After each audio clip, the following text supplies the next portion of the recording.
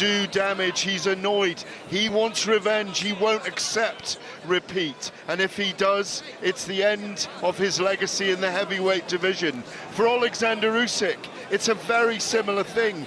He has to get back on the horse if Tyson Fury defeats him tonight, because they will need to go into a third encounter. It's all to play for. It's seesawed all week. No one knows who's going to win this, and that's what makes it so compelling. Cracking atmosphere already here in the Kingdom Arena. We'll bring you up to date with who's been doing what in the ring very shortly. Former European Super Bantamweight champion Spencer Oliver is here. Spence, good evening, mate. You've been in and around the fighters all week.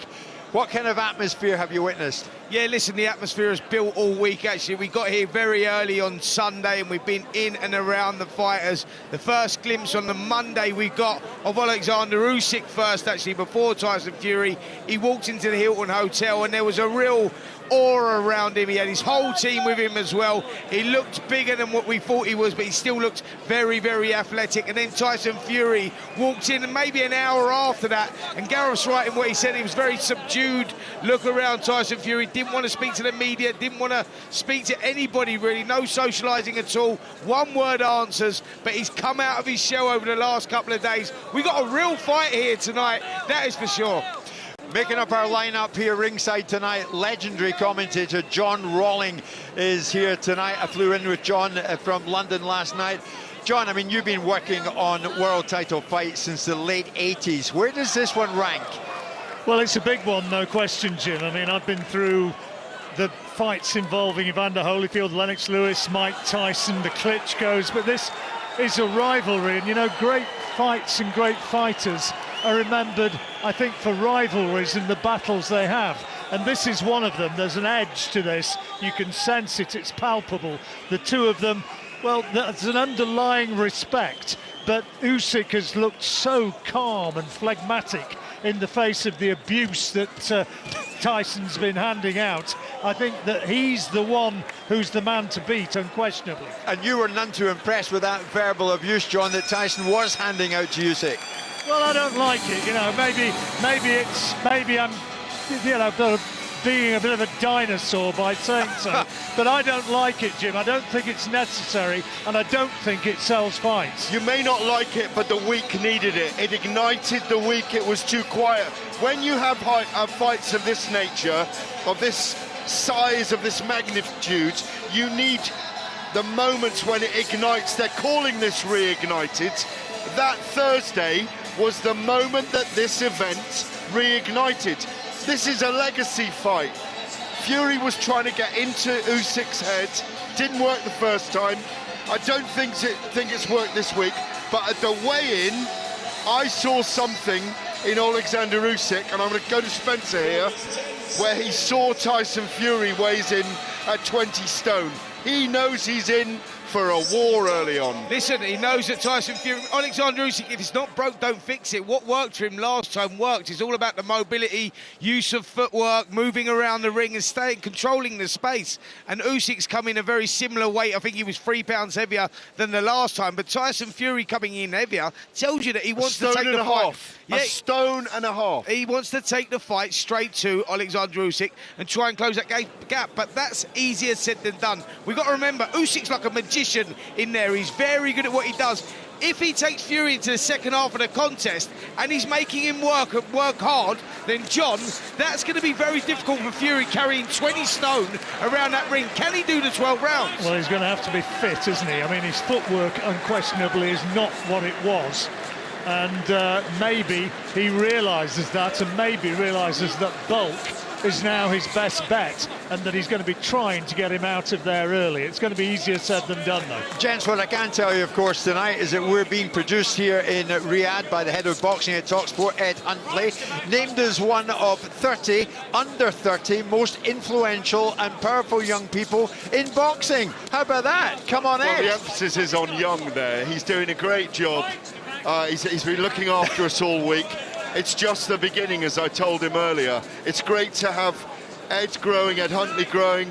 The team is a great one. We work together. It's great to have you with us tonight, Jim, because you're such a pro. But I want to go back to what Spencer was saying and what John was saying, which is Tyson Fury has a great engine. He recovered very well from that 9th round in the first fight, and he came on strong in the last 3 rounds. We're not denying that, but what I'm saying is carrying that extra weight, that extra poundage is very hard for anyone. 20 stone plus for a man to carry in 12 rounds against Oleksandr Usyk, who makes you work so hard, is not easy. Guys, let me run you through the order of the fights and the build-up to the big one. Coming up, Johnny Fisher, of course, is going to fight Dave Allen. That's over 12 rounds. That's in the heavyweight division. Sergei Bohachuk will take on Ishmael Davis over 12 rounds. Super welterweight. Davis, a late replacement. A man who's been in our studio with myself and Simon Jordan back in the news building in London, Moses Atoma. A massive stage for young Moses tonight against Dempsey Mckeen over 10 rounds. That's heavyweight. And then the big one, UsykFury over 12 rounds. IBO, WBC, WBO World Heavyweight title for that. That will happen, the big one, around 11 o'clock UK time tonight. But there's action going on inside the ring at the moment. Isaac Lowe is up against Lee McGregor. Let's rejoin Spencer and John. Thank you very much, Jim. Yeah, and this always figured to be a bruising and grueling battle between two very well-matched fighters, and it's proved out to be that way. We're in the 8th round of a 10-rounder. Isaac Lowe from the travelling community, born in Lancaster, living in Morecambe, and a great friend of Tyson Fury, but he's finding this one a tough one against Edinburgh's Lee McGregor, who made a bright start, seized an early initiative. He's the younger man and maybe a little bit less miles on the clock. Only in his 17th pro fight, slightly the taller and the bigger guy. And for me, he's done enough to be edging this so far, Spencer. Yeah, absolutely. This has been a cracking contest right from the opening bell. As we expected with these two, Isaac Lowe is the more experienced of the two. He's been there, seen it, done it, boxed at the highest level.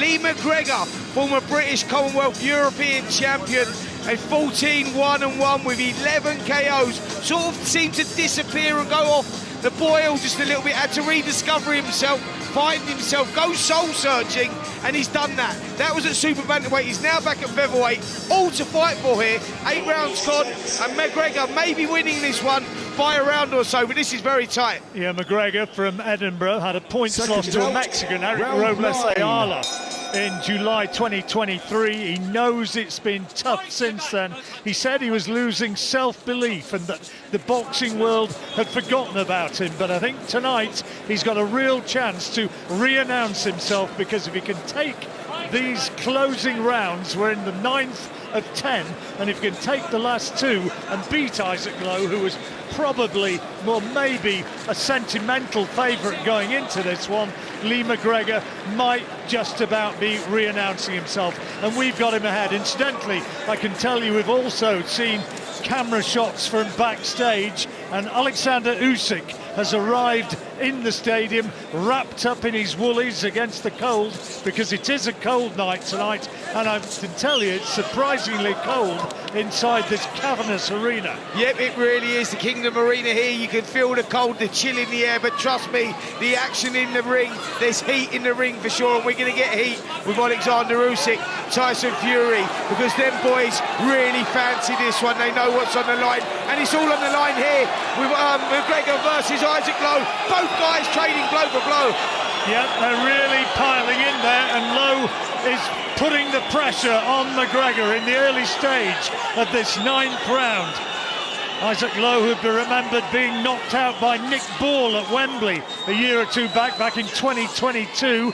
He's known Tyson Fury since he was a boy. His childhood hero, Ricky Hatton, and he's trying to pile on the pressure, Hatton style, with body attacks, with powerful hooks to the body in the closing stages of this fight. And as the two tussle and maul their way across the ring, the only scoring punches in that exchange were body shots from Lowe, and he puts another solid left hook in, and McGregor stumbles a little bit unconvincingly around the ring, and Lowe's getting the better, I think, of this 9th round. Yet both guys standing, trading blow for blow. Fatigue is setting in. Isaac Lowe's gum shield has just come out. He's been taken back to the red corner. They're just cleaning that now. McGregor complaining as well, but what a contest we have here. Both guys trading blow for blow. This is tough. Bad cut over the right eye as well of Isaac Lowe, but both guys, John, fatigue is setting in now. Well, there's been a lot of head work between the two of them. Head clashes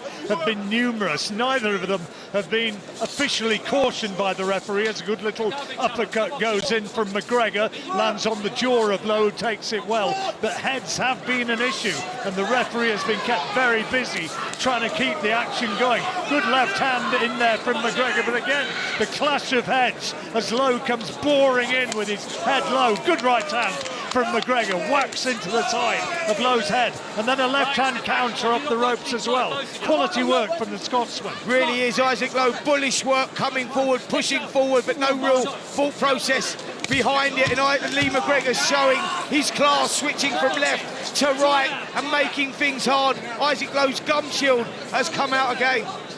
Well, it's no tickling contest, as Isaac Lowe's favourite fighter Ricky Hatton might have said back in the day, and there was a cry of anguish from Lowe as McGregor's arm went into his neck.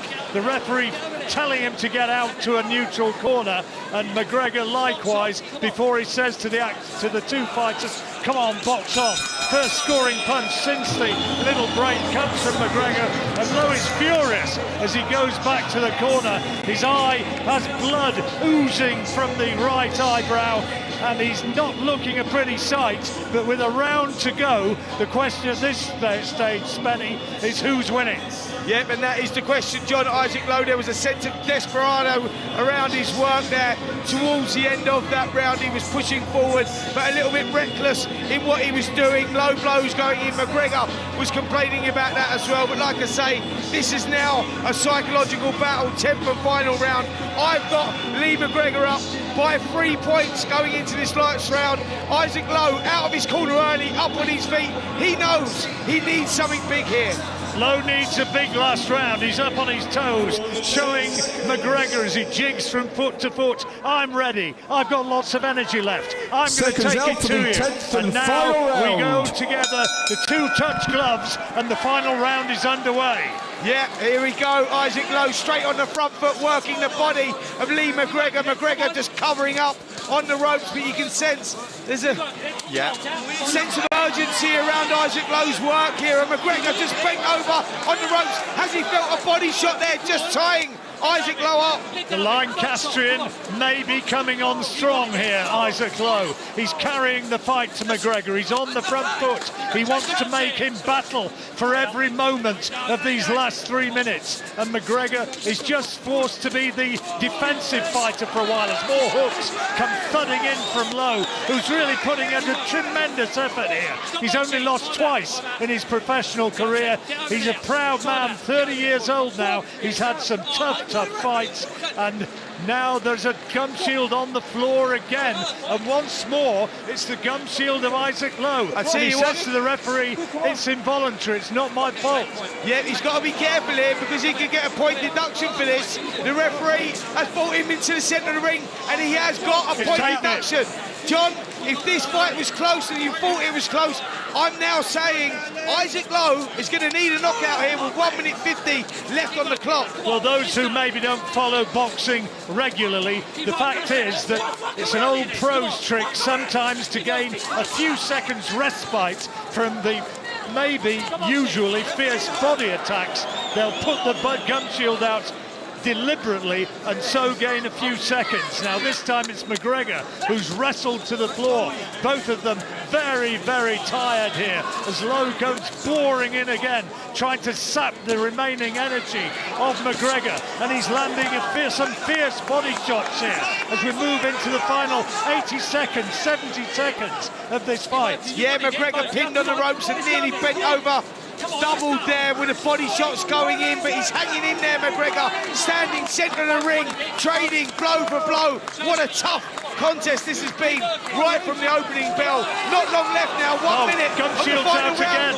He's put the gum shield out again, Lowe. Now what's the referee going to do about this? For the moment, he allows the action to continue, but the gum shields come flying out, and for the moment, the action continues, and now it's McGregor who's powering in some big shots. Good left hand from Lowe, who ducks Lowe to get underneath McGregor's attempted left hook counter. fierce action. It's going to go right up to the final bell. Yeah, Lowe pushes forward, surges forward again. Eyes are bleeding heavily. Both eyes now are cut, and he knows he needs something. Desperate, walks onto a big uppercut, but comes back with some great shots of his own. 20 seconds left, and both guys going for it here. I tell you what, I think Lowe's winning this round, but for that point deduction, he probably needed a knockdown, maybe. Who knows? It's going to go down to the judges who are watching on, the three wise men, as we come into the final 10 seconds of the fight. We're coming up towards the bell now. Will it be the Lancastrian? Will it be the Scotsman? Lee McGregor or Isaac Lowe? It's been a desperately tough fight. Lowe has blood seeping from both eyebrows.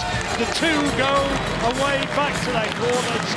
And the body language of the cornermen and from the fighters themselves suggests that Lee McGregor has prevailed. He looked the happier of the two, and he thinks he's done enough to win it. Yep, WBC featherweight international title on the line, and more importantly, a chance to get themselves up there in those world rankings. Where it's all going on, young Nick Paul has emerged as a great star of the featherweight division. They'll be chasing that fight, the victor in this one. For me, Lee McGregor's done enough. I've got him winning this by 3 points, but what a contest. Isaac Lowe never stopped trying, pushing forward. Gareth, I'll bring you in here. What a fight that was. They both said they would deliver, and it really has lit up the atmosphere here. It was a very entertaining fight. Lowe just struggling towards the end.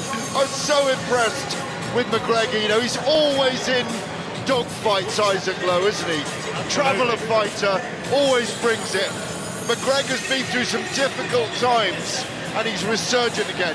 What a fight. It was excellent. We've had other fights before this one, but this is the first real kind of main event sort of contest of the evening, and it's going to start hotting up from here on in. Lowe tried to respond to the terrific start from McGregor, but he was just a little bit too easy to hit. Do you know what I liked about McGregor in this fight? Lowe brought the dog, and McGregor was up to it, and he will have learned from this fight, Spencer. Yeah, listen, that's the fight that, you know, Lee McGregor likes. I think more importantly, he's been soul-searching after the defeat of his last contest, boxing down at super bantamweight. Spoke to him earlier on in the week, actually, in the hotel, and he said, Spence, I was dead at the weight then, but you're going to see it. You revived me, and we see that. And I think we are just about to get the scores. Yep, we are. Thomas Treiber has the all-important scorecard in his hand, and in a second or two, here it comes. Ladies and gentlemen, after 10 rounds of boxing, we go to the judges' scorecards. Judge Mark Lyson scores it 96-92, and both judges Juan Carlos Pelayo and David Miloserovic score it 97-91. All in favor of your winner by unanimous decision. And now the WBC International Featherweight Champion, Lightning Lee McGregor. It's the right result, isn't it? Oh, absolutely, yeah. What a tough, grueling contest there. 97-92. I had on my scorecards for Lee McGregor. Fantastic. The boy from Edinburgh, victorious tonight inside the ring. A great win for him. Well done to Lee McGregor. What a battle that was. Coming up next, Johnny Fisher will be taking on Dave Allen over 12 rounds in the heavyweight division. And let me tell you, we have a live watch along right now over on the talkSPORT Boxing YouTube channel, and you can enjoy the atmosphere with us right here in the Kingdom Arena. Why not get involved with us? Click and subscribe. What a fight that was. Stay with us though, because Johnny Fisher, Dave Allen coming up next. We're off and running right here on talkSPORT in Riyadh, Saudi Arabia.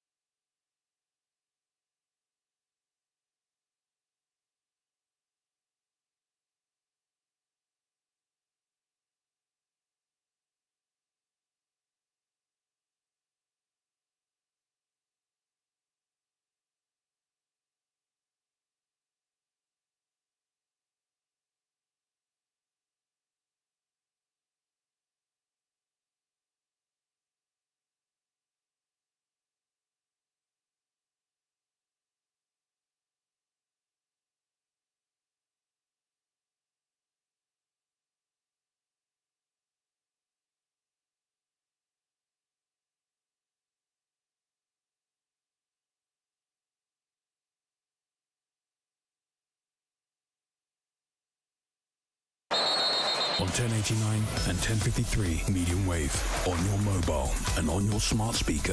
Home of the Festive 50. 50 games of football this December. talkSPORT. He's still undefeated, the Radford Bull, Johnny Fisher. Beautiful shot, the best shot of his professional career so far. That was a beautiful shot from Johnny Fisher. I'm not a Man City, I'm not an AC Milan, I'm not a Liverpool, but I am a cold night away in Stoke. You've got to pull your socks up and put your shin pads on to beat me. The hard-hitting David White Rhino Allen. He's celebrating already. David does get the win of his life. Wow! A dream come true for myself. I've got into career best shape. I was given a fantastic opportunity, and it's one I plan to take with both hands. We're live from the magnificent Kingdom Arena here in Riyadh, Saudi Arabia. A massive night of boxing. You will not miss a trick. Oleksandr Usyk against Tyson Fury. A bit to go until we get to that one, but this place filling up all the time, of course. So many turning out for this massive fight tonight. Coming up next, though, Johnny Fisher up against Dave Allen in the heavyweight division. Gareth and Spencer caught up with the Romford Bull, Johnny Fisher, who discussed facing Allen and also revealed how many of the Bosch army will be in attendance to support him right here in Riyadh. Got to make it count. I'm not going to overlook anyone. I can't overlook Dave Allen. Dave Allen's a formidable opponent. You see the shape he's in. People overlooked him, but I never overlook anyone. And I'd be foolish at this stage of my career to overlook someone like the White Rhino. I'm in for a hard night's work. And we were talking to him about food yesterday it was. He likes a good breakfast, he likes Sunday roast. He said no matter what, for breakfast, he likes Sunday roast for breakfast, yeah. He said no matter what, whatever happens with you, whether win, lose or draw, he wants to come around your house for the Chinese. Mate, he's welcome around my house whenever he wants. We spoke about it for ages. I've got no problem with Dave Allen. The only problem we will have is Saturday night when I'm going to be trying to take him apart and he'll be trying to do the same to me. What's the latest count on the number of the Bosch army that are coming over? There's going to be a good 100 of them over here, which is great. Listen, this close to Christmas, for them people to come out and support me and pay their hard-earned money. We had 300-400 in Vegas and we're going to get 100 out here at this time of year. I'm so happy that people want to travel. But also, there's some strong holds in Romford where people are going to be watching it. People are going to be watching it in Stratford. We've got a little bases all over England where people are going to be watching and further afield as well. So I'm grateful wherever you're watching.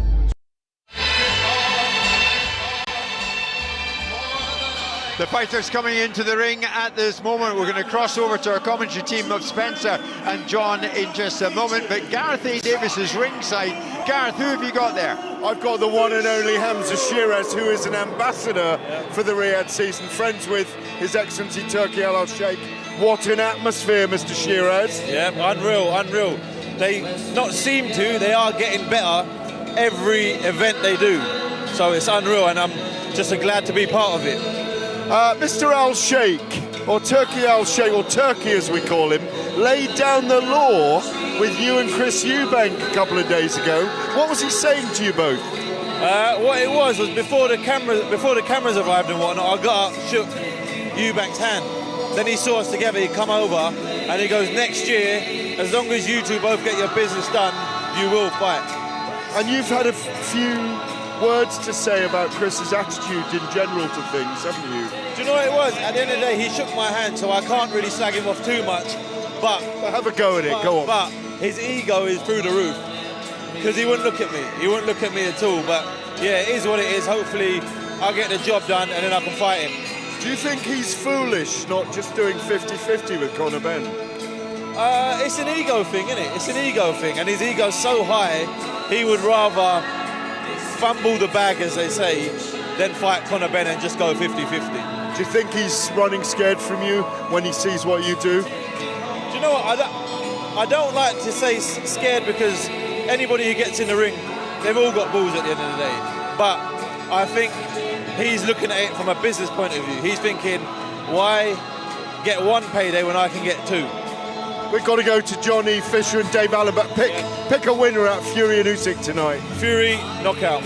Okay, guys, back to you. That's Hamza Shiraz. Wow, Fury knockout, we shall see.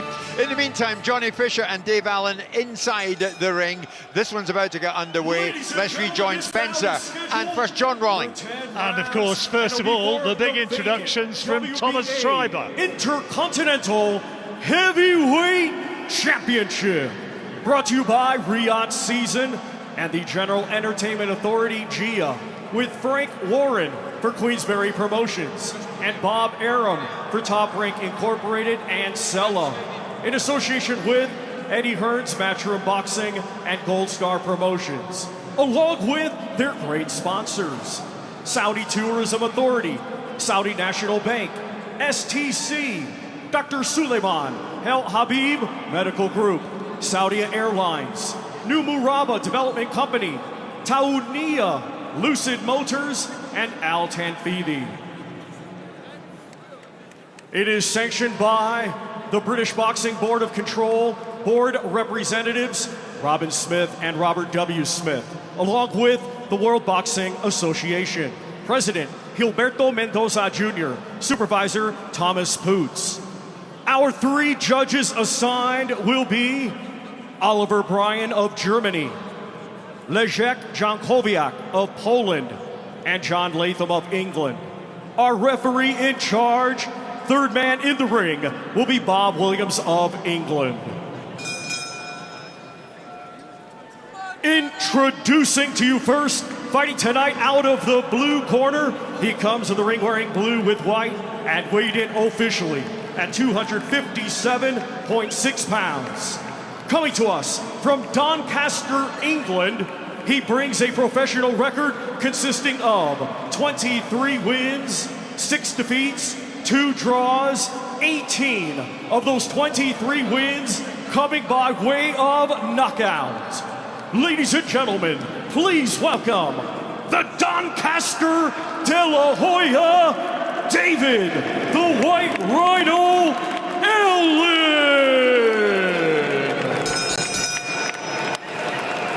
And his opponent across the ring in this championship contest, fighting tonight out of the red corner. He comes to the ring wearing brown and weighed in officially at 241.1 pounds. Hailing from Romford, London, England, he is undefeated with 12 wins, 11 of those 12 wins coming by way of knockout. Ladies and gentlemen, here is Johnny the Romford Bull Fisher!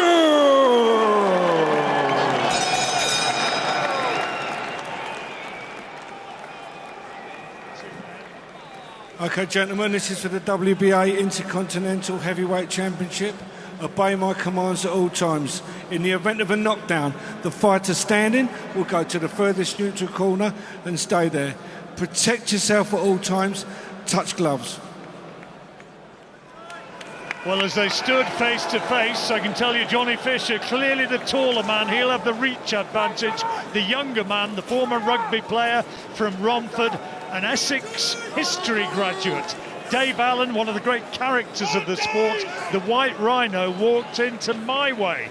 The old Frank Sinatra classic. Is it going to be his final great hurrah? Well, they fought, or rather they sparred, years ago when Johnny Fisher was just 19 years old and Dave Allen said that he schooled him on that occasion. Fisher says, forget about that. I was a kid. This is now. This is going to be different. But Allen has said emphatically, I'm going to knock him out. Yeah, well, that's big talk there from Dave Allen, who is really the last roll of the dice here. A couple of years ago, losing to Fraser Clark in 6 rounds. He gets another opportunity, a huge opportunity here in Riyadh, Saudi Arabia, against the up-and-coming, ever-improving Johnny Fisher. Johnny Fisher only had 10 amateur bouts, sparred Joe Joyce as a lad at university, really got the bug for this, and here he is, one of the really highly touted rising talents, and a couple of really solid, good body shots, and another one, all coming in from Fisher, and Allen is feeling the weight of the young Essex man's punches from word go. Yeah, a massive couple of right hooks to the body there, as Dave Allen definitely felt the weight of them one as Dave Allen stands in the centre of the ring, waiting for Johnny Fisher to unload as the body shot goes in again. Great start this from Johnny Fisher. Allen certainly, though, has some power of his own, and he's going to be looking to detonate some power shots. He says that there was a left hand from Fisher, went low, looked to the referee. The referee, Bob Williams, didn't want to have anything to do with that, and Fisher tries to walk right into Allen, tries to close him down in the corner, but then backs up as Allen takes those shots and now commands centre ring again. But this has been a really good, bright start for the emerging prospect, Johnny Fisher. Yep, looking razor sharp as he targets the body again.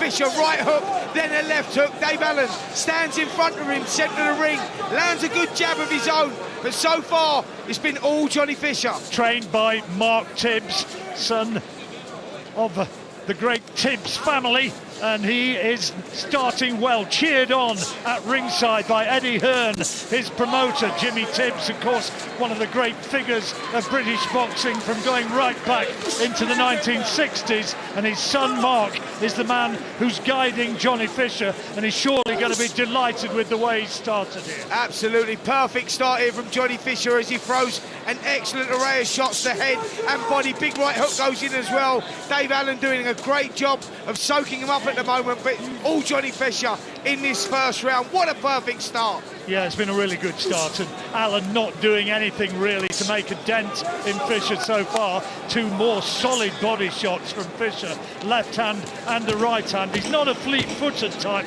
but my word, he's got some long levers, and when he tees off with those big trademark hooks, you know all about it. And that's an emphatic first round for Johnny Fisher, who takes that one by a street. Yeah, absolutely perfect start there from Johnny Fisher. Took the centre of the ring early, worked everything behind the jab, switched to the body as well. Right hooks, left hooks. Dave Allen done a great job of soaking him up. Complained a couple of times that a couple of the shots strayed low. He has to be careful of that because Johnny Fisher jumped straight on him, nearly caught him with a big right hand. But perfect start there from the unbeaten Johnny Fisher. Don't forget, you can watch along with us this evening. Head over to the talkSPORT Boxing YouTube channel right now to join us ringside here at the Kingdom Arena in Riyadh, Saudi Arabia.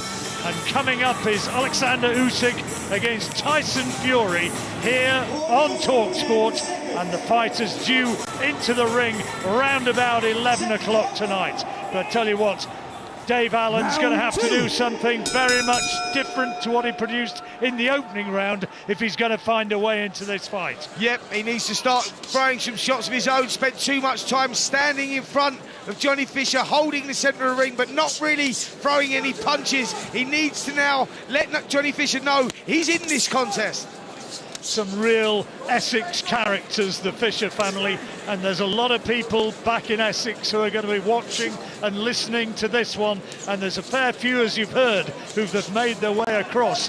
There was a couple of teen Bosch boys on my flight on the way over. Yeah. Very good characters. He always brings a supporting army, and I've seen the Bosch soldiers around as well. Plenty of them in the Kingdom Arena here this evening, as you can hear them cheering on their boxing idol, Johnny Fisher, as he lets a 1-2 go to the head, body as well. Dave Allen complains, but a lovely combination again from Johnny Fisher. There's a right hand over the top, though, from Allen. He needs a few more of those, but that's not the first time he's turned to referee Bob Williams, as much as to say, hey, those shots are low, what are you going to do about it? But Bob Williams, an experienced referee, star-class referee, British referee, former fireman, and he's having nothing to do with it. He believes that those punches are legitimate, and now has Fisher, with that early onslaught, just taking it out of himself a touch. It appears he's taking a bit of a breather, and Allen is trying to force his way back into the fight, maybe. Yep, he recognises Dave Allen's no easy pushover, and Allen has a good success, best success in the contest so far. Left hook to the body, left hook to the head, and then Allen comes back, Fisher comes back. Whoa, two big shots there from Fisher. Yeah, he really stopped Allen in his tracks there. There was a good straight right hand. Just as Allen was looking to unload, the right hand puts him back onto his heels. But Allen keeps coming forward, this proud Doncaster man who now lives in Conisbrough, just down the road. well known for its castle, of course, Conisbury Castle, and Dave Allen's going to need some solid foundations himself if he's going to get through these 10 rounds. Yeah, I think he's already showed those solid foundations, if I'm honest. Johnny Fisher really loading up, winging those right hands over, left hooks to the body, and Dave Allen, to his credit, still standing in front of him as he's turned now to slam a left hook in the body. Real seesaw of a contest, this one.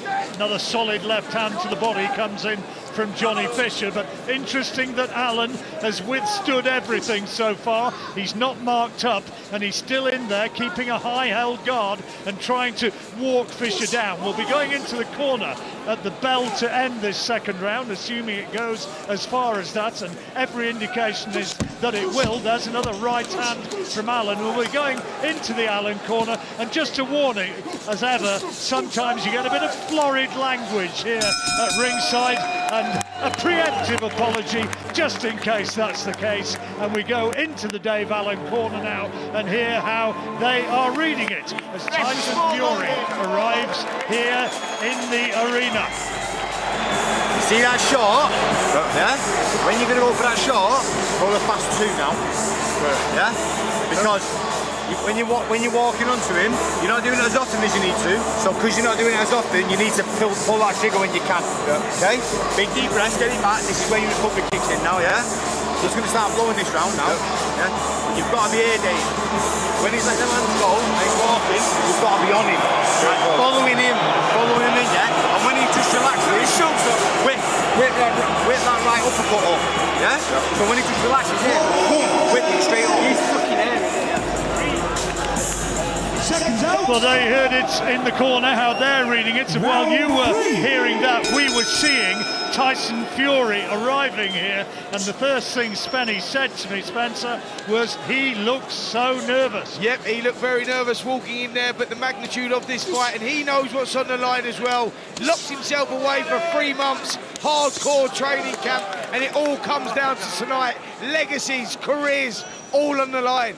Absolutely, there's a big right hand over the top from Allen, and his corner urging him to wing those shots in more, and another clubbing right hand, and the Doncaster man is just, the Yorkshireman is just starting to get a bit more success. There's a solid left hand into the body from Johnny Fisher, who for a big man does throw body shots in a really confident and powerful sort of way, puts his body punches together really well. Yep, exceptional body shots from Fisher as he throws a 1-2 to the head, misses with the right hand. Allen stands in front of him, hands held high, doesn't seem to be bothered in there at the moment. Short hook on the inside from Allen as well. Fisher goes as well. Both guys now trading. And Allen is just starting to gain a little bit of confidence, you sense, here in the third round, having withstood a really fast start from Fisher, and Allen is still in there, and he's just starting to find his range a bit with his own power shots. And let me tell you, he's got 18 stoppage victories in his 23 wins, so Dave Allen himself also has power to command respect. Yeah, Dave Allen doing very well in this round actually. Johnny Fisher has got to be careful, he's in danger of punching himself out, loading up with every single shot, and he hasn't put a dent in Dave Allen so far as he misses wildly with an uppercut. Allen stands in front of him, hands held high. Well, I've got to know Dave Allen quite well over the years. Likeable sort of fella, and he really has spoken bravely about how he can upset the Johnny Fisher bandwagon here tonight, and he's still in there pitching, giving it everything he can. We'll hear from Gareth Davis at the end of this round, get his take on it, but there is, again, as Fisher just goes walk around and turns his shoulder inwards towards Allen, just the sense that the big Essex man, to an extent, might not exactly have punched himself out, but set such a fierce early pace that he's struggling to sustain it at this point. Yeah, good body shot though. I think he recognises that he's not going to get Dave Allen out there, and Allen actually using all his experience here. He soaks up a lot of punishment, but he's getting success here in the third round as he wings over a right hand, just grazes the side of Fisher's head there, and Fisher now boxing on the back foot. Can we see a slight turning in the tide here as we approach the end of the third round. Well, it'd be a massive upset, of course, if Fisher were to lose this one. He's talked about as one of the real possible rising stars of British heavyweight boxing, but that was a very competitive third round. Not sure Allen did enough to take it, but he's certainly right in it, Gareth. We talked about him old manning him. He's only 32, Dave Allen, 31 fights, of course, but he's a 12-year pro. Johnny Fisher's not very experienced. Dave Allen's not getting a huge sum of money for this fight. I do know that. But this is an opportunity, if he can just turn the tide and cause the upset, to get a lot of money in the rematch. That's what he's looking for. He's off a 2-fight win streak. Obviously, he didn't look great against Fraser Clark last year. Perforated eardrum, was hit low. Fraser Clark was deducted points. But I like the look of Dave Allen in that round. I thought maybe he did nick it, but now I know. But I'm working towards him. His corner now should be telling him to go out there and make it a weird, awkward dogfight for Fisher. He was the first one off his stool and walked confidently, almost strutted to centre ring before the 2 touch gloves, and the 4th round now is underway. I thought Allen might have done enough to nick that last round, in which case it's 2-1, but whatever, certainly a sense that Fisher was losing the momentum that he gained early on. He tries to wing in another couple of overhand rights. He doesn't connect with those, but does get through with a hook to the body. Allen doing no more than covering up in the first 30 seconds or so. Yep, John, I'm not sure he won the third round, but he definitely closed the gap and made it much more competitive. Not a lot in that third round as he starts to fall here, pushing forward, and he's getting success again. As I say that, Johnny Fisher explodes with a 4-punch combination. Oh, yeah, that takes another big right hand back from Dave Allen. And King doesn't want to be Fisher doesn't want to be standing there and taking the likes of those. That was a solid shot from Dave Allen, and Johnny Fisher really felt the weight of that one, thudded into the side of his head, and Allen says to himself, come on, come on. He's trying to gee himself up as we move into the 2nd minute of this 4th round, with Fisher now starting to unload more power shots once again.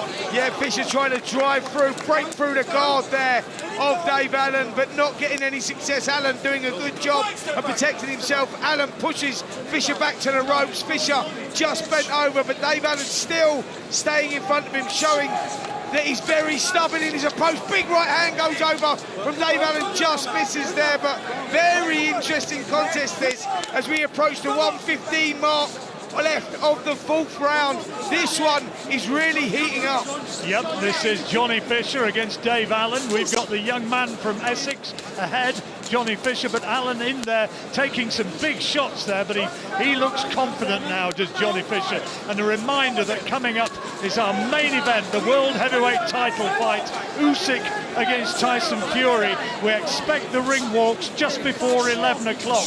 So whatever you're doing, wherever you're going, be sure to stay with us. Of course, there's World Championship darts broadcast for you on talkSPORT 2, but you couldn't leave this, could you? This is top-class boxing, live from Saudi Arabia. Yep, really is. 30 seconds to go of this 4th round, and it's starting to become tough. Both guys trading centre of the ring. No one really stamping their authority in this 4th round. Dave Allen is slowly but surely crawling his way, clawing his way back into this one. He's making things tough for Johnny Fisher, using that experience, and it's just starting to show, John. Maybe, but I don't think he's doing enough to win this round. He's landed a couple of really good, solid shots, but the greater work rate, as you might anticipate, is coming from the younger man, Johnny Fisher, and there goes the bell to end that round. I reckon that was another Fisher round, and I think that Mark Tibbs in that red corner is going to be fairly pleased with the way that's showing. Let's listen in and see how Mark Tibbs is reading it. All right, good mate. Listen, do not bend low. Do not bend dropping low. Keep picking that jab, ramming that jab at times. All right? But when you go there, you're not lifting it. Got to lift it, yeah? Lift it, lift it. Don't let it leave your chest. Lift it up. Lift it. All right? Try and be sprightly. Try and be sprightly. Don't let him drag you into his speed. Get me? Don't get off this chair again. To our side. Feel the head? Good, mate. All right? So, yeah, get a bit more nip and a bit more snap into your work, to kind of paraphrase what Mark was saying there. And he wants to not just see him just landing big hooks to the body, he wants to see him bringing him up with uppercuts. Yep, a little bit more thought process from Johnny Fisher needed. Use your imagination a little bit, relax, let your shots flow. Don't try and knock someone like Dave Allen out, because Dave is very good defensively, and he's found that out in these first 4 rounds. Here we go, start of round number 5. Allen is resilient and tough, trying to land a big left hook, and Fisher just ducks beneath it. A couple of body shots from Fisher, but he was just pushing in with that. Oh, he's in trouble, and he goes down. He's gone down. Johnny Fisher is on the floor, and Dave Allen has done what he said he would do. He's up, but the count goes on to 8, and now the referee has a good look at Johnny Fisher, and these are dangerous times. 2 more big headshots from Dave Allen, and he's looking to take him out here in this round, and it might be that 1 more big headshot could be enough. He wrestles him down. The referee says this time that's not a knockdown, and Johnny Fisher is going to take all the time he can here to just recover from that. That was no knockdown. Now what's the referee going to do? He says just carry on. Yeah, he's in desperate trouble here, Johnny Fisher. Big left hook goes in again. 1:45 on the clock. Uppercut. Fisher is in desperate trouble. He's only seconds away here from being stopped. He's trying to hold. I'm not sure, John. He's got a lot left. What an upset this would be. He's all over the place, Fisher, trying to grasp on to Dave Allen, and he's almost down again and only stays upright by hanging on to Allen, and the referee has to split them. More than a minute to go in this dramatic 5th round, and Allen is trying to knock him out. 2 more big headshots. Fisher bravely takes them, and again crowds his man, takes the distance out of takes the gap away, and gives Allen no space to throw big shots, but he's still staggering around like a drunk in there, Johnny Fisher, but bravely comes back, takes another big headshot.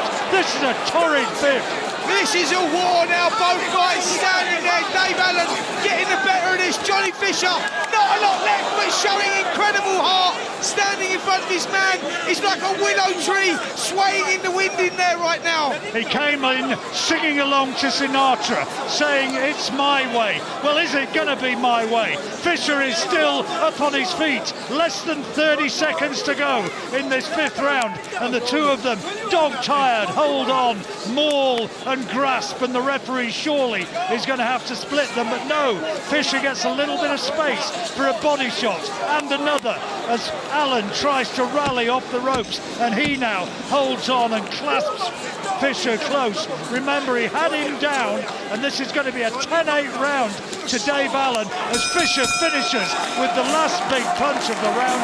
And what a round that was, Spencer. Yeah, what a round. It really was. Both guys trading blow for blow. Johnny Fisher got hit with a big shot. Dave Allen sensed it. Body shots from Fisher. Allen, big left hook. Fisher's legs went all over the place. He done the Elvis dance before falling down. He hit that floor and he never recovered for ages. Gareth, what a round there, and what a round from Dave Allen it was. Yeah, indeed. Dave Allen almost at the end there had punched himself out a little bit, hadn't he? So it allowed Johnny to come back into the round. If he hadn't thrown him down twice, it would have been an enormous round for him. We have got a war here now. It's so entertaining. Dave Allen's turned the tide. Absolutely thrilling. What resilience, what brilliant skills, heart, determination and power from these 2 heavyweights. What do they call him? The Doncaster De La Hoya. That's a bit fanciful for Dave Allen, but he's still very much in there. And on my card, if that's a 10-8 round, which it would be, that may well be that the fight is level, because there was the 3rd round which I think there was an argument he might just have taken it. So who's going to come on strong now as we come into this sixth of a fascinating 10-rounder? Yeah, well, that minute was needed there from Johnny Fisher, and he seems to have recovered, come out loading up, really loading up with that right hand. Dave Allen just seems to have punched himself out in that fifth round. He's started to build a pace and hasn't started this one too well as he's pinned on the ropes. He does now though, uppercuts and a right to the head, and it's Fisher who's hurt and just pushed back onto the ropes. Gareth Davis is gesticulating wildly, but we'll have to wait till the end of the round to find what that's about. Another big left hand from Allen, and then he has to take a right hand back from Fisher. It's that sort of a fight, sort of a big dust up on the cobbles outside the boozer. Absolutely, what Gareth Davis was saying was Johnny Fisher's gone, he's gone, and the legs are gone as he complains about a shot going round the back. Both guys now biting down on their gum shield. You're right, John, this is like a bar brawl, a pub scrap on the cobbles. And he most definitely has not gone, Dave Allen. He's still in there very much thinking that he's got a chance of taking this one. It was the sixth round, though, that he lost against Fraser Clark, and now here comes Fisher again. Couple of headshots and a right hand to the body. No great power in that one. It was more of an arm shot than really planting himself and turning to deliver optimum power. Left hand from Fisher, partially deflected by Allen, who now clasped Fisher close, and there's a little bit of reddening around the right eye of Fisher, and it might just be that there's a cut there because there's blood now oozing from the eyebrow into that right eye, and he'll have to cope with that. The two of them had solid shots, big left hook to the head from Allen, and Fisher wants to hold on and buy a few precious seconds once more, and Allen landed a great shot there and tries to follow it up with the right hand. Now back comes Fisher with a straight right hand of his own. They are trading power shot for power shot. Forget the technique, forget the defence, that's gone out the window. These guys are standing there trading blow for blow. This is now a mental battle, a physical battle. They are leaving it all in the ring. What a seesaw. First Fisher, then Allen, back to Fisher. Well, the two of them are really having to dig deep now and gulp in the chill air in this big arena here in Riyadh. Last 10 seconds of another dramatic round. Right hand from Fisher, well taken by Allen, who's trying to walk him down, looking like terrific overhand right again. The two-touch gloves, and what a terrific round again. Jim White, you enjoying this? Oh, John, I honestly did not expect this. As Spencer said, it's like a barroom brawl, but they are so brave, these guys, trying to finish each other up. I mean, Gareth, amazing. Incidentally, I just want to remind everybody, the live watch-along right now over on talkSPORT Boxing YouTube channel. Click, subscribe, get involved with us right here, right in the thick of the action here in Riyadh, Gareth. Yeah, as we go into the seventh round of 10 here, it's a brilliant contest, this. Seesawing and swaying. We're seeing the desire and commitment of Johnny Fisher not to give it in. We're seeing the resilience and the old man skills and the chin of Dave Allen, and it's really beginning to light this arena up. It's building up for a great heavyweight night. Dave Allen has Jamie Moore, top Manchester trainer, in his corner, and he was one of the bravest fighters you'd ever see, Jamie, and he's urging Allen to get out there and win this fight because he believes that the upset is very much on. I thought Johnny Fisher just about did enough to edge that last round. It was a close one, and this fight very much is up for grabs. And there's a good right hand and an uppercut, both from Allen, and it's Fisher who has to take those big power shots, and Allen says to him, come on, go for it. He said before the fight began, if I can just walk him onto a big one, I can put him away, and he still believes that that's the case. Yeah, what a good start here from Dave Allen. He's landed a couple of big shots. Fisher now pinned on the ropes as both guys get tied up. 2 minutes, 10 seconds left in this seventh round. And what a battle we've got on our hands here as Johnny Fisher has turned to land a big right hand. Just a minute gone in this seventh round. So many big shots are being landed. It kind of seems as though the rounds are longer. And both of them are going to have to show such resilience and such displays of stamina as the closing seconds of this fight unfold. And Fisher wanted to turn his back, turn his shoulder and walk and get away there to take some seconds, and he comes out of the corner, tries to land 2 big right-hand power shots. One of them was low, and the referee says to him, come on, let's do something. Big shots again from Allen, and Fisher takes them, has to take 2 left-hand power shots to the head. Back comes Fisher, left hook of his own and a right hand, and again Allen shows what a good chin he's got. Wow, what a fight we've got here. Real seesaw in this 7th round. Allen's landing good shots, Fisher's landing shots, and let me tell you guys, these are not light shots, they are throwing them with heavyweight power. He staggers again. Fisher staggers back as he takes a couple of left hands as Allen gets up out of a crouch and lands 2 big shots, tries to throw an uppercut inside, and again it's Fisher who's leaning on inside. Couple of arm shots, couple of shots to the body from the Essex man. He might just be about ahead on the cards, but there is precious little in it. Allen is right in there, still with a great opportunity of his reviving his career at this stage with a win against the odds. It is very much on the cards as we come now into the last 30 seconds of this 7th round. Yeah, must-win fight here for Dave Allen at this stage of his career. Big right hand goes in, Fisher hurt again as he covers up, body shot from Allen. Big finish to the round here, 10 seconds to go in the 7th. Fisher tries to battle back, but Dave Allen on top. Last few seconds now of this 7th round, and what a round it's been again, and what a good round for Dave Allen. Think he won that one, and these are anxious times for Fisher as he goes back to his corner to hear from Mark Tibbs. Let's listen in. To your right, yeah? It's ridiculous, suck it up. You're asking him to pummel you. Do not do that, yeah? Keep still, so from there, you must come there and do something. Do something. Yeah? All right? Now, you manhandled him a little bit there. Right? I'm not encouraging you to fucking have... Keep still. Listen, I'm not encouraging you to have a wrestling match, but if he gives it to you, give it back to him. All right?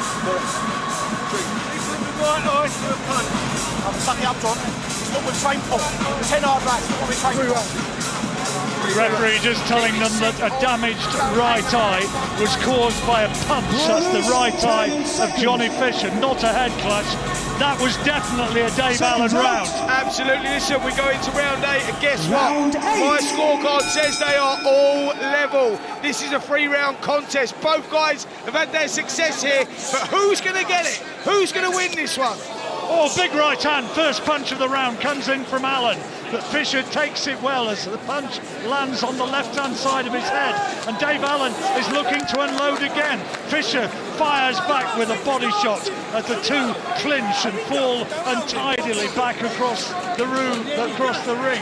And other commentators at ringside are scoring it very, very similarly. Sergio Mora also has it level. I have it level, but I think that Allen has certainly had the better of the last few rounds. And maybe the momentum is going with the Yorkshire veteran. That's exactly what it is. Momentum is with Dave Allen. He will sense now, John, that he is a cat's whisker away here from putting off a huge upset. Johnny Fisher has been the guy that everyone's been talking about, coming off a great win against Alan Babbage last time out, but boy, is he showing character and having to dig deep here.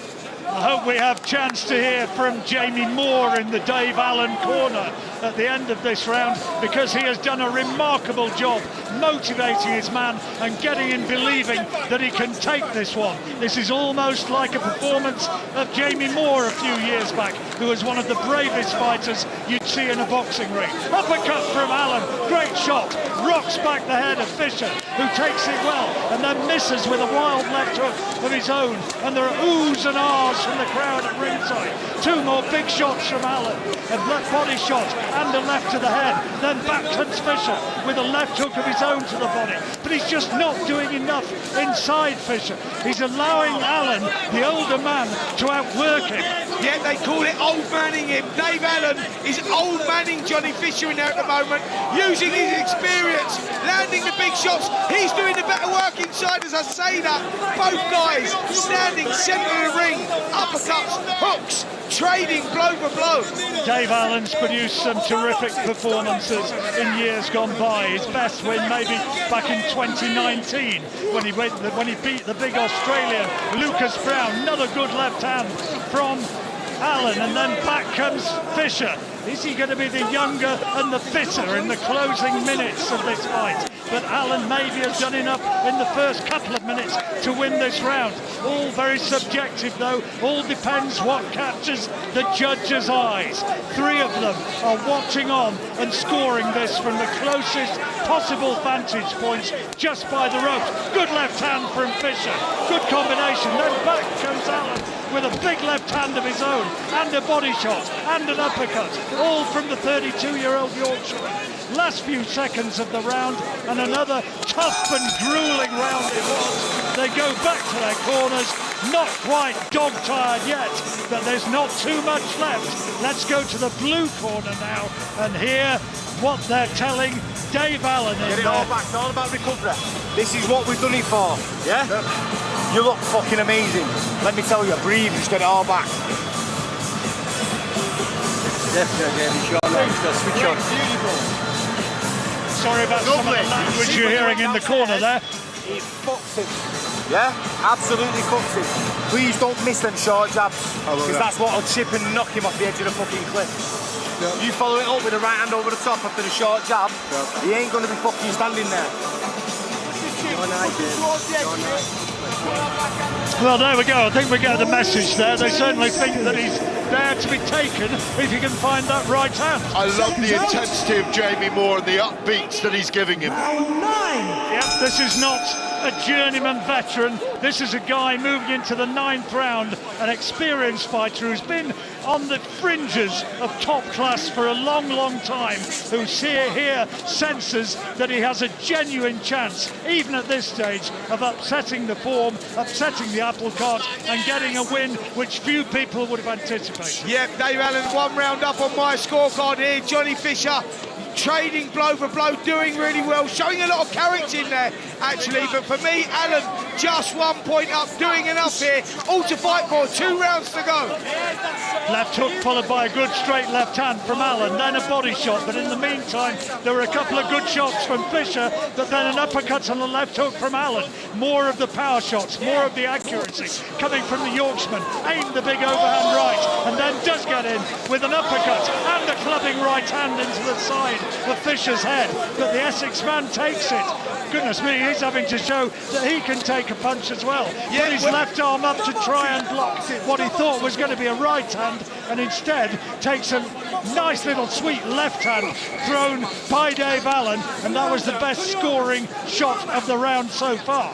Yeah, the heavy shots all coming from Dave Allen here. Johnny Fisher comes back with a lovely little short uppercut on the inside. Good combination as well, but Allen bites down on his gum shield, pushes Fisher back to the ropes. What a contest we got here. 1 minute 30 left of this 9th round. It's not too easy to get around the ring here and get interviews from people involved, but if Allen does wish to win this one, it would be fascinating to hear his observations and those of his trainer Jamie Moore. He's getting a real telling off here, Allen, from the referee Bob Williams for throwing Fisher almost to the floor, and there's just over a minute to go as the two touch gloves in a fight which, for all its intensity, has actually been fought in a pretty good spirit.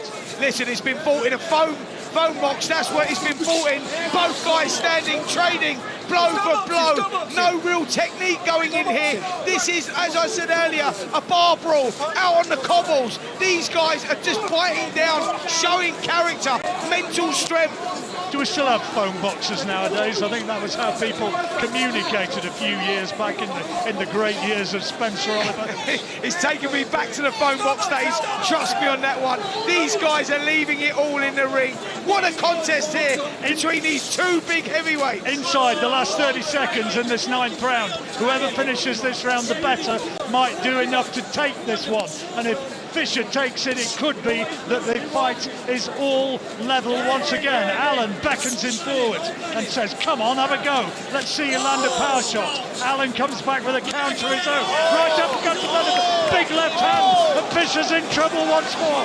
Allen needs just 2 or 3 more big headshots. He finds one, and Fisher holds on with an air of desperation, clamps Allen in close, and Allen finishes that round big and might have done enough to win it. Good round again, good fight. Yeah, what a round there. Johnny Fisher started it so well, relaxed, putting his shots together, landing good shots to the head and to the body. But Dave Allen done what Dave Allen does best. Covered up, soaked them up, landed some good shots, and at the end, Gareth, Johnny Fisher was in desperate trouble. He looks almost out on his feet, and he's so fit, young and strong. But do you know what Dave Allen's done brilliantly in this fight? He's been defensively savvy behind his guards, and he's been sneaky. He's been old-manning him. He's been very, very clever in this fight. It's very impressive, and it is exposing what a junior heavyweight Fisher is in the ring. He almost had him in those last few seconds. We're just watching a replay of those last few seconds, as indeed does the crowd from the huge screens in place up above the ring here in Riyadh. Splendid heavyweight fight in the run-up to the World Heavyweight Contest, and the action is underway. And this last 3 minutes, Johnny Fisher against Dave Allen, the Essex youngster against the Yorkshire veteran. It might all be decided in these last 3 minutes. Either way, they're going to remember this for a long time. I tell you what, Johnny Fisher got up and he got off his stool and he walked out like he was walking on stilts there. The legs are still not recovered at all, and he's got to be careful he doesn't get caught by a big one, because trust me, them powers of recovery, he'll need them. Well, the first 30 seconds he's probably done enough, but Allen hasn't taken any big shots yet, and there was that groggy look about Fisher as he came off his stool, but he's maybe now just regrouped. Here comes Allen though, left to the body, tries to throw the right over the top and falls into Fisher, and the referee has to split them again. Bob Williams has earned his money in there today. He's had to work big time to keep these two apart, and here comes Allen. Can't find a clean shot though as he bullies Fisher backwards, and this time the referee says to Allen, let's keep this one clean, let's concentrate on boxing rather than wrestling. 1 minute 45 seconds left of this 10th and final round. Johnny Fisher tries to bounce up on his feet, trying to find something, trying to get his legs back together, but there's not a lot left. Let me tell you, both guys are feeling this, but more so Johnny Fisher. He looks desperately tired in there at the moment. 90 seconds to go in this contest, which has turned out to be a real crowd pleaser. Allen now walking Fisher down, has him in his corner, in his own corner, up in front of us, and tries to land clubbing shots. No great power, but then does get it with an uppercut, and then a couple of chopping left hands to the head as the two lean on, and Bob Williams splits them once more. Just over a minute to go. Fisher lands with a right hand, partially blocked by Allen. Aims a left, a right to the body. First one was to the head, which does find the target. The body shot was covered, and the two land simultaneously to the head, and who had the greater power there? Maybe nothing between them. The two landed headshots simultaneously. Johnny Fisher desperately trying to find something here, digging deep, showing character as he pins Dave Allen on the ropes there, but desperately that tired. Allen takes a big right hand. Good shot down the middle from Fisher, and then leads on, trying to give space for hooks to the body. Allen comes back, comes off the ropes and lands a big right hand to the head of his own. And again there's a clasp and untidy maul, and once more they have to be split. Into the last 15 seconds, one big punch either way could still do it. Allen complains about a low one from Fisher. Fisher takes one as Allen comes back off the ropes. Last few seconds of a dramatic contest, and what an effort from Fisher in the last round. The two clinch are congratulated by both corners to the opposite fighter, and Dave Allen is on his knees. He thinks he's won it. Johnny Fisher walking to the Allen corner. He thinks he's done it, and the two trainers embrace as well. In the ring, Davey Moore is congratulating Dave Allen. They think that they've done enough. They think they've won. Do you agree, Spencer? Yeah, what scenes we've got here in Riyadh, in the Kingdom Arena. The Bosch army has seemed to have gone slightly quiet, worrying times for Johnny Fisher here as we get waiting for the decision. For me, Dave Allen has done enough. He's won that by a couple of rounds. He's slumped to his knees there. He felt he got it. Jamie Moore in the corner and the team, they feel they've got it. And I think they've got it as well. What a performance. What a contest from both guys. Whatever way this goes. Can we see it again, please? Well, yeah, you'd think that has to be eminently possible, but at this stage it shows that there's a considerable way to go in the education process of Johnny Fisher. This is kind of what they call a learning fight. Hopefully he'll come away from this the better. He started so well in those opening couple of rounds, and maybe he just rained too much on Dave Allen there and gambled that he was going to get the old guy out of there quickly. Absolutely, and the old guy old man did from that 5th round, that knockdown. That was the dramatic turnaround of this contest. That's when Dave Allen started to find his feet, started to get off with the shots himself, winning round 5, winning round 6, winning round 7, possibly 8 and 9 as well. That's how the story of this contest went. A fight of two halves in many ways. Johnny Fisher starting very well, looking razor sharp, landing brilliant combinations. 5th round turnaround, Dave Allen pulled himself back into it. Allen for me, but what a contest. What a contest indeed, and an anxious wait for both fighters now as the referee takes them centre ring. The crowd being entertained by highlights of a really dramatic fight. Thomas Schreiber has the all-important scorecard in his hands, and in a moment or two we're going to hear just how this fight has been scored. We reckon that Dave Allen has done enough and that the upset's been achieved. Let's listen in. Ladies and gentlemen, after 10 rounds of boxing, we go to the judges' scorecards and we have a split decision. Judge John Latham scores it 95-94 in favor of Johnny Fisher. Judge Leszek Jankowiak scores it 96-93 in favor of David Allen. And Judge Oliver Bryan scores it 95-94 for your winner.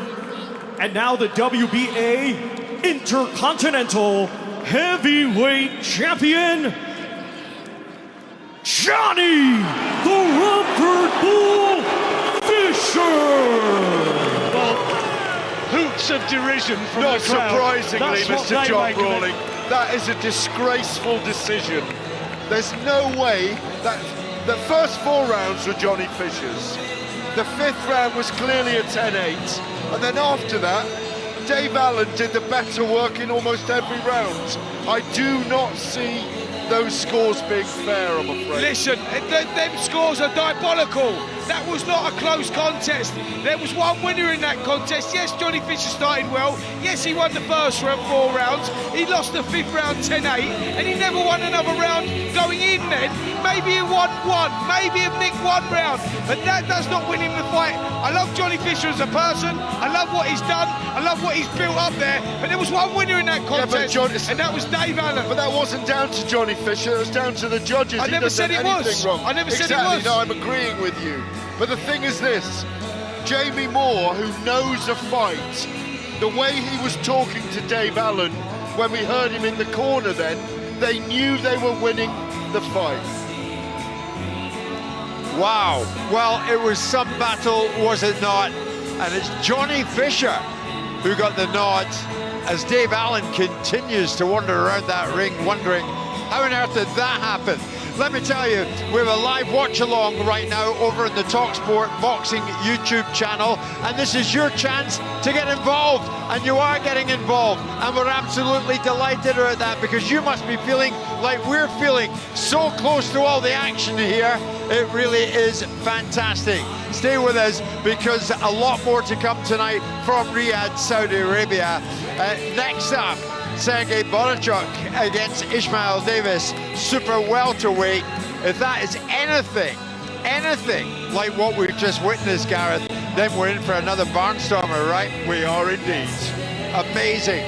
Johnny Fisher won it. Boy, Dave Allen is one proud fighter. Stay with us, much more coming your way from Riyadh.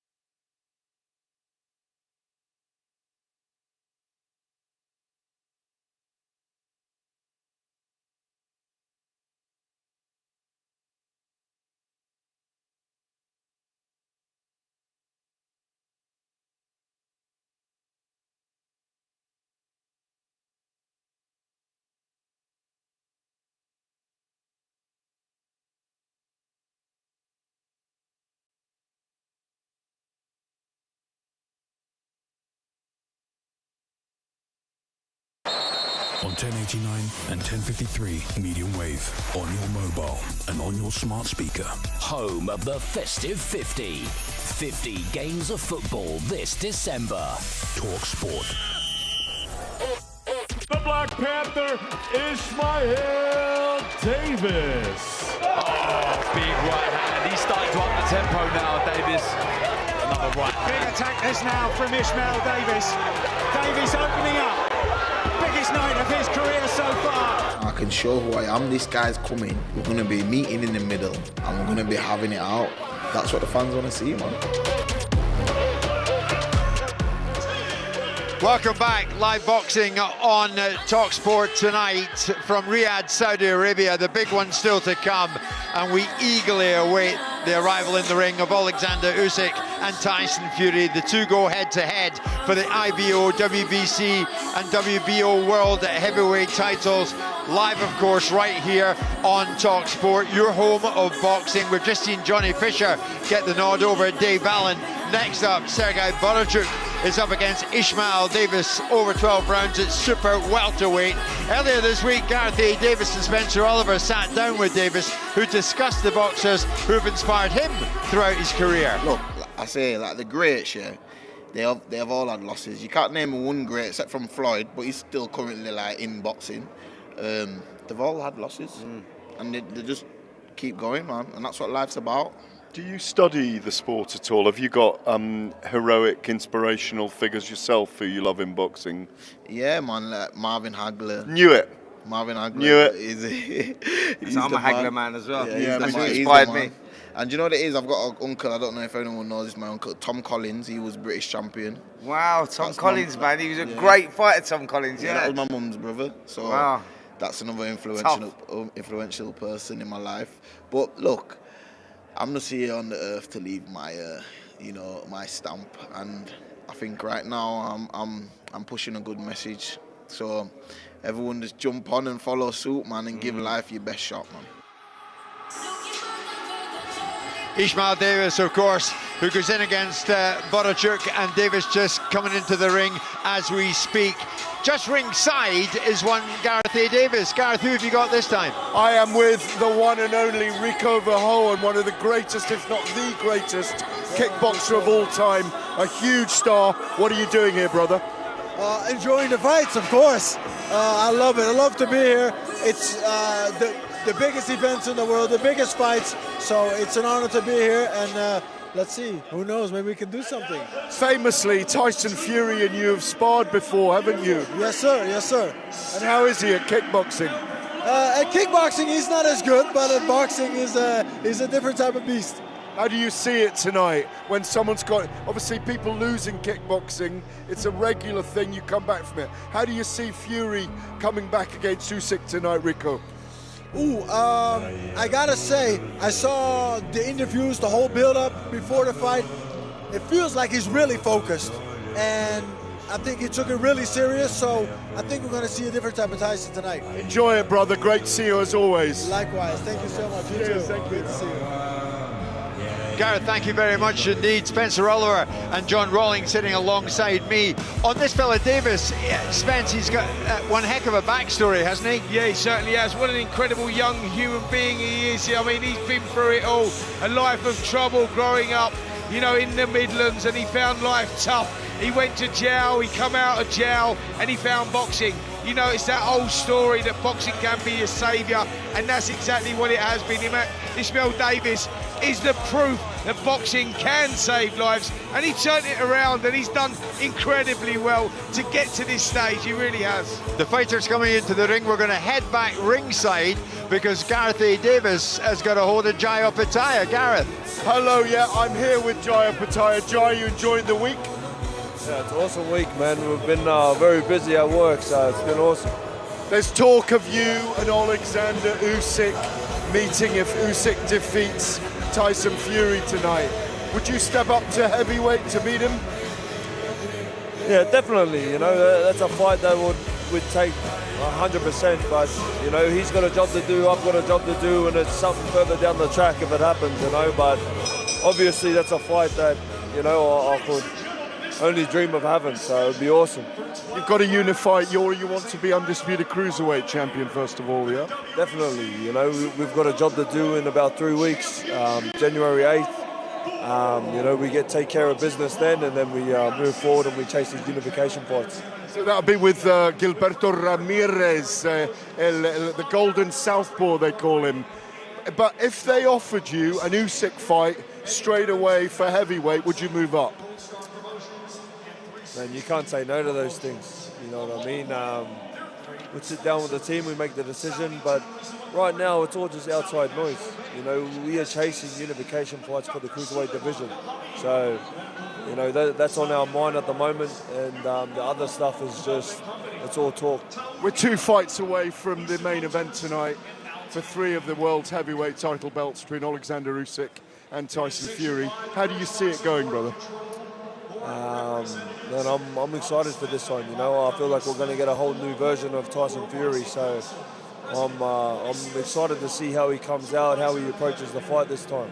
You know, I feel like it's going to be, a lot different to the first one. So, you know, I'm kind of leaning a bit towards Tyson Fury this one, just so they can go 1-1, and then maybe even a trilogy. You know, it would be awesome for the sport, but. You know, I just hope it's an awesome fight. Do you think he can stop Usyk? Oh man, it's the heavyweight division at the end of the day. You know, if one gets clipped and something happens, it happens. But I feel like this is going to be more of a boxing match. You know, it's just like the first one. It was a real tennis match. You enjoyed Fisher and Allen just then. It was kind of thrilling, wasn't it? Did you feel that Allen won that fight, by the way? Man, I did. You know, I thought Allen won, but. Man, those boys just punched the shit out of each other, bro. I don't know how they were still standing at the end of the fight, so that was good to watch. That's what you're in it for, to punch the SHIT out of each other. Thank you very much, as always, Jay. I appreciate it. Thank you. Gareth, thank you very much indeed. The good news, folks, tonight is that we have just hit 200,000 subscribers over on the talkSPORT Boxing YouTube channel. How good is that? That's you, down to you, watching us here live in Riyadh. Fury Usyk on the way. Let's rejoin Spencer Oliver, who's alongside John Rawlings. And what a good evening's boxing we've already had. Jay Opataya there. Is he the best cruiserweight there's ever been? Well, Gareth Davis thinks so, and I said, well, I'm not so sure. What about David Hay? What about Evander Holyfield? There's been 1 or 2 good ones in the past. And he said, well, you go and sit next to him and you tell him he's not the best ever. Exactly, yeah. We spent the night in the gala with him. I was sitting next to him, actually. What a nice guy he is, Jay Opataya, but a scary looking guy as well. But listen, he's still very much on that journey, you know, trying to complete that legacy in that cruiserweight division. There's still more to go there. He could step up to heavyweight, and I think he's going to be a force there as well. Interesting times here. This is going to be an interesting fight as well. Bohachuk, the Ukrainian, taller man in there against Ishmael Davis. Ishmael Davis, who's had that tough background. He had twin sons when he was just 14 years old and has 7 children from 6 different partners. And really, he has had all sorts of trouble in his life, and boxing has turned it around.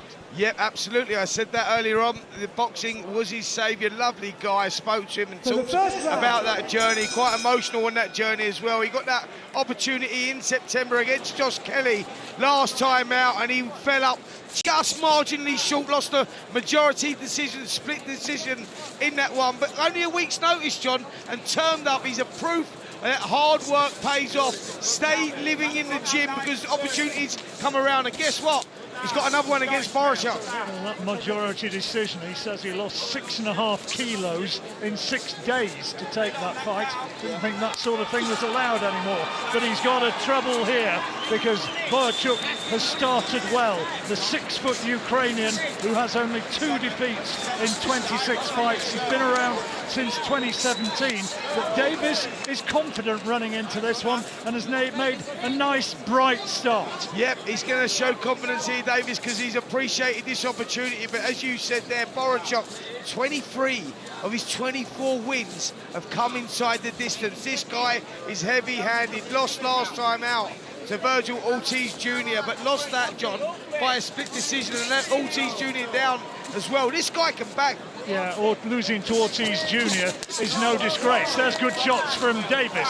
Lands a left hand to the body, but it doesn't make Bohachuk take a backward step. And Davis said that the fact that Bohachuk is on the front foot and looking to land power shots all the time, it will give him an opportunity because that's a good right hand from Davis. And it just made Bohachuk stagger momentarily. As he comes forward, he gives him openings. Yeah, Bohachuk definitely felt that. You see the legs do a little wobble there. Bohachuk pushing forward, hands held high. Davis boxing sensibly on the outside, showing good patience here. Brilliant start from Davis. Yeah, it's a nice, confident start from Davis, the man from Leeds. And there's a lot of respect for Davis in the Leeds area. He's come up the hard way, if you like. They've not done him any favours, but look at some of the wins he's had. He had that victory against Troy Williamson going back a couple of fights, and Williamson gives nothing away, I tell you. That is a win to be respected. There's a solid right hand from Bohachuk, but back comes Davis out of the corner, lands another two good shots of his own, a left hand and a right hand. Yeah, Davis switching from orthodox to southpaw. Bohachuk can't quite work him out at the moment as he stalks forward, hands held high, looking to land that big right hand. But Ishmael Davis doing a beautiful job on the outside. Bohachuk, good uppercut. Good opening round this. It's a 12-rounder, and it's going to be a lot of twists and turns, you suspect, the further this one goes. But Bohachuk looking to dictate off the front foot, aims to land a right hook, misses. A couple of jabs from Davis taken on the gloves of Bohachuk. Bohachuk feints left and right and then eventually throws nothing at all back to the corners at the end of an opening round, which is a very difficult one to score. Yeah, Bohachuk had his moments. He was walking forward. He was trying to force the pace, but Ishmael Davis come out and done very, very well. And I think actually nicked the round. He's done the better work, John, switching from orthodox to southpaw. Good combinations, not sitting in the pocket, moving around the ring. And for me, Ishmael Davis won that first round. Yeah, I've got that down the same. I thought he just nicked it, and he started with a lot of confidence, and Team Bohachuk have got some problems which they're going to have to investigate, and they're going to have to try and find a solution to fairly soon, or the upset. And Ishmael Davis was a sizable outsider with the bookies for this one. If he carries on like this, every chance he could win. Absolutely. Ishmael Davis landed a beautiful right hand and sent Bohachuk's legs doing a little dance, and he's going to try and build on that now in this second round. Good start there from Davis. Yep, he started with plenty of confidence. This is the build-up, of course, to the World Heavyweight title fight. Coming up at around about 11 o'clock, Oleksandr Usyk against Tyson Fury here on talkSPORT. This is the man from Leeds, Ishmael Davis, against Sergei Bohachuk from Ukraine. And already we've seen a wonderful contest between Johnny Fisher and Dave Allen. Fisher getting the judge's verdict, but I think most at ringside and certainly most of the crowd thought that Dave Allen had won it. Yep, totally agree with the crowd as well. I thought Dave Allen had done enough in that contest. Johnny Fisher pulled himself off the floor in that fifth round, and then it was all going horribly wrong. He's going to feel very hard done by there. He's going to be looking for that rematch, Dave Allen, and guess what? He deserves it. And as I say that, Ishmael Davis, right hand over the top again. What a performance here. Two of them. He doubled up with that right hand over the left hand lead, and then fast hands to the body, and then another right hand to the head. And tell you what, at this stage in the second round, Davis is looking the class operator in here, and he's producing some really good skills. He took that fight against Josh Kelly, who himself is a quality fighter, at last minute notice, acquitted himself very well, and with time to prepare for this big opportunity here in the desert, at this point he's doing really well. He really is. He's boxing beautifully here in this second round. To give you an idea of how good he's doing, Virgil Ortiz Jr., one of the best prospects in the world, pound for pound, not just in his weight, was pushed to the wire here by Bohachuk. Davis is doing a better job. He is, with a minute to go in the second round. We'll hear from Gareth Davis at the end of this, see how he's reading it. And certainly the way we're looking at it, this has been a terrific start from Davis. If he can maintain this, and he does look in terrific shape for this contest, if he can maintain it, then he has dominated to this point. Bohachuk on the front foot, trying to pile on the pressure, but Davis easily tying him up. Yeah, Davis doing a good job using that mobility, that unpredictability, switching from orthodox, but a big left hook drops Davis as he switches off on the inside, and out of nowhere, he went down. What a shot, and let me tell you, John, he's in desperate trouble here. Well, he's got a wry smile on his face, as much as to say, well, that wasn't in the plan. Well, now he's got to find 20 seconds to get through to the bell to end this second round. It had all gone his way to this point, but now Bohachuk, we told you, he had power in those gloves, and he's looking for the knockout blow in the last 10 seconds of the round. Good right hand. Davis wants to hold on, wants to buy seconds. 2 more uppercuts and a left hook, all from Bohachuk, and that's going to be a 10-8 round for the man from Ukraine. Well, my report between rounds went awry there, because I was about to say that Ishmael Davis, who took this opportunity on late notice against the number 6 in the world, was looking slick and stylish from his southpaw stance, but he got horribly caught there.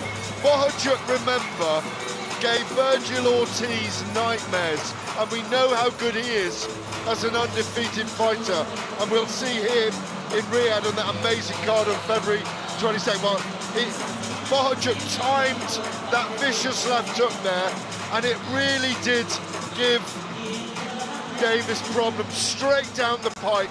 I do think he looked terribly shaken in those last 25 seconds of the round. I think the stoppage is coming soon.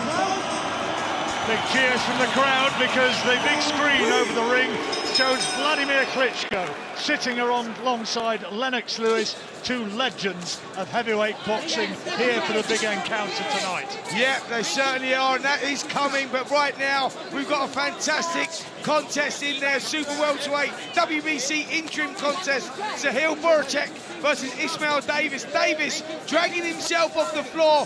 Has he recovered? The legs look good right now, but Bohachuk so dangerous with that right hand.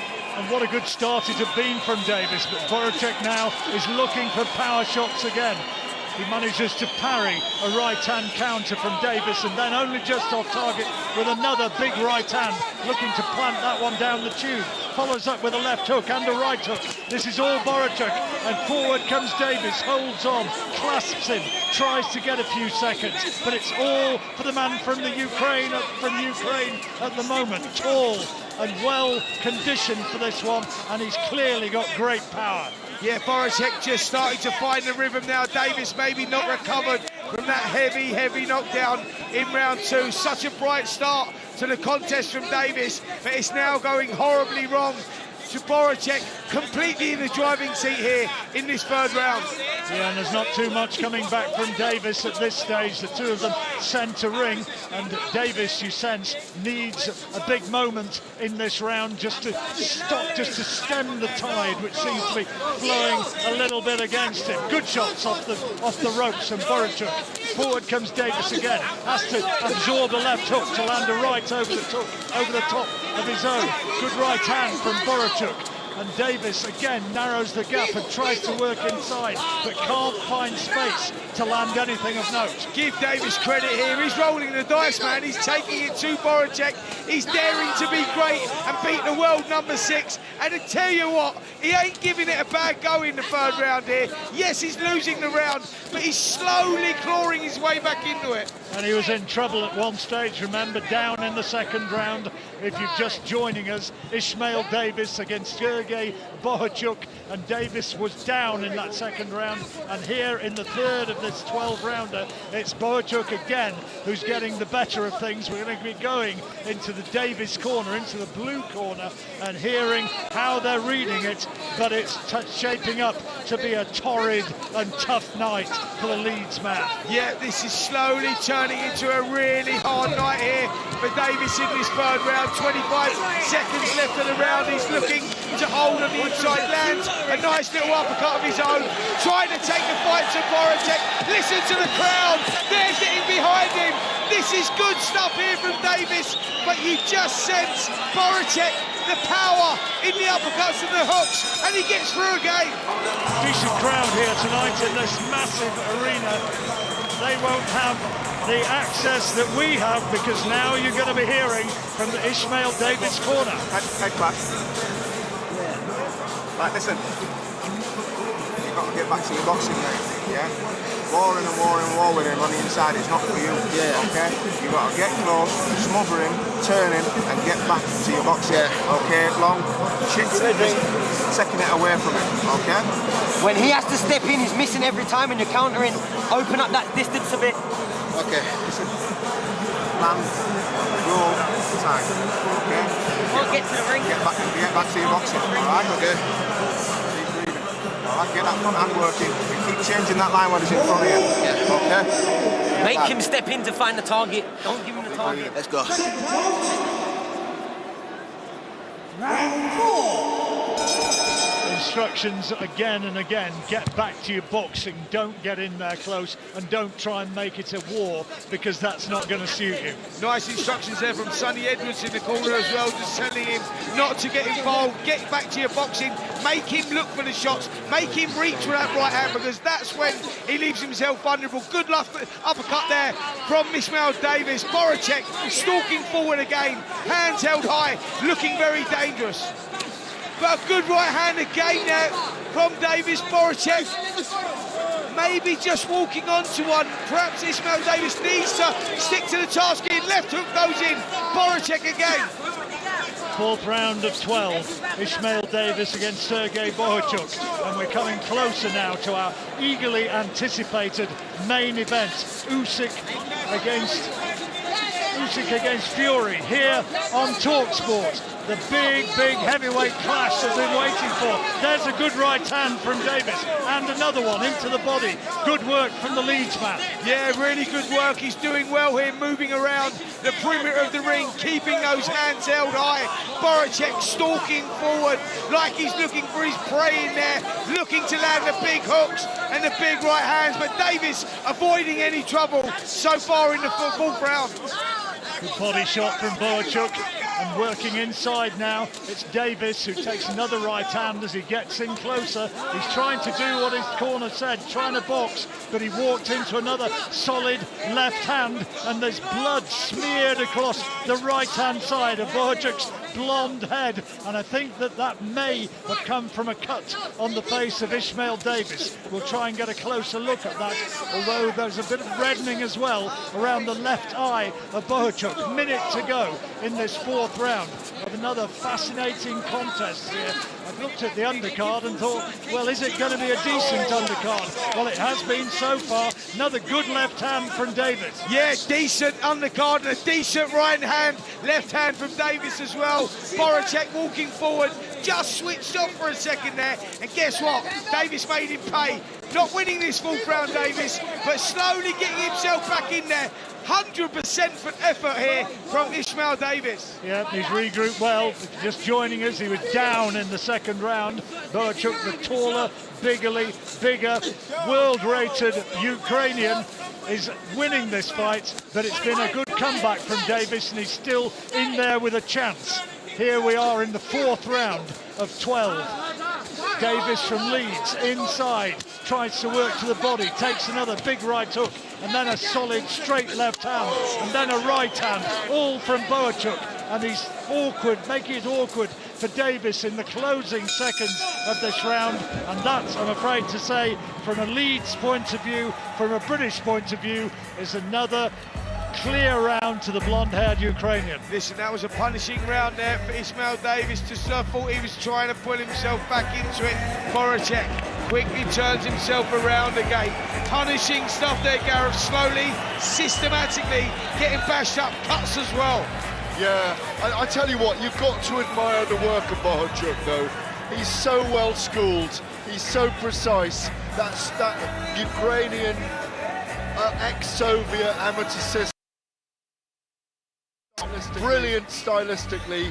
He's not a southpaw like a lot of his great compatriots, but he doesn't waste very much. The footwork's always there. He's always on top of Ishmael. I think Ishmael needs to try and take it to him. I don't agree with the corner. I think he's systematically getting chopped down here. And he needs a decent round if he's going to get his way back into this now and get some sort of momentum, because Bohachuk is starting to steam a long way clear on points. So we're into the 5th round now, still an awful long way to go. And Davis, if he's going to turn this one around, he's a skilled man, he's a very brave man, but he needs some big rounds, and he needs them soon. Yeah, he needs them right now, John. He's got to look for that big shot, and he's got to hope to land it. He's got to draw Bohachuk onto one of those shots and let it go. He needs to create the space. Bohachuk lading up again here. Body shots, head shots. Davis, to his credit, sticking in there. It's starting to become painful for Davis. Yeah, it's starting to become a little bit one-sided as well. The Black Panther is certainly battling. He's giving it everything, but as he backpedals, Bohachuk lands the bigger punches as they're standing face to face. Davis right in there though, trying to fight in the pocket, takes a couple of uppercuts, gets in with a left hand, left uppercut of his own. That's better from Davis, he needs more of that, but the greater percentage of punches and the more punches are being landed by Bohachuk. Yep, Davis doing a good job of smothering Bohachuk at the moment, but Bohachuk, 6 foot tall, long, rangy for a super welterweight, but works so well on the inside as well. Davis now trying to push forward, trying to give it something, trying to find something, tactically turning it around, but Bohachuk beating him in every department so far. You're with us, of course, here in Riyadh for the big one, the World Heavyweight title fight. Oleksandr Usyk against Tyson Fury. That's coming up at around about 11 o'clock for you here on talkSPORT. I can't wait, and I'm sure you can't either. No, I can't wait for that one. Huge night of boxing ahead of us. We've had some brilliant contests so far, and we've got a brilliant one here. WBC interim super welterweight title on the line. Both guys going centre of the ring here. And they're going toe-to-toe. 50 seconds to go in this 5th round. Seems impossible that they're going to be able to continue with this sort of intensity all the way to the final bell, but there's a long way to go to the 12th. There's a smear of blood around the right eye of Davis. That's where the marking on the head of Bohachuk had come from in the last round, and Davis is starting to really mark up in there. His lips are swelling, there's cuts around the right eye, I think it is, and he's really absorbing too many solid shots. Yep, heavy bleeding from the right eye. You're right, right eye, John, you're right there. Bohachuk lands a solid right hook on the inside again. Davis trying to trade blow for blow here, trying to leave it all in the ring. Bohachuk getting through some shots again. What a contest we have on our hands. Good contest indeed, Jim White. It's starting to become X-rated stuff, as he used to say. It is indeed, John. You're in great voice, as is Spencer, as is Gareth A. Davis. Of course, we're coming to you live on talkSPORT from the quite magnificent Kingdom Arena here in Riyadh, as John has been emphasising. The big one to come tonight, Usyk and Fury do it again. We cannot wait for that. But this magnificent arena filling up all the time, and the great, the good from the world of boxing are joining us. Vladimir Klitschko is here, sitting alongside the legend that is Lennox Lewis. Francis Ngannou is taking all the action in as well, and you, of course, are taking it in with us live in talkSPORT. Daniel Dubois sitting very close to ringside as well, and of course there's a live watch along right now on the talkSPORT Boxing YouTube channel. Enjoy it with us, why don't you? Click and subscribe. John.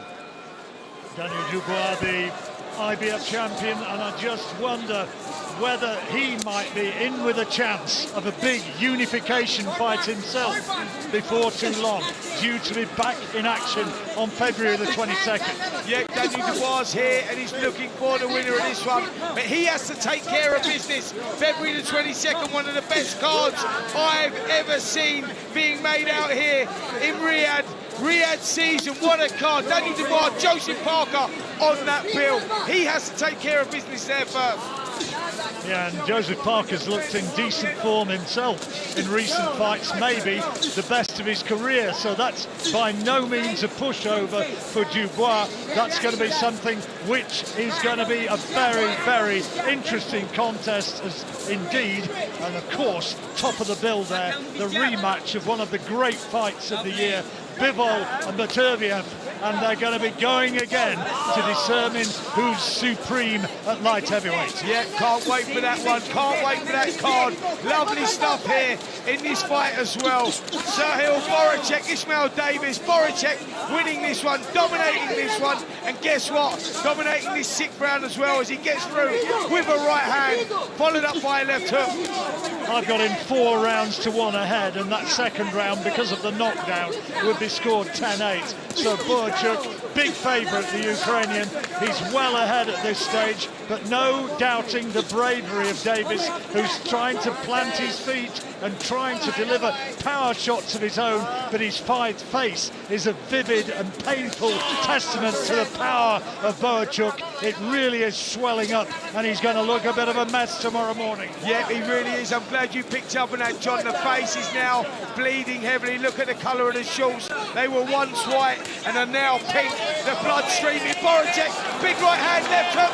Davis in desperate trouble here as he walks forward, but John is in trouble. He may be on the point of being stopped here. The referee is keeping a very close look. Hector Afu, the 3rd man in the ring. Another big right hand from Bohachuk.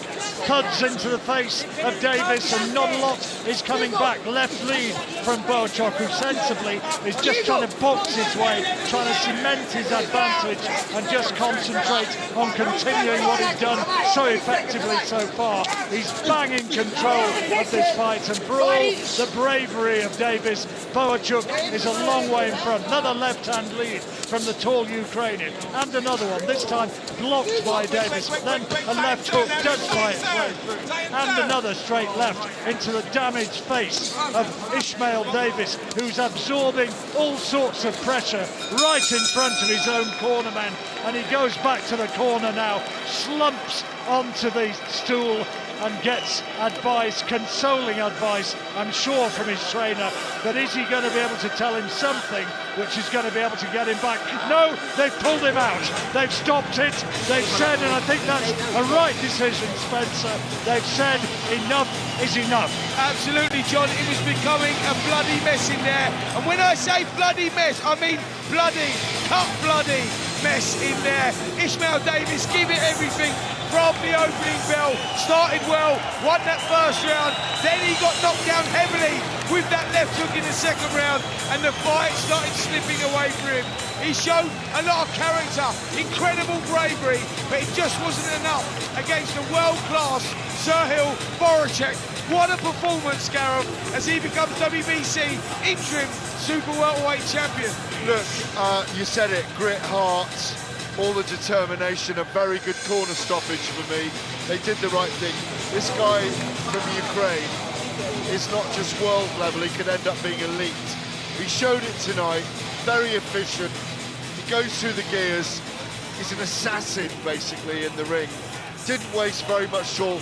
Tremendous chin. Ismail Davis gave his all. I'm just pleased that he didn't get a battering for 6 more rounds. It reminds me a little bit of a kind of a lighter weight, but it's stylistically similar to Kovalev. He goes in there and he just wears a man down, fights from range, doesn't do anything spectacularly, but good, accurate shots, straight shots and power shots. He's a real boxing bully. John, that's spot on what you said. That's a great analogy using Sergei Kovalev as that analogy. They seem to be tough from that part of the world, don't they? 23 of his 24 victories were by KO. They freed them tough, Gareth. over there, and another knockout on his record. Yeah, can I just point towards what we're all waiting for as well, which is the main event, Oleksandr Usyk and Tyson Fury, and just throw a few debating points out there. Tyson Fury's allowed the beards, but Oleksandr Usyk is not allowed his crucifix in the ring to kiss tonight. Did you know that?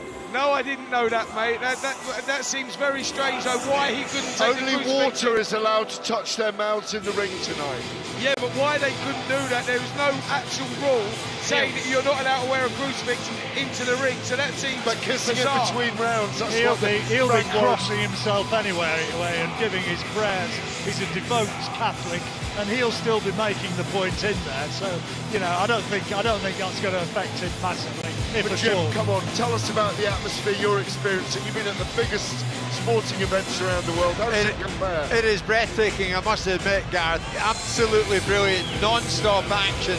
I mean, earlier we saw Johnny Fisher against Dave Allen, which was a bit of a slugfest, but had us all on the edge of our seats. And then that fella there, Sergei Bohachuk, wow. I mean, wow, what a fighter he is. And he sent Davis packing. Ishmael Davis, so what a brave lad he is, though, Gareth. I must say, you have to commend him for his bravery, but as John rightly said in commentary, he's going to look a bit bashed up when he gets in front of the mirror tomorrow morning. You don't like brave corners in our sport. You want corners to think about their fighters. Ladies and gentlemen, after 6 completed rounds of boxing, the blue corner retires their fighter, and our referee in charge, Hector Afu, accepts their retirement. Therefore, your winner by way of technical knockout and the winner of the final eliminator for the WBC Super Welterweight Championship of the World, Sergey El Flaco Bohachuk. Sergei Bohachuk, remember the name, wow.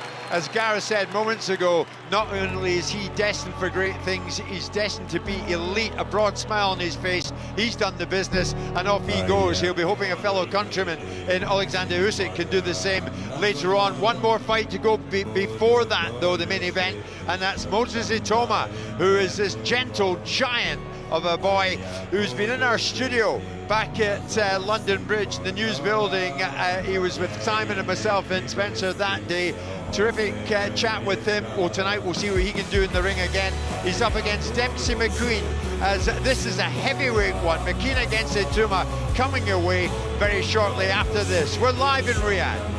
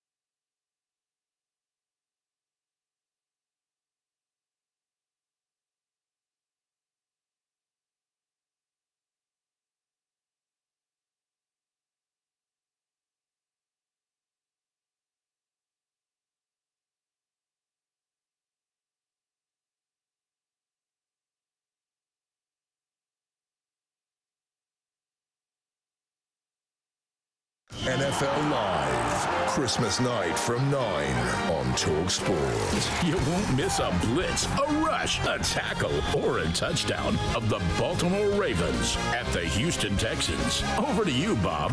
Thanks, Bob. Here full coverage of the all-highfalutin, rootin' tootin' action. Christmas night from 9 on talkSPORT. The former European and world gold medalist, Moses Itoma! What a statement, what a start. The journey's begun for Moses Itoma. The 9-rounder or 10-round. And for Dempsey Mckeen, I'll be prepared for a 10-rounder, but it's not going to go 10. Representing Australia, Dempsey Mckeen. Oh, there's a big cracking left hand there from Dempsey Mckeen. Big heavyweight that packs a punch, and it can all change, and especially if it gets into later rounds when he doesn't have experience. I'm a 10-12 round fighter as well. That's where I thrive. I come home strong.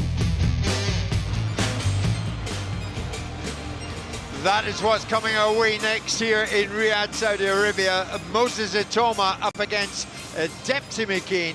10 rounds in the heavyweight division, and then it's a big one. Usyk against Fury for the IBO, WBC and WBO World Heavyweight titles, and it's live right here on talkSPORT. Now, I spoke with boxing trainer Ben Davison on White and Jordan about Moses Itoma's upcoming fight. Later, Moses himself joined Gareth and Spencer to discuss whether or not he feels ready to chase a world title next year. I was thinking about your fight to Moses Itoma again. Dempsey Mckeen, 22-1, one career loss against Hrgovic last year. It's quite a step up for Moses, isn't it? This is a big moment for him. Yeah, of course it is. But you know, if we as a team are calling for him to be campaigning at the top level in you know, the not too distant future, guys like Dempsey Mckeen, you need to be beating. So we'll go out there. We'll depending on what he gains from the fight. Hopefully he gains some rounds from the fight. Dempsey Mckeen seemed durable against Filip Hrgovic. He's a big, long, tall southpaw. He should bring some hurdles for us to have to overcome, and that'll be great for the development of Moses, and that's what it's about at this point, to get him to a position where he's ready for world level. If they offered you up to face Daniel Dubois for the IBF title in next summer, if he beats Joseph Parker, would you take it? Of course, I would. But do you know what's funny though, yeah? As I do these interviews, these press conferences, these thingies, I find about my career, like, just there on the spot. Like, I remember I done that face-off with the Gloves of Ross with Dempsey Mckeen, and he's basically telling me my next steps. I'm like, I didn't even know about this. It sounds correct, but I didn't even know about this. And now you're saying, like, it's a suggestion, which I want to see what your mindset's saying. Oh, I mean, listen, I wouldn't turn down the fight, would I? Good. Go and do it on Saturday night. And if I did turn down the fight, I'm in the wrong sport. Moses Itoma, we're going to be seeing him in the ring very shortly.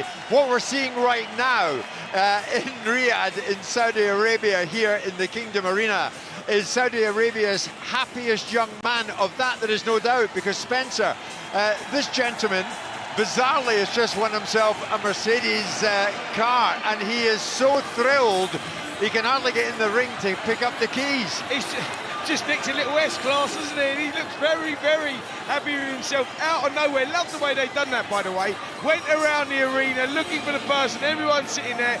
Boom, spotlight went on him. The atmosphere here is absolutely insane. Take a look around, the lights, the people. Brilliant. John, well, just unbelievable. It is, it's great, but just one little observation. He's taken his prize. It's a good job, it's a big car, that's all I'd say. Yes, this gentleman might have to lose a few pounds to get in the front seat. But anyway, he's picking up the keys. He is absolutely thrilled. This is the kind of thing, I have to say, that Turkey Al Sheikh, Spence, and the Saudis do that is a bit different. And it's taken the roof off the place. I mean, look at the look in the fella's face. He's absolutely thrilled to have won it. Listen, Jim, if you just won an S-Class Mercedes for coming to one of the best fights in recent times, to watch the rematch of that incredible first fight for the undisputed heavyweight title, could you imagine that? Turning up, I know what I do. I want to go Oleksandr Usyk versus Tyson Fury 2. The atmosphere in there is going to be absolutely electric, and the fight is going to be insane. And while I'm at it, I might even win a Mercedes. How nuts is that? Amazing, amazing. Spencer, we were listening to Ben Davison and we were listening to Moses Atoma. Spencer, John, I think it's fair to say that so much is expected of Moses Atoma. He could be the next big thing in heavyweight boxing, and we're about to find out more about him, John. Well, everything we've seen from him so far suggests that the hype is well deserved. 19 years old from Chatham, only made his debut last year, Slovak born. He's got real genuine power. He's a southpaw, which kind of stylistically gives him a bit of an advantage as well. But what impresses me so much about him is his athleticism. He's not, you know, sort of given to great size or great brutish power. Yeah. It's speed, and as Mike Tyson used to prove all those years ago, you know, speed can kill.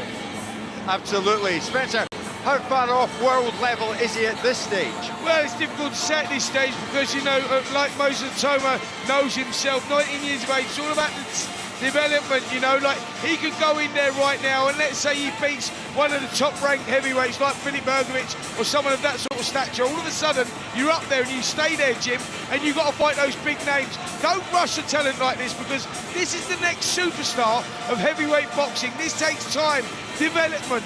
Yes, this is a great fight for him. Mckeen only lost one to Filip Hrgović. Proven, very tough, very experienced.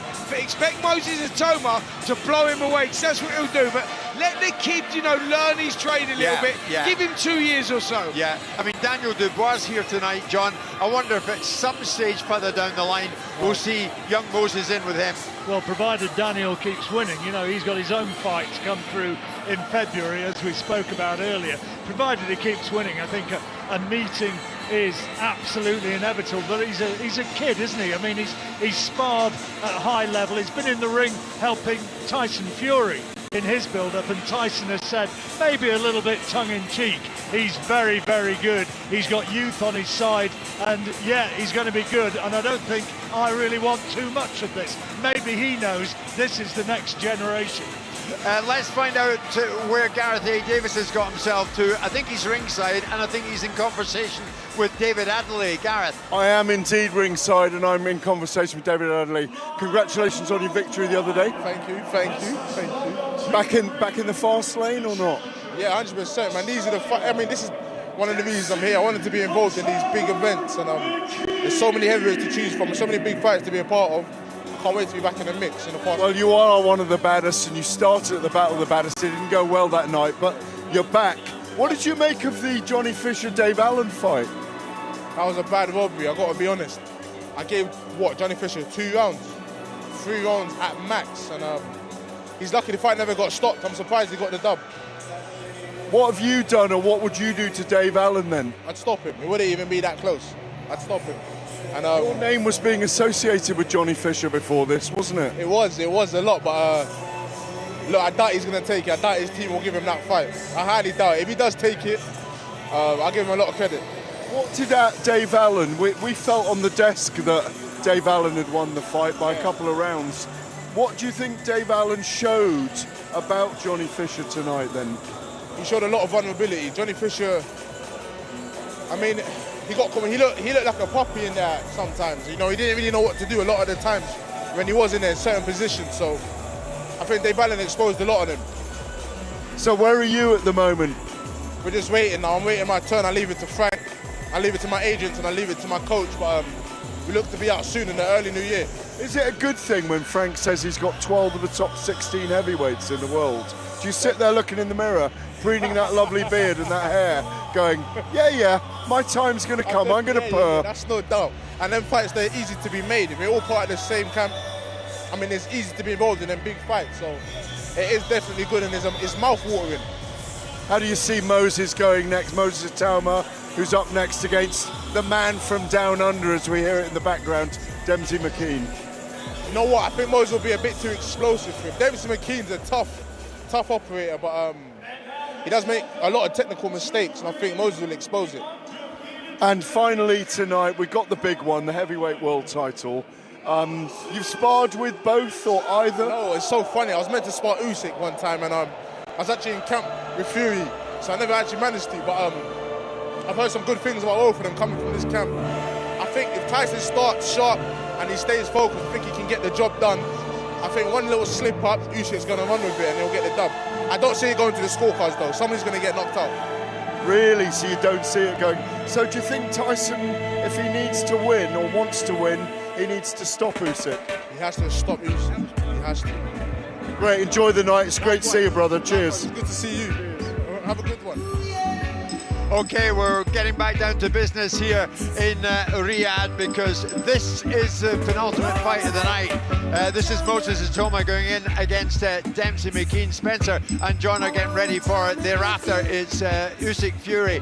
Do you think Mckeen can do anything here? Can he cause problems for Moses? Well, do you know what? We don't really know, because this is another step up in class here for Moses Atoma. We saw him in against Marius Wack last time out. People thought that Wack was going to give him some problems. Wack's the type of guy, big, very big, has a head like a medicine ball. Took Fraser Clark like 10 rounds, pushed, you know, we didn't give him any trouble, but took him 10 rounds, very durable. And guess what? Moses went out there and brutally, systematically took him out in 2 rounds, iced him. And that tells you the class of this young man.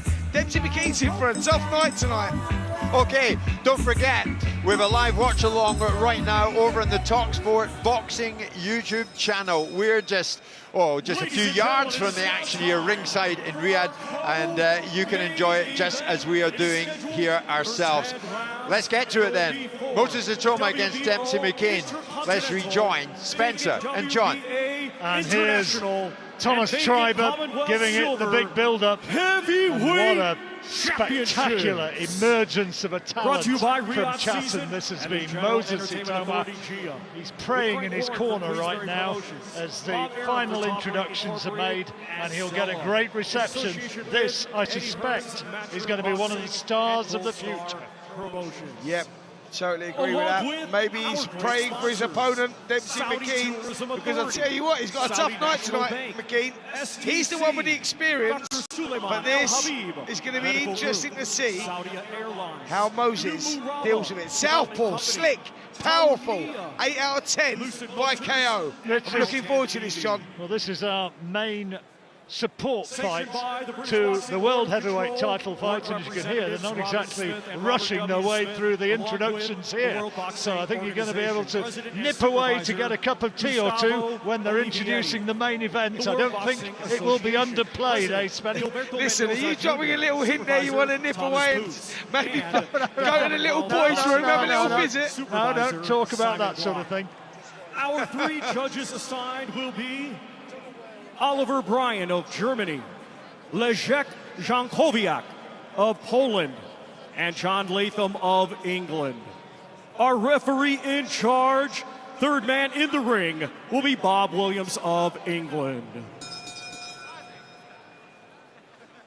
Introducing to you first the challenger, fighting tonight out of the blue corner. He comes to the ring wearing white with black and blue and weighed in officially at 251.1 pounds.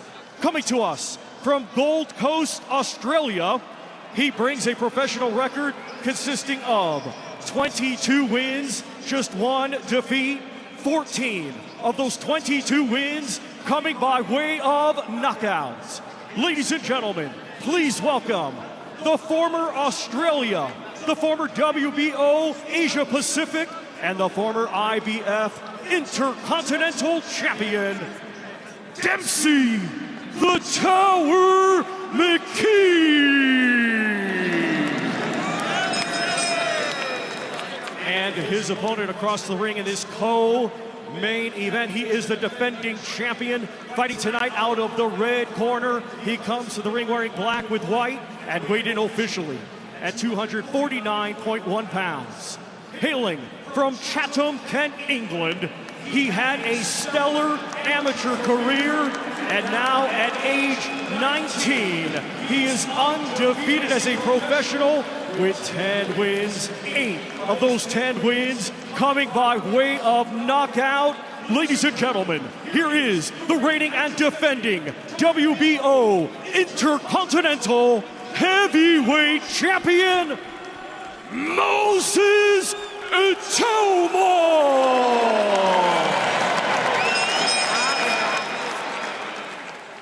Great reception for Atoma. Dempsey Mckeen, a huge man, stands 6'6" and towering over the referee Bob Williams, who about now will give his final instructions. Gentlemen, this is for the WBO and WBA Intercontinental and International titles.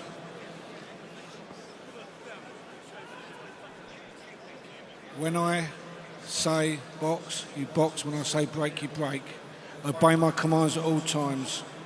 In the event of somebody getting knocked down, you go to the furthest neutral corner until you get further instruction. Touch gloves. Bob, one of the key figures of the London Ex-Boxers Association, making those instructions there in a slow and deliberate sort of manner. I think both of them would have got the message very clearly. Yeah, I have to agree with you there, John. It was delivered very, very slowly. And I'll tell you something else, you won't get very slowly in here with these two. This is going to kick off from the opening bell. Two of them southpaws, both of them can punch. Mckeen gave a very good argument to Filip Hrgovic in his last fight at the O2 Arena on the Joshua Helenius undercard, but he hasn't fought since. That's 16 months ago. Atoma catches him with a solid right-hand lead and beat the big Australian to the punch there and rocked back his head. He's some 3.5 inches shorter, Atoma, but he's got mobility on his side, and he'll be looking to produce power shots from the very early stages here. Yeah, he certainly has got mobility, and he's using that right now, isn't he? Moving around the perimeter of the ring. Dempsey Mckeen walking forward, and you say 3.5 inches, but John, I think there may be more than that. He looks extremely tall, towering over Moses Atoma. But Atoma using his speed early here. Well, he grew up playing rugby, Dempsey Mckeen, and I can only assume from the look of him that he was a rather formidable second row. Anybody who follows rugby will know exactly what I mean if you can't actually see him. Oh, he goes down. Good left hand from Atoma, and in the first round, he's put him down. It was a left hand into the side of the head, and how well has Mckeen recovered? It could be that Atoma is heading for another quick-fire win here. Right hand to the body, looking for more headshots, and Mckeen stumbles to the ground. He's all over the place in there, and it was the speed of Atoma as well as the power, and one more big shot. There it is, another big left hand. He's down, he won't get up from that, surely. He's bravely trying to struggle up, but Bob Williams is going to have to take a very close look at this, and it's been waved off. The cornermen are in there. Mckeen is counted out, and another quick-fire win for Moses Atoma. And what a talent this boy is. He took out a highly rated heavyweight there and made him look like an absolute novice. Speed, accuracy, timing, power, all there for Moses Atoma. Highly talented as the next guy to take the heavyweight reign, to take the baton from this current crop of heavyweights. Tyson Fury, Oleksandr Usyk topping the bill here this evening. We've got Anthony Joshua and all the others there. Daniel Dubois, a young one coming through. But guess what? This kid looks the most dangerous, most explosive of them all. And 19 years of age. Isn't Ben Davison doing a great job bringing this kid through? Yeah, so is Francis Warren, so is Frank Warren. Before you came out here this week, John, Spencer and I were arguing all week, and I was with Frank Warren as well, about there's something very special about Moses Atoma that they may not be able to hold him back. He's got so much speed, so many angles, so much IQ already in the ring. I think they're going to struggle to hold him back. He's so dangerous. All the current big heavyweight names talk about how brilliant he is to spar with, what he produces. I really do think he'll be a world champion within 12 months. He could become the quickest world champion of them all. We could if he does it in 5 months' time, but that isn't going to happen. But the thing is about him, I don't think they're going to be able to hold him back for long. And this was, Frank Warren was telling us yesterday, wasn't he? This was a step up. Absolutely. Listen, it was a test. Listen, it's always going to be difficult to hold him back, but I also had that conversation with Frank Warren yesterday saying, yes, but he's a 19-year-old kid. If you remember a young Mike Tyson who had 19 fights in his first year, this is about development, Gareth, about taking your time. This kid is special. He's going to be, not if he's going to be world champion, he is going to be world champion. Don't rush it. Don't talk about rushing it. We've just watched replays of the 2 knockout punches that put him down. The second one was a clubbing sort of shot. The first one, which absolutely detonated on the big Australian's chin, would have floored anybody, and I mean anybody. So I think what I agree with you on is moving him slowly, but matching him properly. Like that was a proper match, mate. Do you remember? That was a proper match. No, but do you remember Frank Warren saying a couple of months ago that he'd let Moses in with Joseph Parker? Yeah, but you don't want to put him in with Joseph Parker right now. You're going to be looking on around that British scene. That's where he needs to be now. You know, you're looking at David Adelaide's, them sort of people. This kid needs to be progressed right because he has the potential to be an absolute superstar. So you don't rush that. You take your time with it, build it. And that's what he needs to do. Yes, there's an argument you going, well, he'd knock Anthony Joshua out right now. Maybe the case, but once you're there, you've got nowhere to go. You've got nowhere to go back. And then you put yourself in a position. He's only 10 fights in, 19 years of age. Take your time and appreciate what we've got. Something very, very special that is going to become a world heavyweight champion. It's about timing. It's a very special guy. It's a very special moment for him to do this on a Riyadh season card, Jim. Amazing. I notice, guys, he's not 20 for a few days yet. I mean, he's still a kid, but he's got everything ahead of him. Of that, there's no doubt. He was born in Slovakia and then came to this country not long after that. But I mean, honestly, he has left everybody in this place somewhat open-mouthed. Ladies and gentlemen, here is the official time. 1 minute 57 seconds of round number 1. Your winner by way of technical knockout, still WBO Intercontinental and new WBA International and Commonwealth Silver Heavyweight Champion, Moses Itoma! Fantastic. All Dempsey Mckeen can do is applaud his opponent, and boy, was his opponent good. Moses Itoma, a winner in style tonight.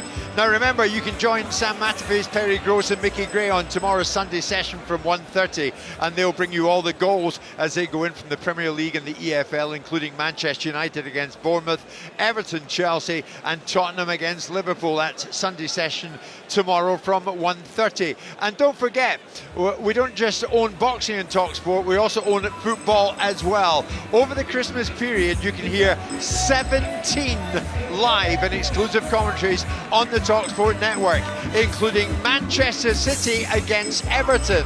What's going on with Manchester City? Chelsea against Fulham. Are Chelsea going to go all the way and win this thing? And Manchester United against Newcastle. Big winners against Ipswich today, Newcastle. talkSPORT really has got you covered this Christmas.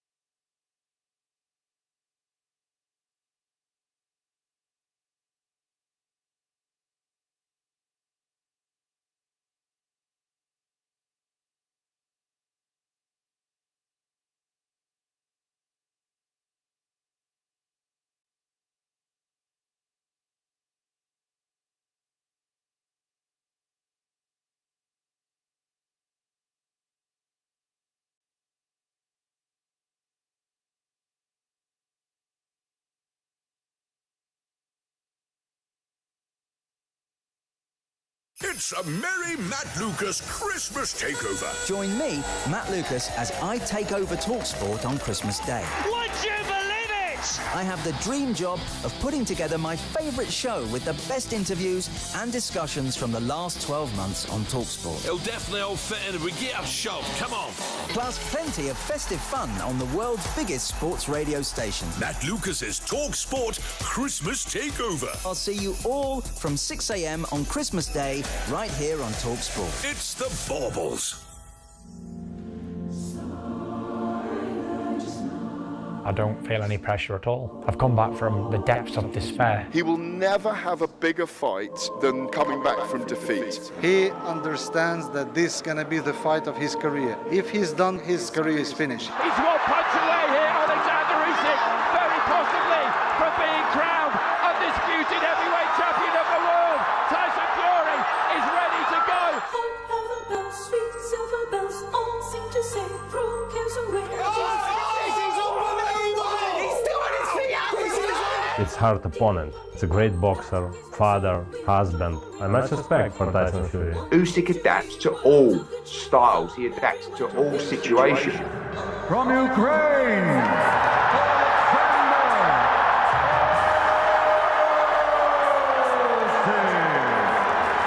Uppercut from Fury, followed by the left hand and another right. Down goes the shoulder, and the referee has waved the fight over. I'm going to come back and I'm going to win it. That's it. That's all it will ever be. Nothing more, nothing less than a good old-fashioned hiding. We are live from the magnificent Kingdom Arena here in Riyadh, Saudi Arabia. And this is the moment, we're very close to it. Oleksandr Usyk against Tyson Fury. They go in again. Usyk, of course, having won the first time. What are we about to witness tonight? Tonight, Tyson Fury seeks to right the wrong. Will it be a repeat or will it be revenge? It's Oleksandr Usyk against Tyson Fury for the IBO, WBC and WBO World Heavyweight titles, and it's live right here on talkSPORT, your home of boxing. And the roof has just about come off this place because everybody ready inside this fantastic arena, the Kingdom Arena, for the big one. Gareth, you can sense it. They're ready, we're ready, and the two fighters about to get down to business. Yeah, you can't just sense it, you can see it, Jim. Tyson Fury's having his gloves laced up in his room right now, in his dressing room. We're ahead of time. We were expecting it to be in about 50 minutes time, but it looks like they're going to come earlier. We are expecting Oleksandr Usyk to bring the mores and the comportment of a great champion that he is, and we're expecting Tyson Fury to bring fire and war this time. All week, of course, we've been gathering predictions for the big fight. Usyk versus Fury. Who would win it? Will it be Usyk again, or can Tyson get revenge? Here's what the boxing world thinks. 50-50. I mean, I don't see any edge to either guy. Fury looks really fit and focused a lot more than any time I've ever seen him. This is a good fight. It's good fight. It's good fighters. No, I don't know. It's 50-50. What I saw last time, I think it's really hard to have a different result. Tyson Fury, sometimes he could be good, sometimes not. The fight depends on his shape, I think. Fury can, but I think he's big enough and smart enough and experienced enough to make the adjustment. I'm going to have to pick Usyk just because I can't pick against him, but I just feel that Tyson now is saying all the right things. He's looking good, and I just feel that we're going to get the best last of him. I believe that Tyson will win, and I think everybody would like Tyson to win, probably Usyk as well, because they're already talking about a third fight. Fury's going to turn it into a brawl, and I don't think Usyk is big enough to handle Fury in a brawl. If you can outspeed somebody, that just takes the edge of everything. If you're quicker than your opponent, it's like such a huge advantage. Head will probably always go with Usyk in this fight, but my heart has led me to the Fury pick on points, and I do believe he can do it. We cannot wait Of course, when you take a straw poll in here, Gareth, I'm quite sure many will say Usyk, many will say Fury. The two fighters preparing to come in, and we're looking forward to their arrival in the ring here in the Kingdom Arena very shortly. But let's dwell, Spencer, let's dwell, Gareth, on the Fury demeanour this week. What have you made of the way this fella has behaved? Well, as you heard from all the people there giving their predictions, Carl Froch, Neymar, Barry McGregor, most people feel that Tyson Fury needs to be meaner, moodier and more aggressive. And that's what we've seen from him this week. Most people inside boxing favour Oleksandr Usyk because of the skill set that he showed in the last fight. He showed he's the master boxer, the master tactician. Fury, though, is an angry man. He's angry and he needs to be a menace, as Lennox Lewis has told us all week.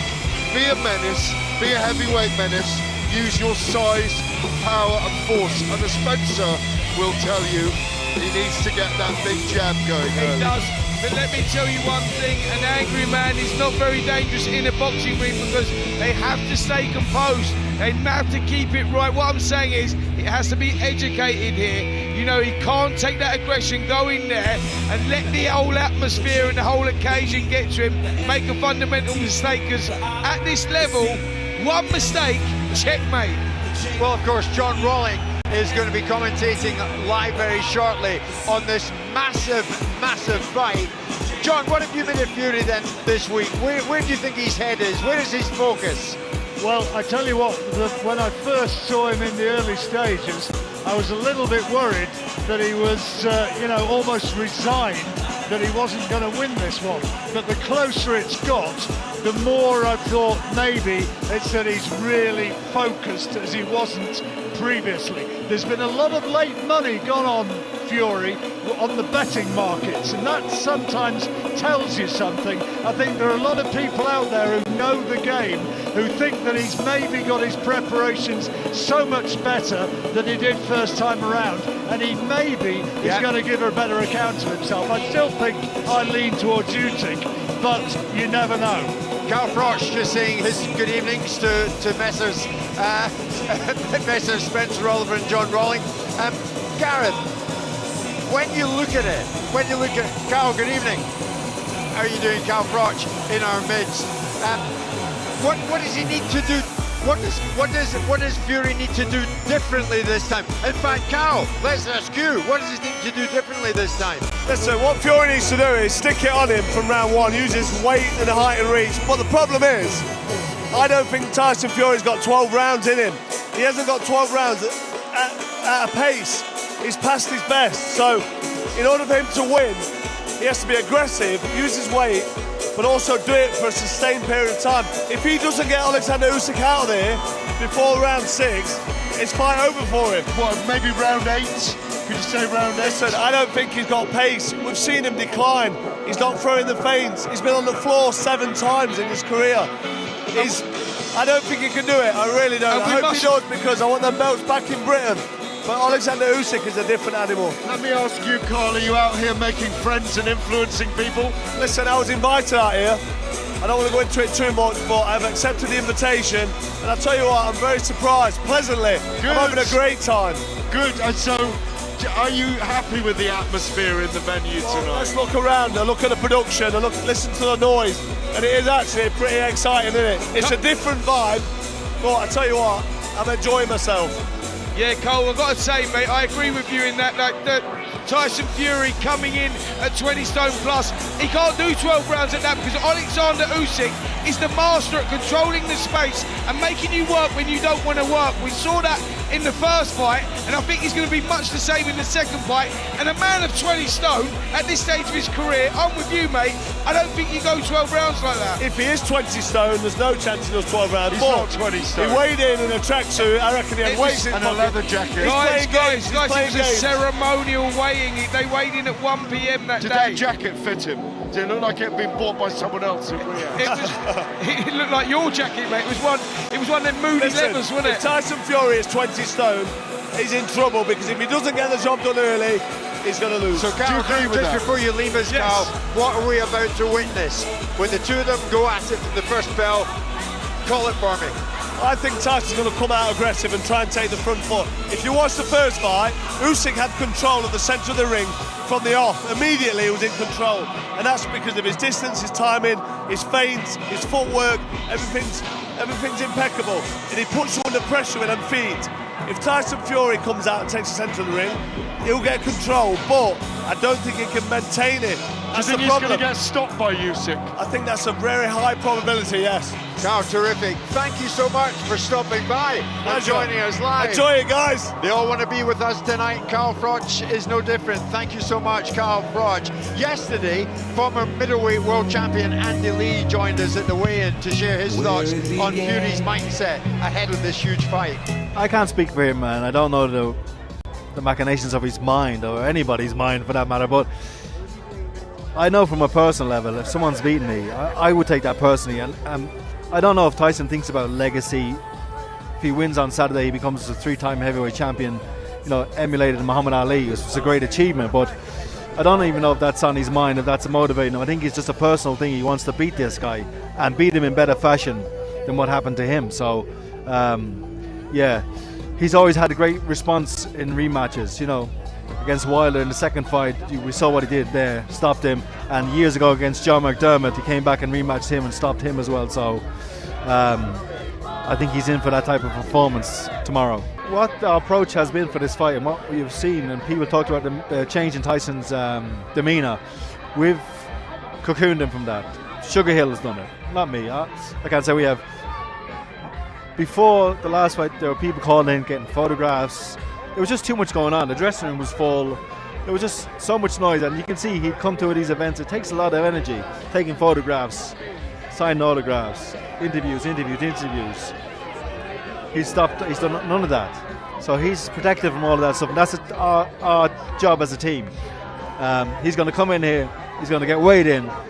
He's going to go straight out of here, I think. He'll be obligated to do a few interviews with the TV networks, but he'll be straight out of here, back to this comfort of his villa, and just ready for his last sleep before the fight. That was Andy Lee yesterday. That was then, this is now. And how about now? How about this for an atmosphere inside the Kingdom Arena here in Riyadh? I said to you before, and I mean it, the roof's about to come off. Have a listen to this.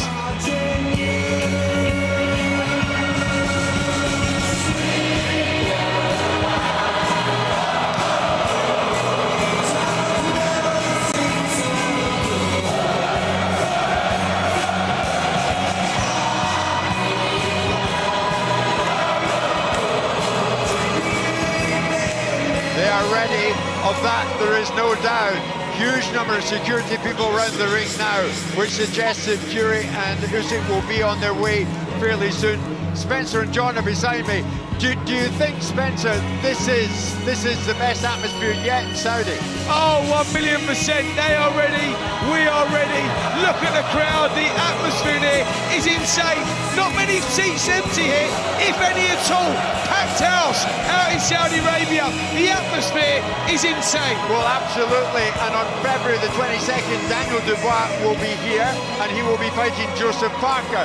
Daniel Dubois is here tonight, and ahead of Usyk against Fury, he's talking to Gareth. Neil is here. You enjoying the atmosphere? Yeah, it's good, isn't it? Good. Nice to call you champ. Good vibes, yeah. You'll be fighting here in about 10 weeks' time against Joseph Parker. It'll be like this. Oh, it's great. It's great atmosphere, isn't it? It's amazing. Enjoy the show. It's going to be a good one. How do you see the main event going now? May the best man win, and I'll challenge the winner. Do you rightfully believe you should fight either Fury or Usyk, no matter who it is? Definitely. Now. Enjoyed it. Cheers. All right, we're being treated to some fairly ferocious drumming ahead of the big fight. Tune into this. You'll need your earplugs though.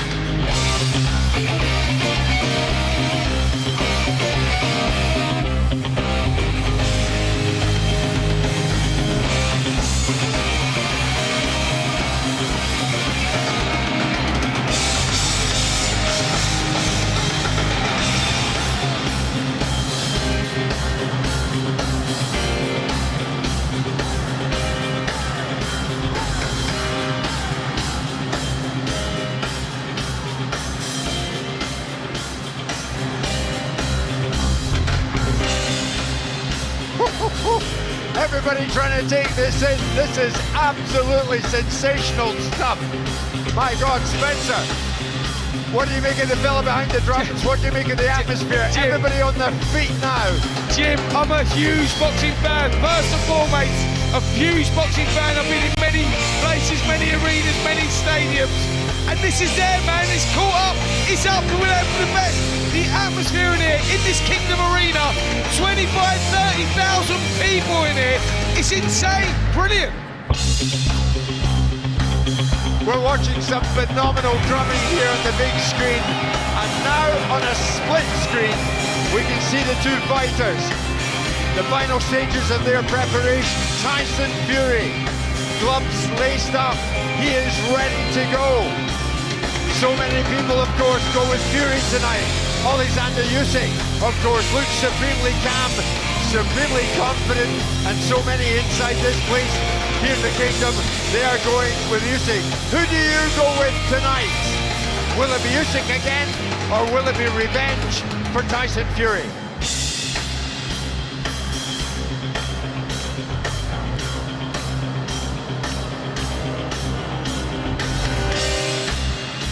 John Rawlings, we said at the top of the show tonight, you've been all around the world, my friend, commentating on some of the biggest moments in the world of boxing.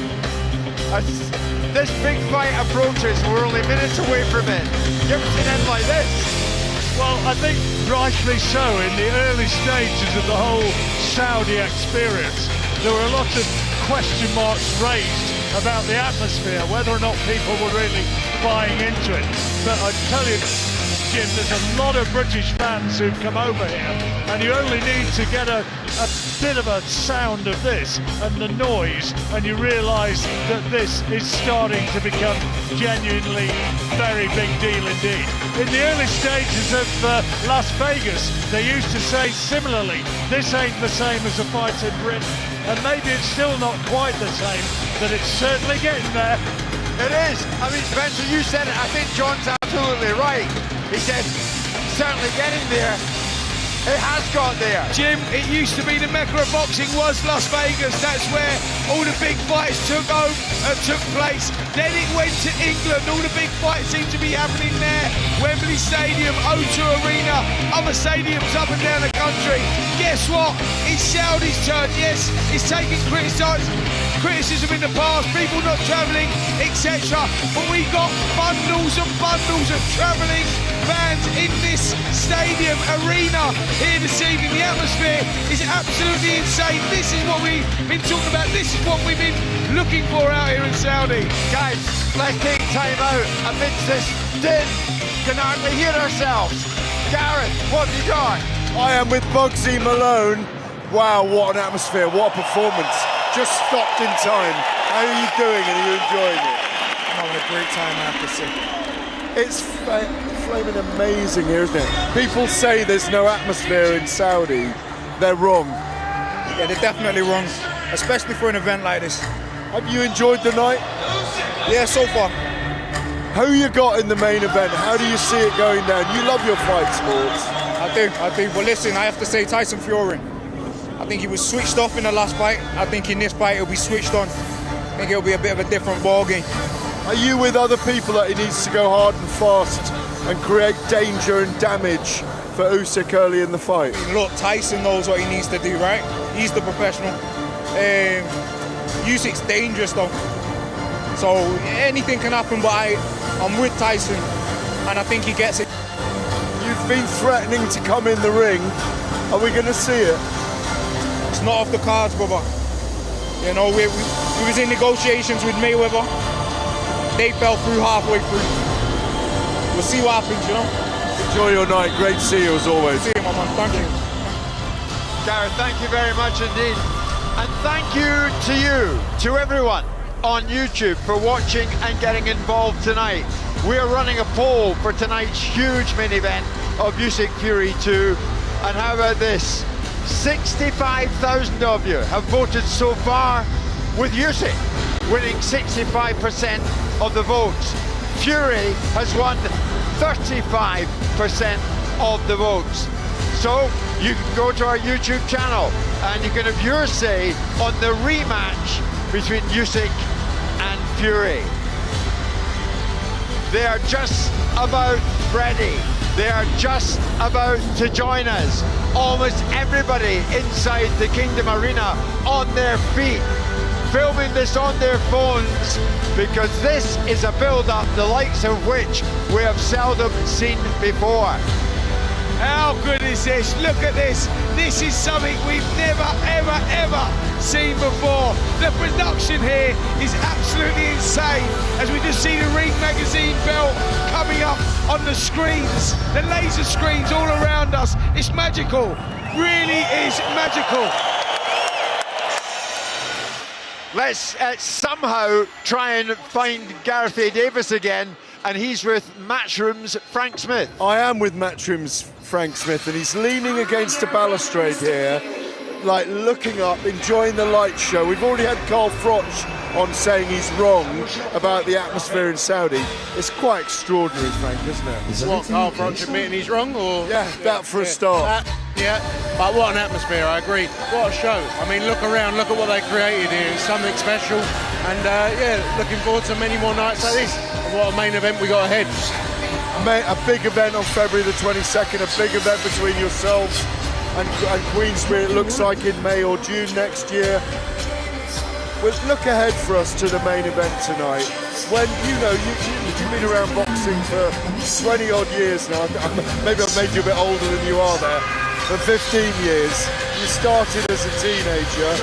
We just saw a very young teenager, Moses Atama. I know he's the Frank Warren stable, but if you could have a heavyweight like that in your stable, you'd be grinning from ear to ear, wouldn't you? Yeah, look, he's a special fighter. What he's done at 19 years old is quite unbelievable, and also a lovely character.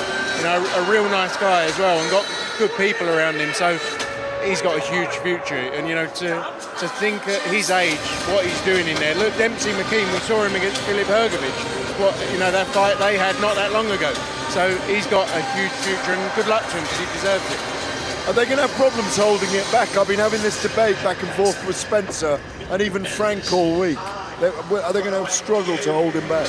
I think after beating someone like Dempsey Mckeen like that, who, as I say, went in with Hrgovic, you know, he's moving up in those levels, and there's a big jump between, as you know, like the gap in heavyweight talent, and they can't hold him back when he's knocking people out in that fashion. Usyk and Fury about to walk out very quickly. Give us your pick.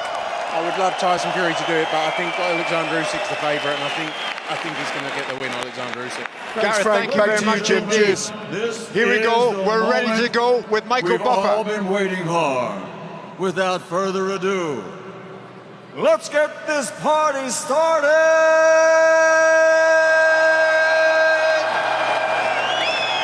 Now making his entrance to the ring, the challenger, the man known as the Gypsy King, Tyson Fury!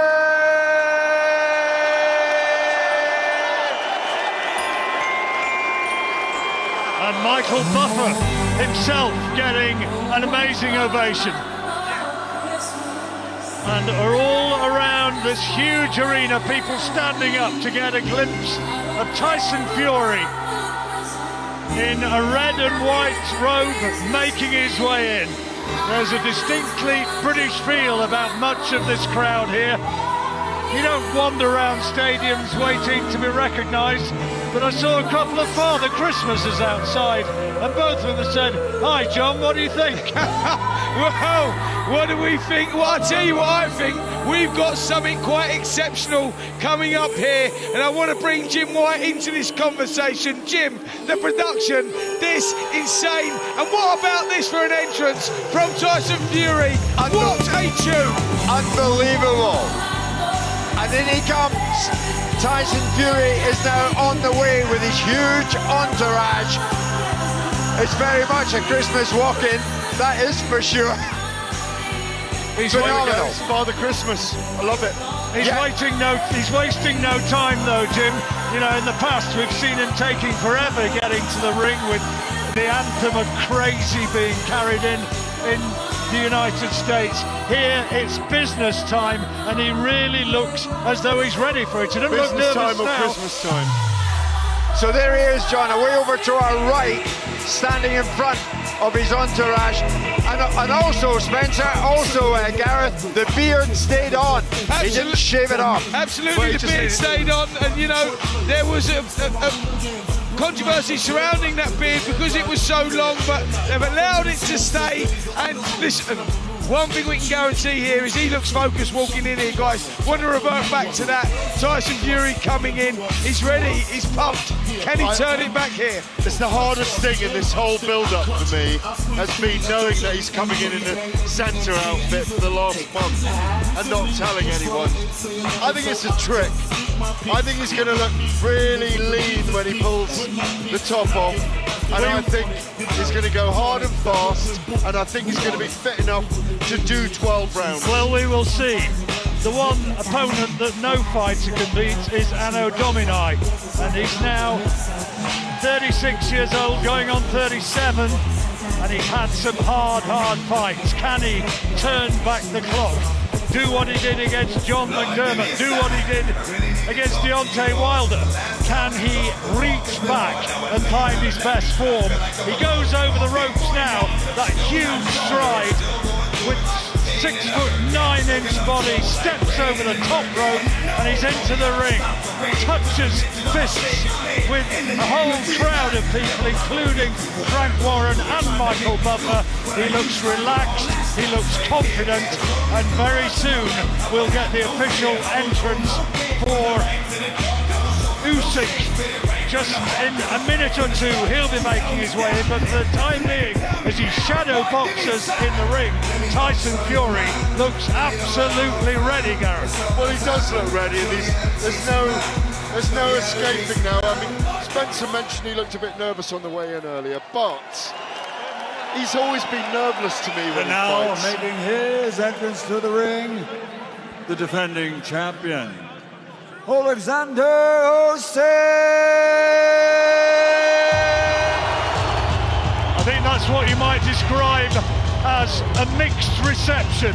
Oleksandr Usyk, recognised now as the world #1.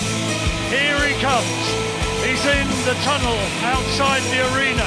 He turns around in his favoured Ukrainian colours, in a very, very eye-catching uniform, and he also looks absolutely ready for this. There's no showboating from him. As always, he looks steely-eyed, concentration etched across those familiar features, and now he begins his walk towards the arena, and again, everybody stands up to get a first look at the best heavyweight in the world right now, making his way into this huge arena here in Riyadh. Spencer. Yeah, there's a aura around him, isn't there? A focus look as he walks down the platform, just approaching the ring, everything up in blue and yellow in his national colours, and this boy looks focused. He knows what he's coming into. He knows he's going to war here. We've had it all week. It's almost reminiscent of Mike Tyson, this, the way he's had an absolute no-nonsense walk to the ring. There's been no shenanigans, no waving. He's just walked straight in and now climbs over the ropes into the ring, and he's ready. He doesn't want to showboat, he wants to get on with it. Well, as you mentioned, all week he's had this bearing of the world champion. He's had this ability. He's grown in stature. When you look back at videos of him several years ago, he wasn't this man that he is now. He's grown into the stature of a world champion. He's had ultimate focus all week, and he's representing a nation that is at war. Absolutely, he is a national hero. In many people's eyes across the world, he's a hero representing his people. At the weigh-in, he held the flag urging the freedom of Ukrainian prisoners of war. He knows his importance. Nations of the two fighters in the ring first, here to sing the national anthem for the Kingdom of Saudi Arabia, recording star Ayed.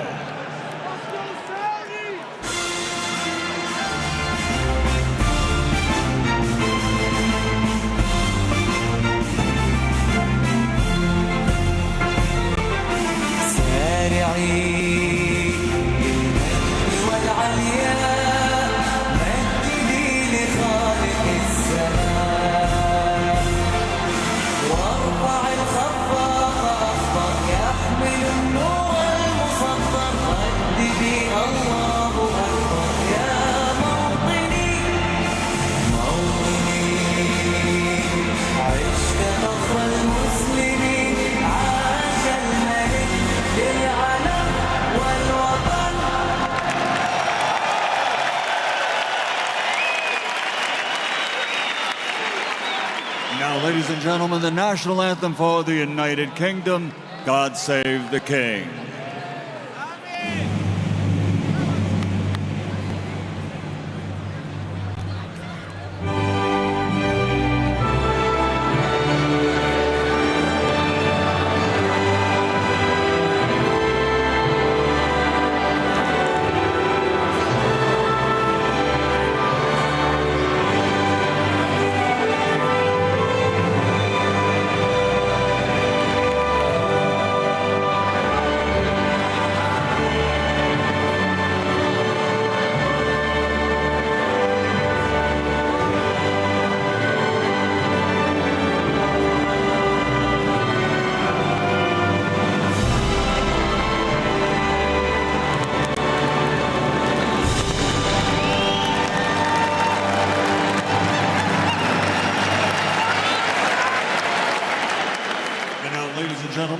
The Vavrutsky Choir with Artem Pivovarov will perform the national anthem of Ukraine.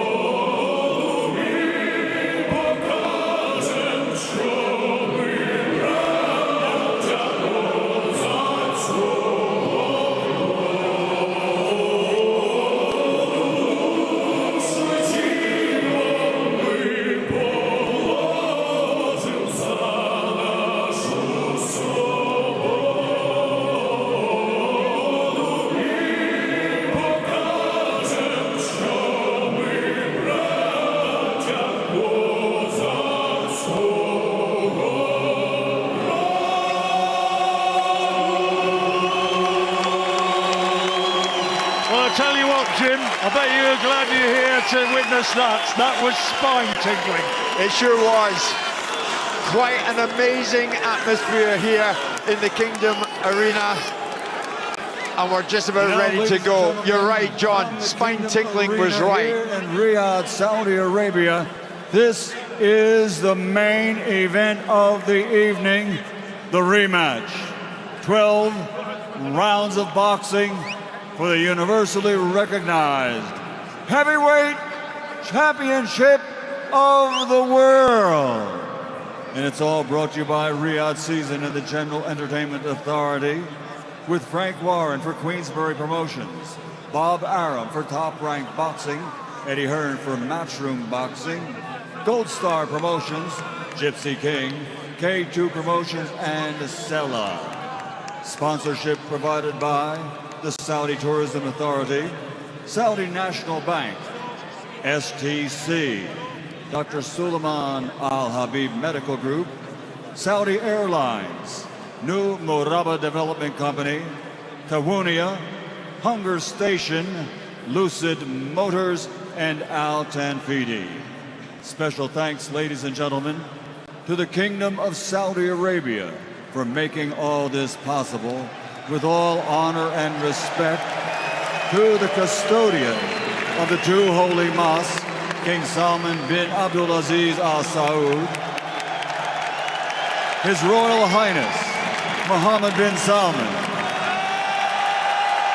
and the chairman of the General Entertainment Authority, His Excellency Turki Al-Sheikh. This contest, supervised by the Middle East Professional Boxing Commission, President Jose Mahon. Sanctioned by the WBC, President Mauricio Suleiman. The WBA, President Gilberto Jesus Mendoza. The WBO, President Gustavo Olivieri. And the IBO, President Ed Levine. At ringside, the three judges scoring will be from Puerto Rico, Gerardo Martinez. From the United States, Patrick Morley. From Panama, Ignacio Robles. And inside the ring, in charge of the action at the bell, World Championship veteran referee from Puerto Rico, Roberto Ramirez. And now, the officials are in place and they are ready. The fighters are in the ring and they are ready. For the thousands in attendance and the millions watching around the world, for Riyadh season, from the Kingdom of Saudi Arabia, ladies and gentlemen, let's get ready to rumble!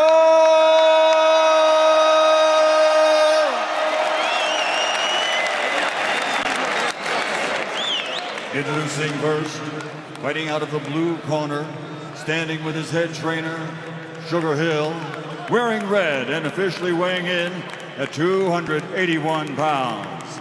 His professional record an outstanding one, 36 fights, 34 victories, including 24 big wins by knockout. One defeat with one draw from Mckeen, England. He's the heavyweight fighting pride of the United Kingdom, the former lineal, former two-time heavyweight champion of the world, the Gypsy King, Tyson Fury.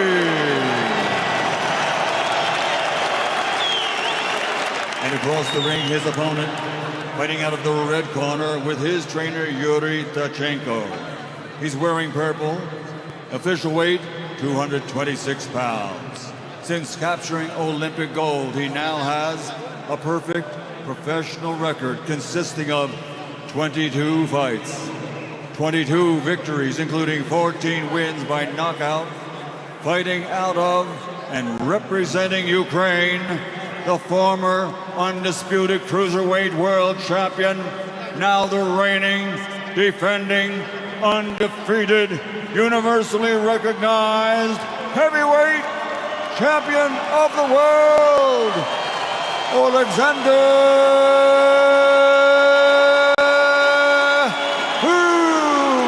Usyk.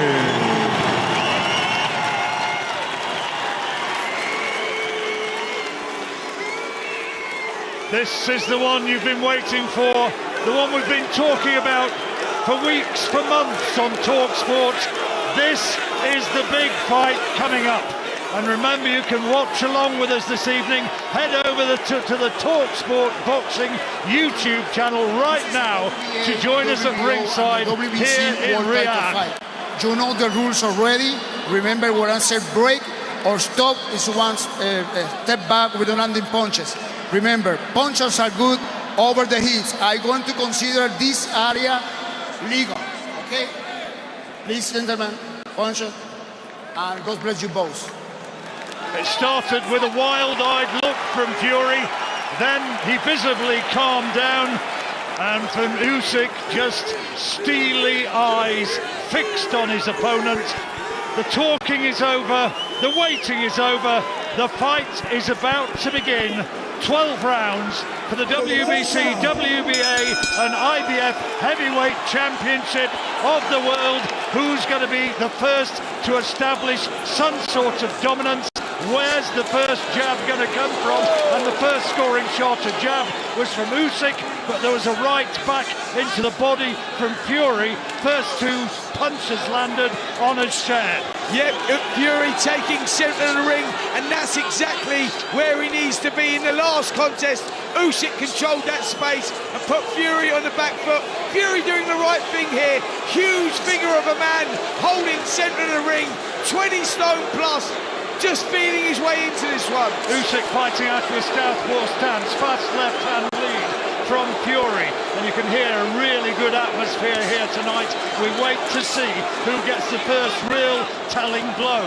Fury aimed to throw a left hook, but it was parried by Usyk, who, as ever, he can be a slow starter, and he's just taking a look at Fury. I think by common consent, a lot of people thought Fury would really start to try and establish his bulk and his power and his size early on and try and make a fast start, but no real big punches landed by either man so far. Halfway through the first round, just coming up, and very difficult to split them to this point. That was an attempted left hook from Fury, but it was on the shoulder of Usyk and not a scoring punch. Yep, you heard the slapping on the shoulder there. You could feel the power of that. Fury looking huge in there tonight, still looks sharp, nice and composed as he holds centre of the ring in those big red shorts. Usyk tries to come with a couple of left hands followed by a left hook.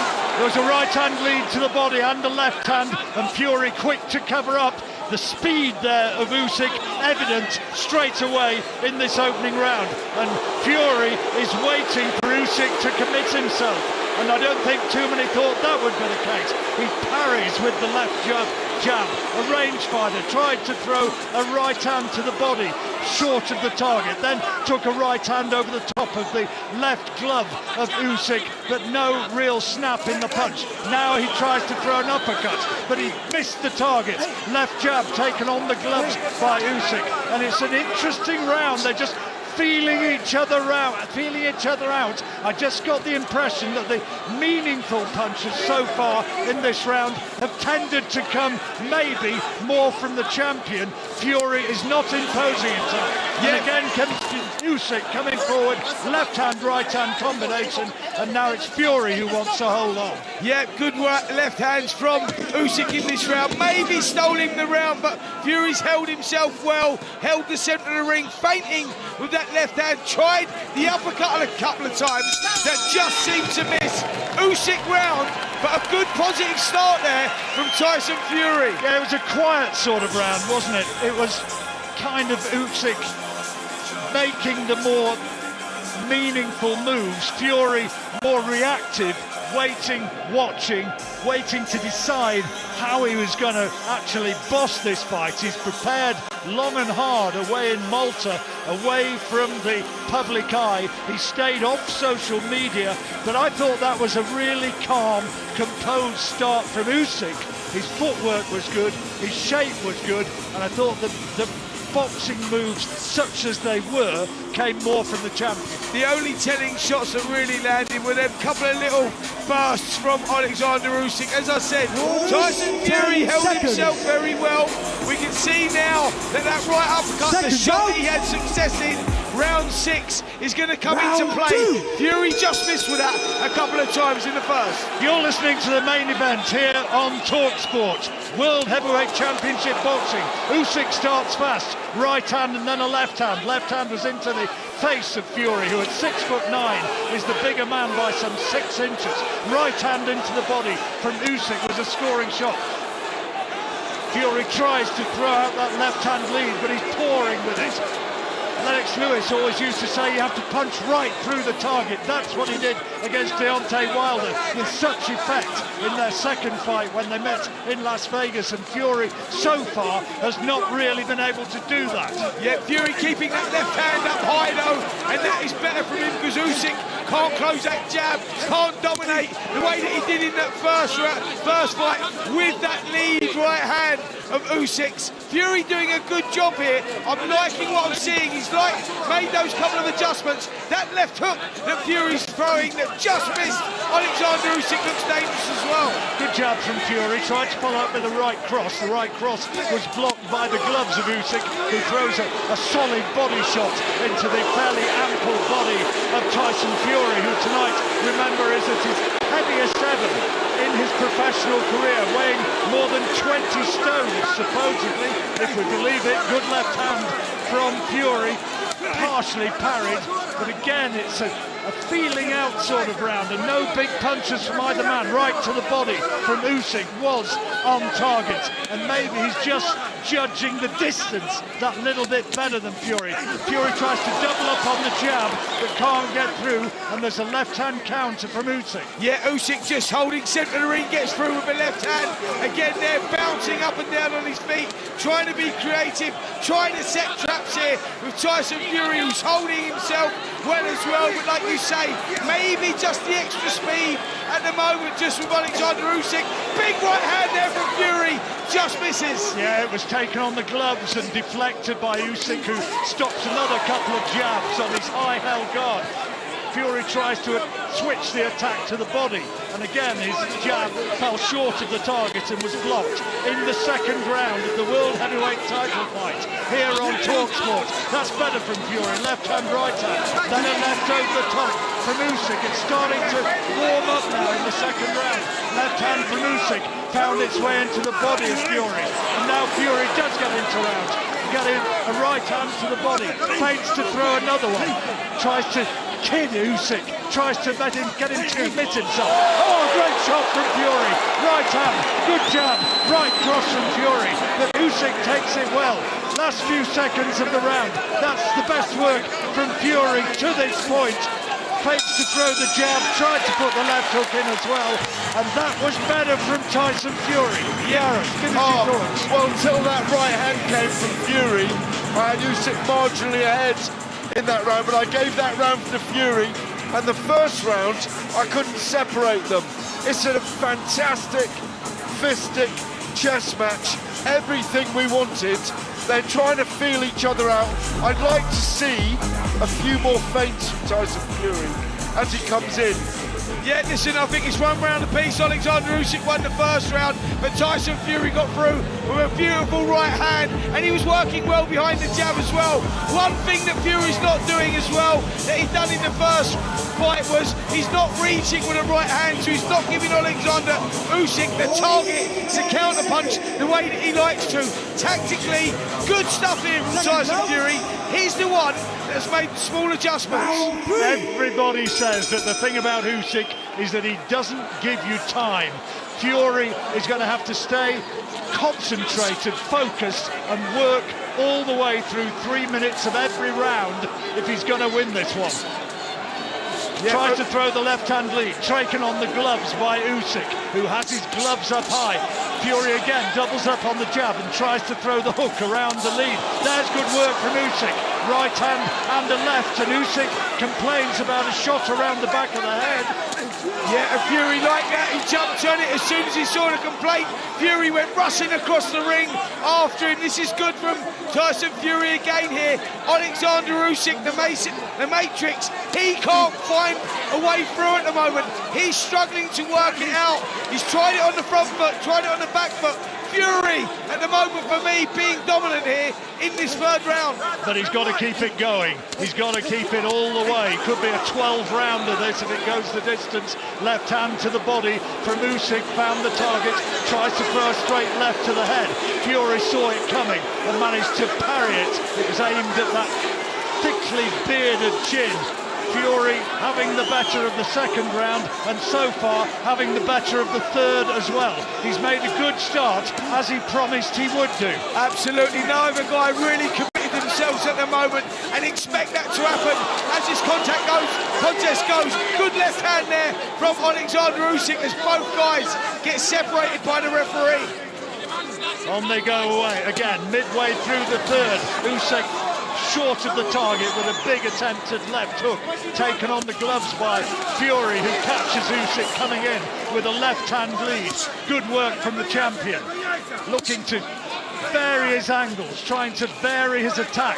Usyk bobbing this way and that, takes two more jabs on the gloves, and Usyk is having to withstand a fast start here from Fury. Fury aims to throw a jab to the body. It was parried by Usyk, who throws a right hand, left hand combination again.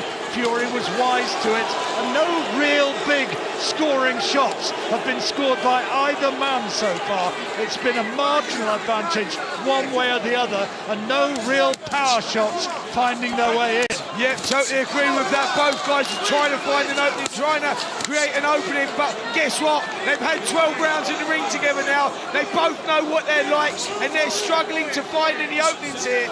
A lot of respect between these two, whatever you might have thought. Fury misses with an attempted big left chopping shot. Back comes Usyk with a right hand to the body. Good solid blow from him. Last 10 seconds of this round. We're going to be going into the Fury corner at the end of this on the bell. Usyk's on the front foot, lands a right to the body, and a smile from Fury, who thinks he's done enough to win that round. We'll go into the Fury corner now, where Sugar Hill Stewart is with the challenger. Remember, you want to go that way as much as possible. You're starting to set the foot a little bit more now, okay? Get that bitch thumping. He's doing a lot of work. You gotta make him work. Let him burn that energy up. But the important thing, you're keeping him coming down here. You got your hands in the right place. You gotta work on the timing on the right foot. Yeah. Right foot timing, that's all you need. You ain't gotta reach for it, he's coming into you.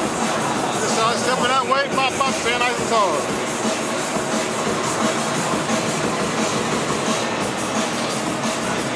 Sugar Hill Stewart from the great Stewart clan of the Kronk Gin. And he's done such a good job with Tyson Fury. And now we step into the fourth round, and Fury on our card, Spencer, is ahead. Yeah, I've got Fury now 2-1 ahead going into fourth. Both guys have not really committed. It's not heated up yet. As I say that, Oleksandr Usyk starts fast and lands the left to the body. Fury, when Usyk does move in and out like that, is made to look a little bit cumbersome. Misses with a left-hand counter, as again Usyk gets into range. But now Fury tries to run the right hand over the top once more, partially blocked by Usyk. Not a lot between them. Punch count stats suggest that Usyk is having greater success, but we've got Fury 2 rounds to 1 ahead in this fourth round. Usyk, though, seems to have started a little bit faster and a little bit sharper in this round. A couple of shots to the body, and Fury counters with a right hand of his own, which may have been partially blocked by Usyk. Misses with a right hook now, Fury. Usyk keeping his shape well, centre ring. Yep, Usyk bouncing up and down on his feet, hands held high. Fury working well, everything off the jab. Not reaching forward with his shots. Like you say, real seesaw of a contest here, John. Subjective scoring, what are you going for? What do you like? No one really snapped their authority yet, as Usyk misses another big left hand. Fury switched to southpaw. Oh, he takes a big left hand from Usyk. Landed it solidly. That's the best punch of the fight so far. Usyk tries to follow it with another, and just about Fury got his left hand up to block it. Maybe Fury will think twice about switching to southpaw after that, because Usyk landed by a distance the best punch of the fight. Yep, and he followed it up with another big left hand as well, and as you can hear, the atmosphere, they're starting to like this as both guys are starting to break through the defences now. Good work there from Usyk as he sways from side to side, looking for another opening.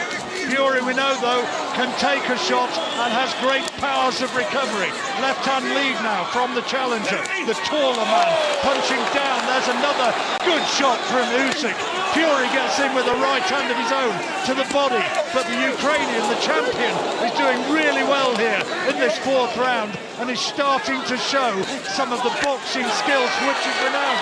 But forward comes Fury with a good right uppercut. What a good fight this is starting to warm up into. Absolutely, exactly what we expected. We thought they were going to take them from where they left off, and they've done that here in the fourth round. The fight is really catching a light here with 15 seconds to go, and this is a good round here for Oleksandr Usyk. Who's going to be the one to catch the eye up to the bell to end the round? Jab from Fury, taken on the gloves by Usyk, and another one. The champion keeping his gloves held high. Feints to throw punches, feints to throw attacks, but for me, that's another Usyk round. Here's Gareth Davis. Well, that's my first round for Usyk, because I had the first round even. That was an incredible round, those two left hands with a difference between them. But Fury's fighting back as well. The mental battle, the IQ between the two men, what we're witnessing, is befitting of the great heavyweight battles. It's so fascinating. On the highlights here, we're about to see Tyson Fury having some success, but when he switched to southpaw, he was caught twice, wasn't he?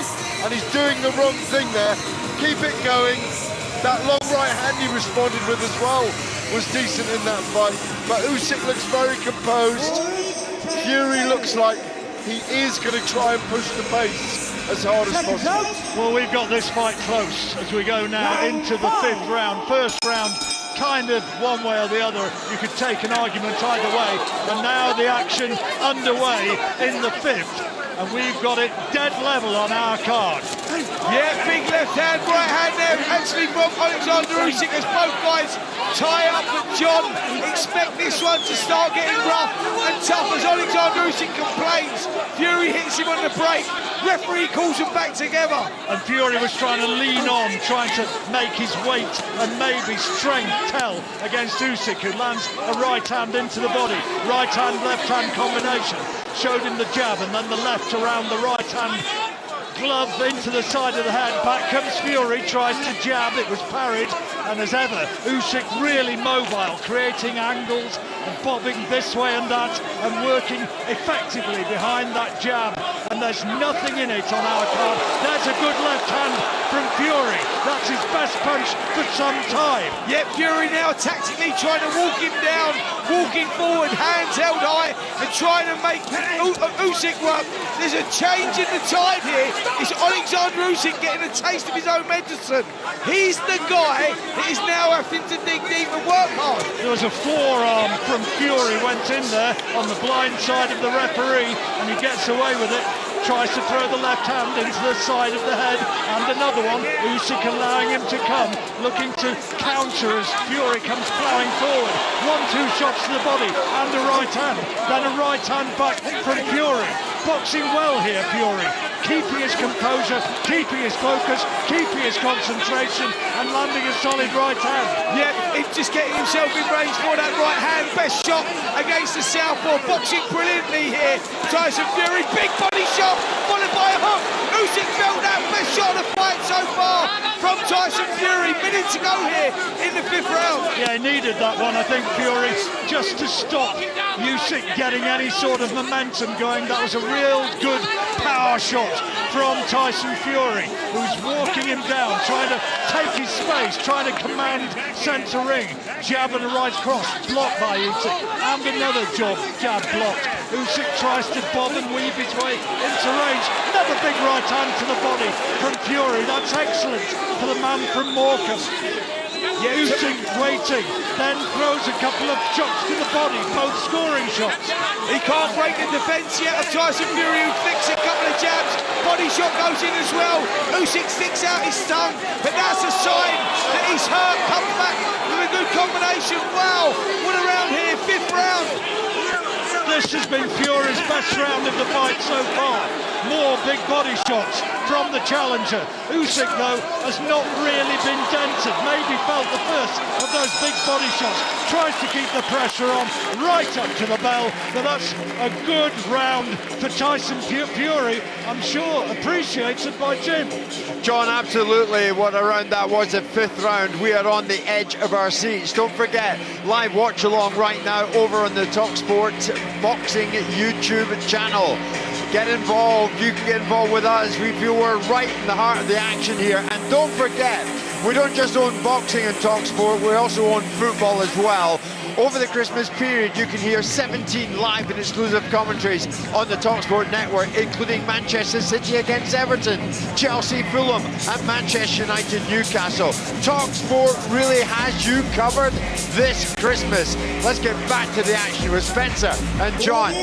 Well, we enjoyed that last round, and I don't think there's any doubt, Spenny, that Fury won it. No, totally agree with that. That was the best round so far. Poor Tyson Fury was found the range with a jab. He was punching when Usyk was punching. Fury doing the right thing here. He led to this stage in their first fight back in May, and then he dramatically unravelled, particularly in the 9th round. But Fury keeping his shape well and boxing well to this point. Usyk waiting for him to commit himself, looking for the left hand, I think. He thinks is open when he throws the right hand to the body. That's when he'll go looking for the counter shot to the head, but it's not open at the moment, and Fury is bossing this one from centre ring. Yeah, Usyk just can't open the lock at the moment, can he? Can't find a way in. He's trying as he flicks the jab, the lead right jab out of the southpaw style through the hand, but every time Usyk punches, Fury matches him, counter punches back with him, and that is the right thing to do here. Interestingly, some of the other TV commentators at ringside scoring it exactly as we are, with Fury marginally ahead.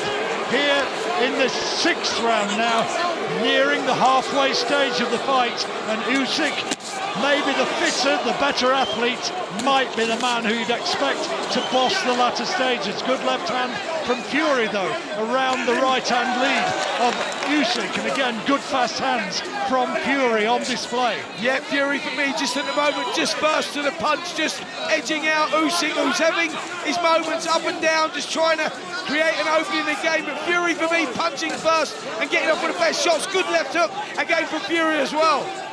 Absolutely no showboating to this point from Tyson Fury. He is all business tonight. Attempted left-hand counter by Usyk was short of the target. Now he does get in with a couple of headshots. Fury partially blocked the left hand, but the right hand did get through, and the Ukrainian fans, mainly up in the bleachers, encouraged by that, and they still think their man, the national hero, remember, is bound for a victory and to retain his title, to give his country the morale boost it needs. John, this fight is still very much to be won and lost as we approach the halfway mark. Oh, good couple of left hands from Usyk. Fury comes back and they tie up in the centre of the ring, but yet this one is still very much to be won and lost. Certainly is. Usyk, oh, big left hand from Usyk. Fury takes it. I think his right eye may have been damaged by that. Great shot by Usyk, and it really took him down to the heels of his boots there. Great shot from the champion. That's another one. Fury on the back foot now, backpedaling, and he's in trouble in the closing stages of this round, which has turned out to be a big round for Oleksandr Usyk. Back comes Fury, caught by another left hand. What terrific work from the champion. Really, really good round for Usyk. Exactly what he needed there. Oleksandr Usyk got through with a beautiful left hand that just seemed to Tyson Fury just seemed to do a little dance with his legs. Quickly got himself back together, but then Oleksandr again jumps on him. Another left hand. Great shot there, Gareth, enough to win the round. I was just thinking that Tyson Fury was coming on and fatiguing Usyk, and yet he has this extraordinary ability to bounce back, as we see a big left that went across Fury's brow. Usyk is so extraordinary, never given that lovely shot, the shot that was dangerous in the last fight.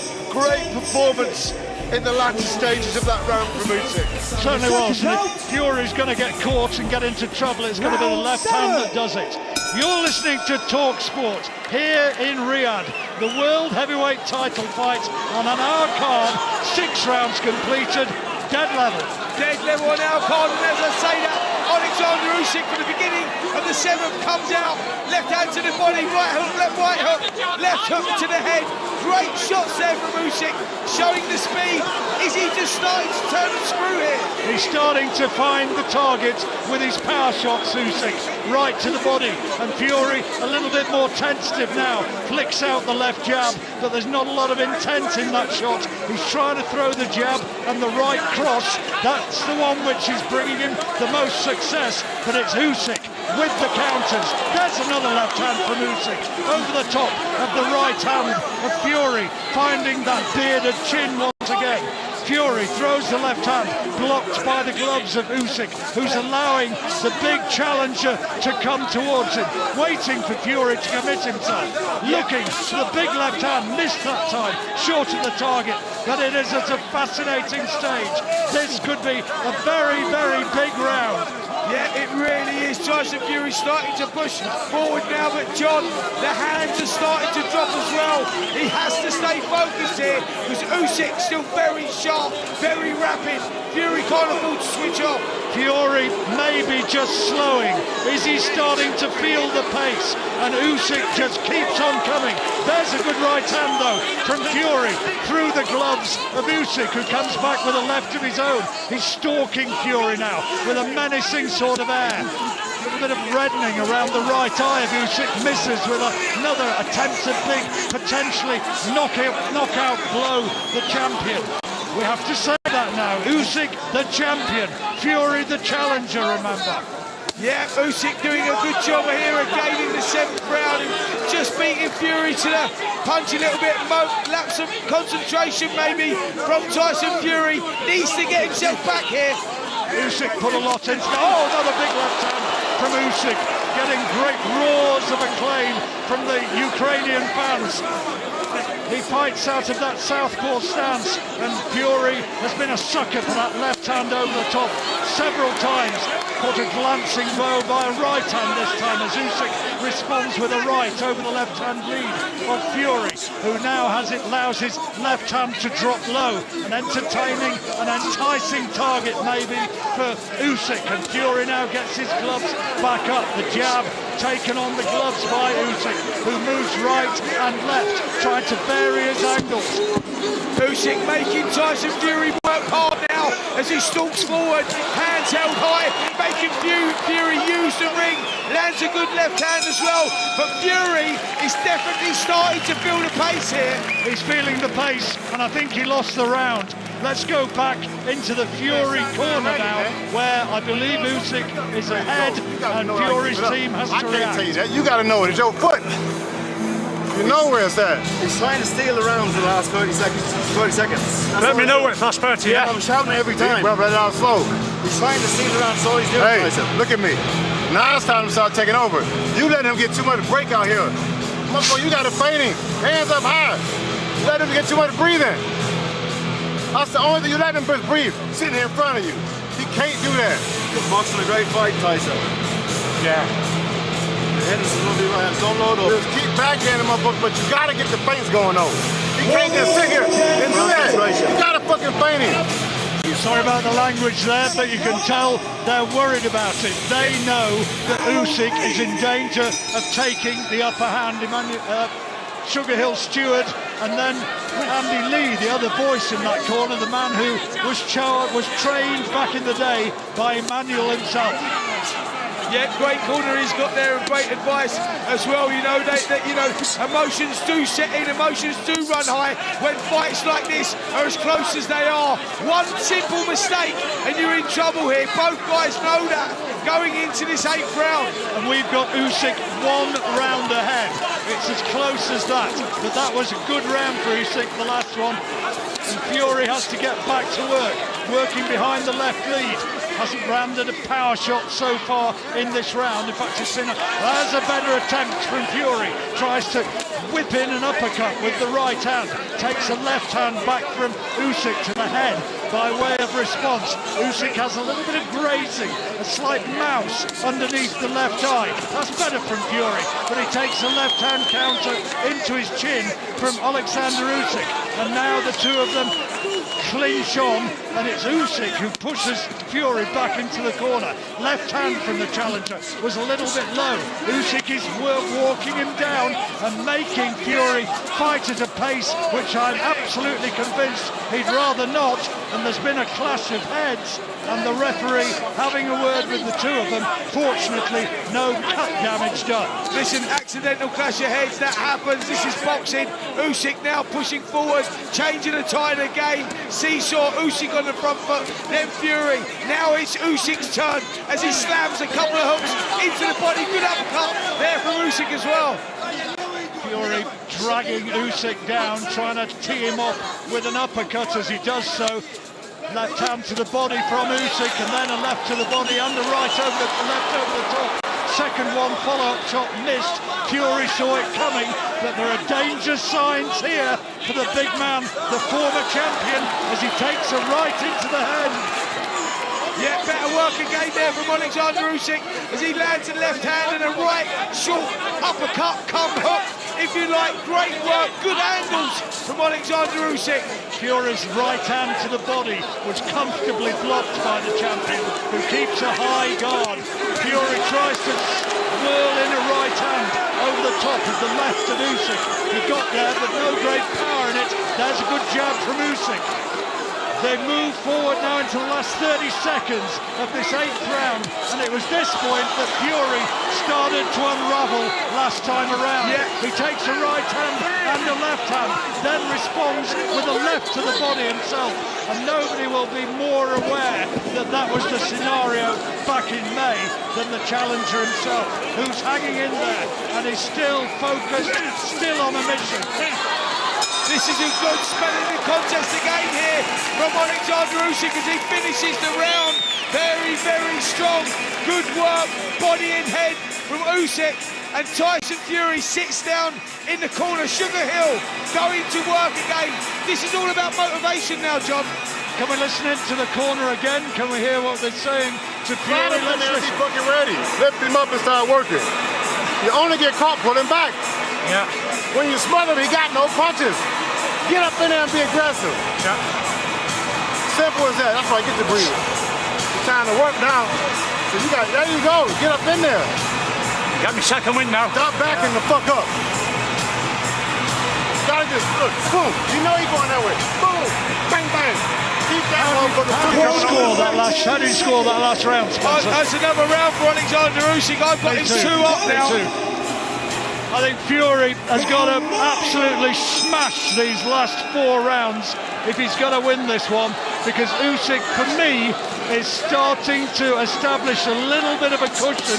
It's all very subjective, of course, but Fury has got to really put his foot on the gas. Yeah, interesting, John, that Fury said in that corner, I'm getting my second win now. I understand what that is. Last quarter of the fight, and he's just got over that tiredness. Let's see how he reacts. Well, that's maybe psychological. Now, it was this round, the 9th, where he was battered from pillar to post back in May. Usyk knows that, Fury knows that. Fury will be desperate to put in a big round. Is this round that's going to haunt Tyson Fury again, or can he turn it around? Important round this, round 9 of this 12-round contest. Big psychological one for the 2 men this. They're both more aware than anybody what transpired last time.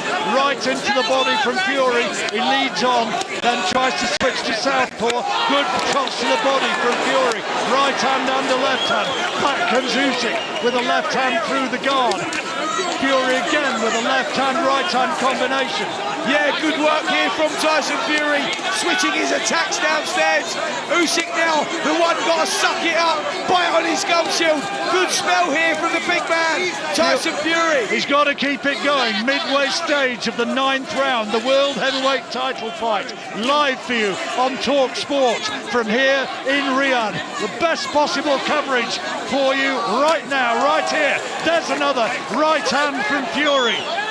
I can tell you that our commentators in front of us, DAZN, they've got a scorecard there with Anthony Joshua giving it how he thinks, and he's got Usyk 2 rounds ahead, and Spencer Oliver agrees with that. But this is turning out to be a decent round for Fury. Yeah, it really is. Oh, as we say that, Fury walks into a jab, dabs away in the face, that slowed him up.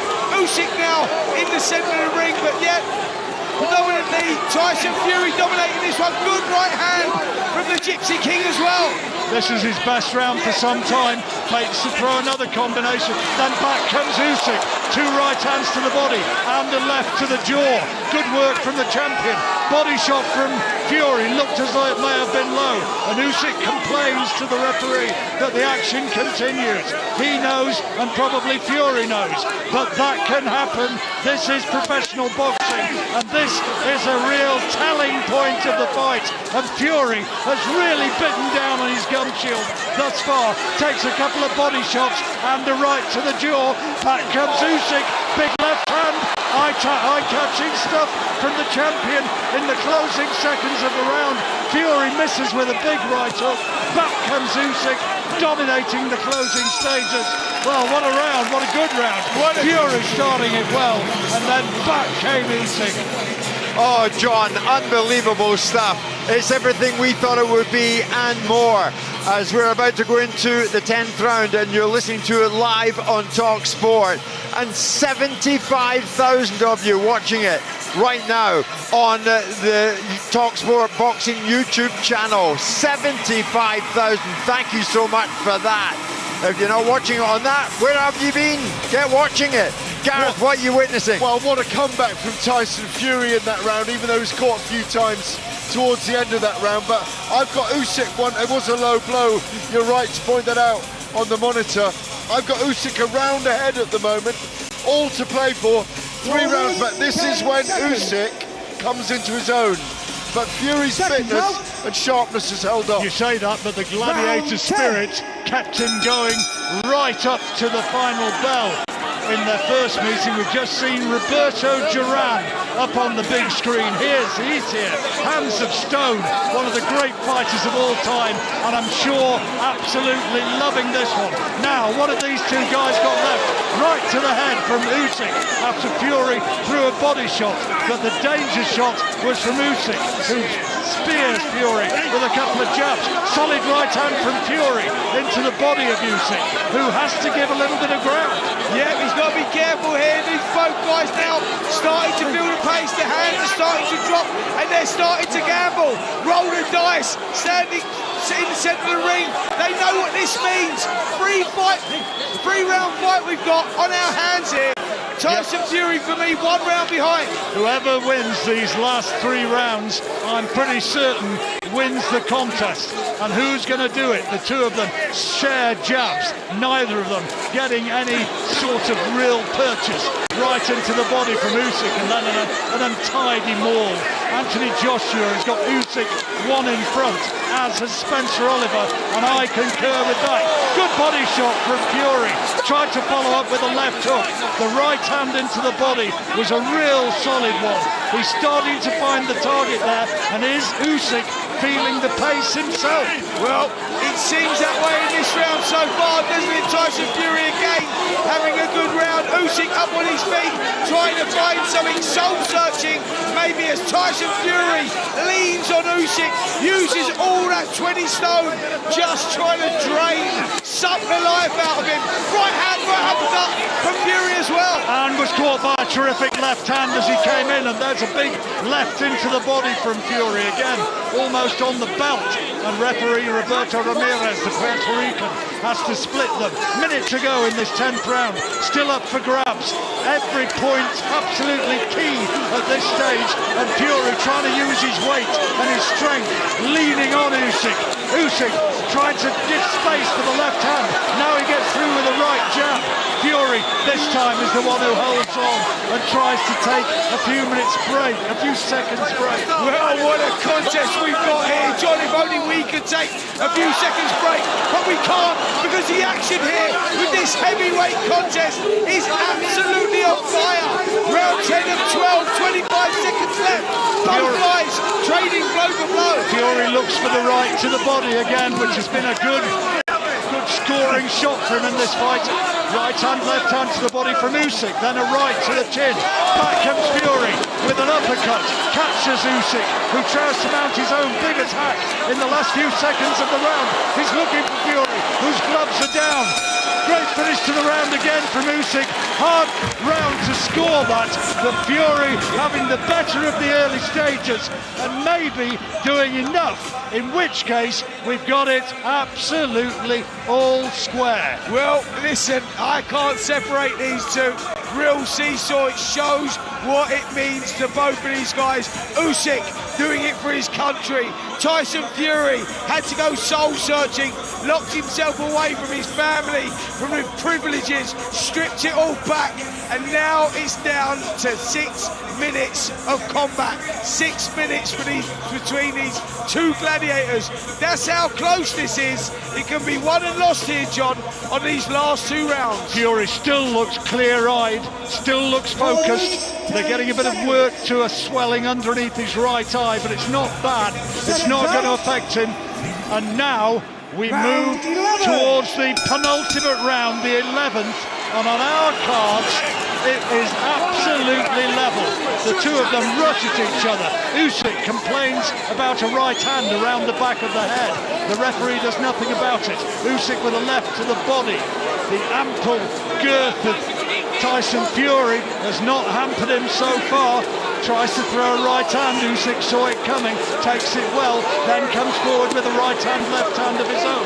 Good work from the champion. Fury pours with the left jab, short of the target, and again. Usyk waiting for Fury to commit himself, looking for a chance to throw that powerful left hand. Right hand lead over the jab from Usyk. Fury, left jab taken on the gloves. Trying to give you every punch here so you can score it as you listen at home. Fury just misses wildly with that right uppercut. Just misses the whiskers there of Oleksandr Usyk. Fury doing a good job here in the 11th, holding the centre of the ring, flicking out the jab. Neither man really taking it after the first minute of this round. Usyk feints to throw this way and that, and it lands a couple of little blows to the body as Fury comes in. Another left to the body from Usyk, and then the right hand lead, all from the champion. Usyk keeping his gloves up as Fury looks for an opening in that defence. Good left hand from Usyk. Fury has to try and respond with that. He rolled with the punch and took the sheer impact out of it, but he could do with something special in the second half of this round, because Usyk may have just had the edge so far. Yeah, he's a genius, isn't he? Eye-catching stuff, puts up 6 punch combinations together. Oh, big left hook, right hook there from Usyk as well. Better round for Usyk here. Fury needs to do something. We've got 1 minute left in this 11th round. And there was a left hook from Usyk which got Fury a glancing blow, and Fury momentarily sunk back onto the ropes, but he's up forward now, onto the front foot, out of the southpaw stance. Right hand was very, very low from Fury. Gets a ticking off from the referee, but no real words given. It was clearly flagrantly below the belt. Fury misses on the right hand and takes a big left hand counter from Usyk. Great work from the champion. Right jab from Usyk. And is he pacing this and finding something special at exactly the right time? That's a big left hand from Usyk. Yeah, that's what the master does. He turns the screw. Round 11 here is a huge round for Oleksandr Usyk. Tyson tries to come back with the uppercut, but Usyk, John, doing the better work. What a good round for Oleksandr Usyk. Right hand, left hand, into the final 10 seconds of the 11th, and how important this might be, because Usyk, for me, is clearly taking this. There's a terrific right hand counter from Fury, which was the last scoring point of the round, but not enough, I don't think. I think, Gareth, that was an Usyk round. It was, and I've got Usyk just ahead now, so Fury needs to win this round or do something dramatic. This has really lived up to the billing. 3 minutes left. What an extraordinary fight and sporting event we've witnessed tonight, Jim. Unbelievable, Gareth. It is so intense. And as you speak to me, I'm looking around many members of the broadcast media, and they're saying, who have you got? Who have you got? But it seems that John absolutely has called it absolutely spot on. So has Spencer. Going into this final round, my goodness me, the pressure is on Fury to try and pull something out, because Usyk at the moment looks as if he's going to go over the finish line. Well, we've got Usyk by 1, and I'm just asking our Sky colleagues just in front of us how they've got it. I tell you what, however it's scored, this is very close. And Sky have got it, Usyk by 2. Yeah, this close. This fight's very, very close. This round is an important round, the 12th round. Both guys come out. Usyk takes centre of the ring. Fury goes for a huge uppercut. Hits the ribs there of Oleksandr Usyk. Fury started fast. He's got to keep it going for 3 minutes though. Usyk complains about use of the elbow from Fury, and the referee agrees and tells him no, don't do it. Great left-right hand lead from Usyk, rocks back the head of Fury. We're only 40 seconds into the final round here of what has been a spellbinding contest. It has been enthralling. Right hand from Fury, but he takes 2 good headshots back from Usyk, who has just somehow managed to pace himself absolutely right, as champions do. How intense is this, John? We're here, we're sitting on the edge of our seats here. You can cut this atmosphere with a knife edge here. This is insane. Fury goes with a big hook. It could still be that one or the other is going to get a massive shot here to end it. Right hand from Usyk. Anthony Joshua on the zone has also got Usyk ahead by a round. But Fury's doing well here in the 12th, and you never know, it could yet turn around. But here comes Usyk again. Right hand, left hand, and just nods to Fury as much as to say, I'm still here. He said to him, don't be afraid, I won't let you go. Yeah, Oleksandr Usyk up on his toes. Fury just got through with a good right hand. Another right hand hits the gloves of Usyk here as well. Dramatic scenes. 1 minute 10 seconds left in this 12th round. Both guys going for it here. Last minute, and are we going to see them really go toe to toe? Good left hand from Usyk. Rocks back Fury's head. Fury tries to respond. Left jab from him. Another good left hand from Usyk.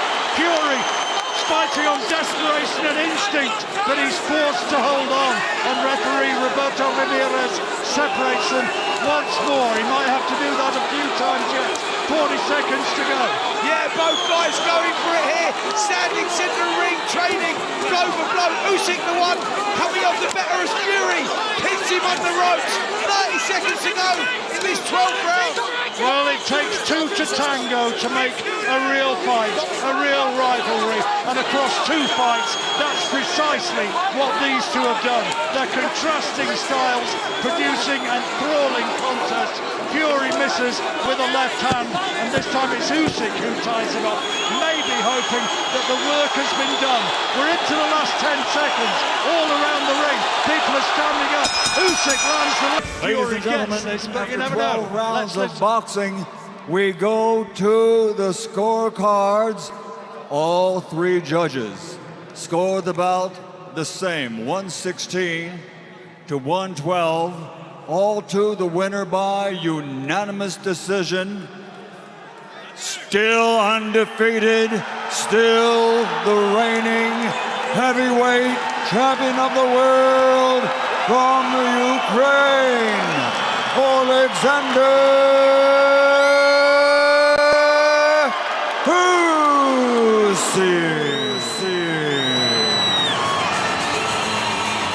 Usyk wins it again. Gareth.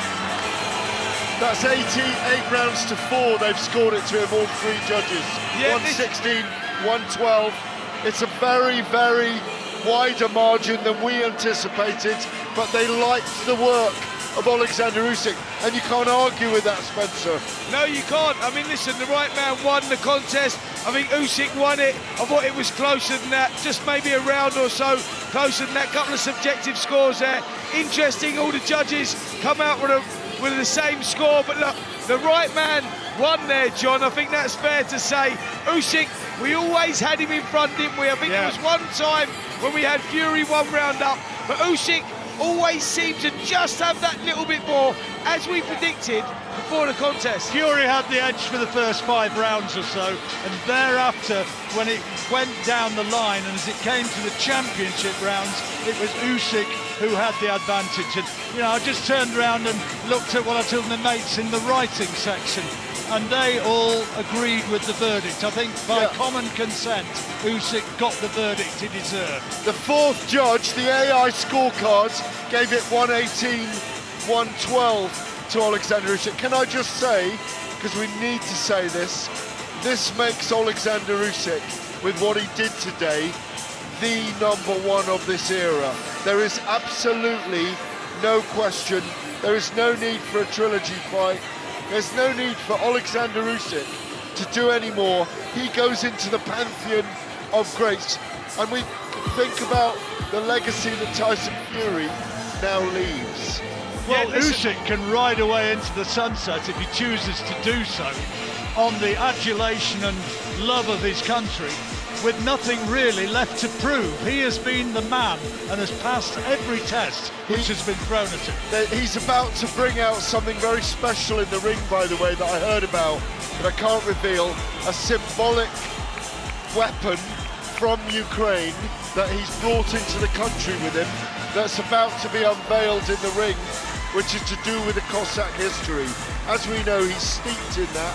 We're about to witness that, Jim, and a moment for him and his country that puts them on the map around the world. But guys, you're right in what you say there. He is the #1 heavyweight, Jim, in the world right now, and of this modern era. I must say, the man is a phenomenon, an absolute phenomenon. I don't think Fury could have given any more than he did, and I certainly don't think Usyk could have given any more than he did. And John, it takes me back to way earlier on in the night when I said, what do you think we're going to get tonight? Where might this one stand against many of the big fights that you have witnessed in your career? Well, it's up there, isn't it, Jim? Because, you know, great fights and great fighters are born very often out of great rivalries. You look back through the history of the sport, and that has quite definitely been the case. And this is one of them. And when we look back in years to come, you know, when we're even older and greyer than we are, Jim,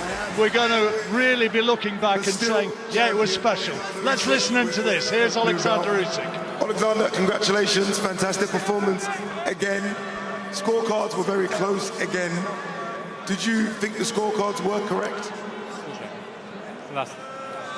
Did you think the scorecards were correct?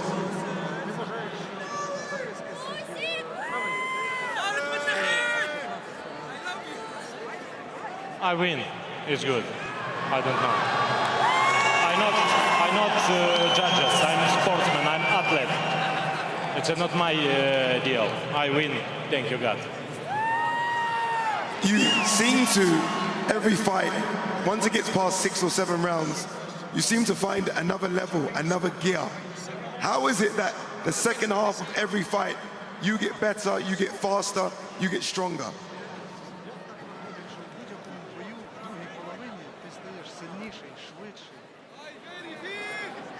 I don't know, maybe I'm training. Good prepare. My wife helped me.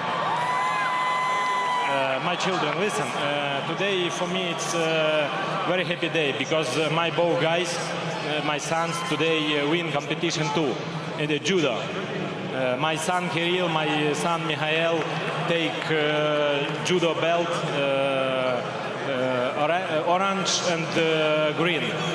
My son talked to me, hey, Papa, you next. I say, okay, I'm trying. You try and you do it. Daniel, 1 second, let him have his moment. Daniel, no. Usyk, well, I want my revenge. I want my revenge, Usyk. Well done on tonight.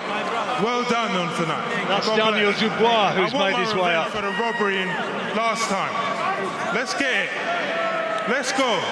Let's go. Where's Frank? Make it happen. Mr. Excellency, Your Excellency, make me fight with Daniel Dubois. Thank you so much. We'll get to Daniel's situation very second. We will, Daniel.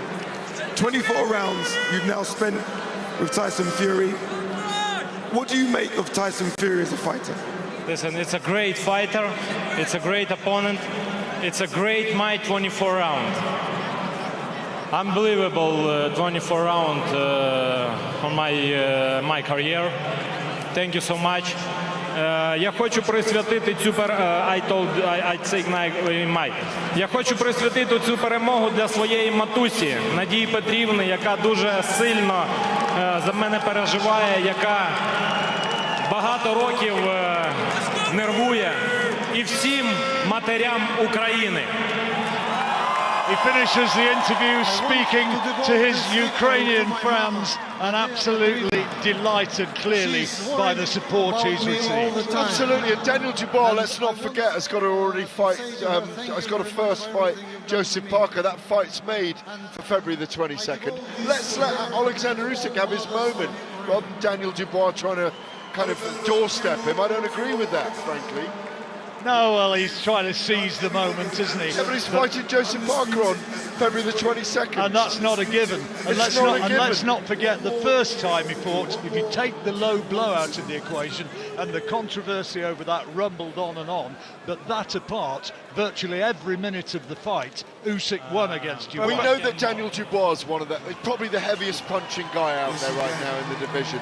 So he's dangerous for anyone, isn't he, Spencer? Yeah, absolutely. But let's let it play out and Oleksandr Usyk have his moment. He's just been amazing. Gareth, I'm totally with you, mate. I just think that, you know, we've just witnessed another 12 rounds war, gladiators going toe-to-toe and putting it all on the line and entertaining this 25,000 plus crowd and us as well. Let him enjoy his moment. He has just proven that he is the best in the modern era, without a doubt. He's beaten everybody and anybody. Let's hear from Frank Warren. Coming up himself against Joseph Parker. Could we see Daniel Dubois? Yeah, they want to do it, but I've got to tell you something. How can Tyson only got 4 rounds in this fight? It's impossible. He's got 4 rounds. Across all 3 judges. Each will give him 4 rounds. All different rounds.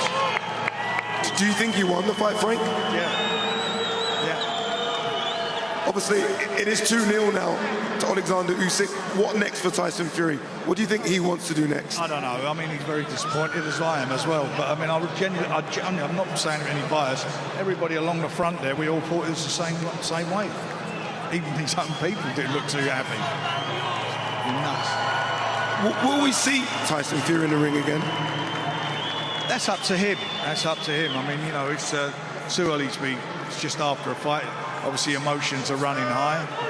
We'll see, but you know, it's nuts. Could you only give him 4 rounds out of 8? Very harsh score, and I felt very harsh. Nuts. I don't get it. I'm really disappointed with that. But look, it's what it is, and we'll have to see what happens in the future for Tyson. He'll make up his mind. I thought he was in control of the fight. I thought he boxed extremely well. He had Usyk on his back foot throughout most of the fight. But anyway, it is what it is. It is what it is, Frank. Well done. Fantastic event. Yeah, Frank Warren saying what I guess you'd expect him to say, namely that Fury gave a better account of himself than the judges have scored it. But I think that, you know, to think that he controlled the fight is unrealistic. And again, I say the majority of people, and a lot of us have watched a lot of boxing for an awful long time. We all had it that Usyk had won. A lot closer than that, though. I wanted to make that point because the 3 of us have been around in boxing for over 150 years together, something like that. What I was going to say, Spencer, let me just finish, is we know what we're looking at. That was a close fight at times, but it was a fight that Oleksandr Usyk, as you had him, winning 115, 130, that's 7 rounds to 5. That's still a close fight, but I don't think you can make a case for Tyson Fury winning that fight. You can make a case for a draw maybe, but you can't make a case for Tyson Fury winning the fight. No, you can't make a case for a draw either, if I'm totally honest. 7-5, I think is a fair score. It was a close fight, an entertaining fight. But Jim, I think we got the right man there. You know, there's no controversy surrounding this. I think so. I mean, I think Frank is obviously shattered with the end there, with what unfolded. And it is what it is. If you're wondering why there is no reaction from Tyson Fury as yet, Tyson Fury and the Fury party left fairly swiftly and headed back to the dressing room.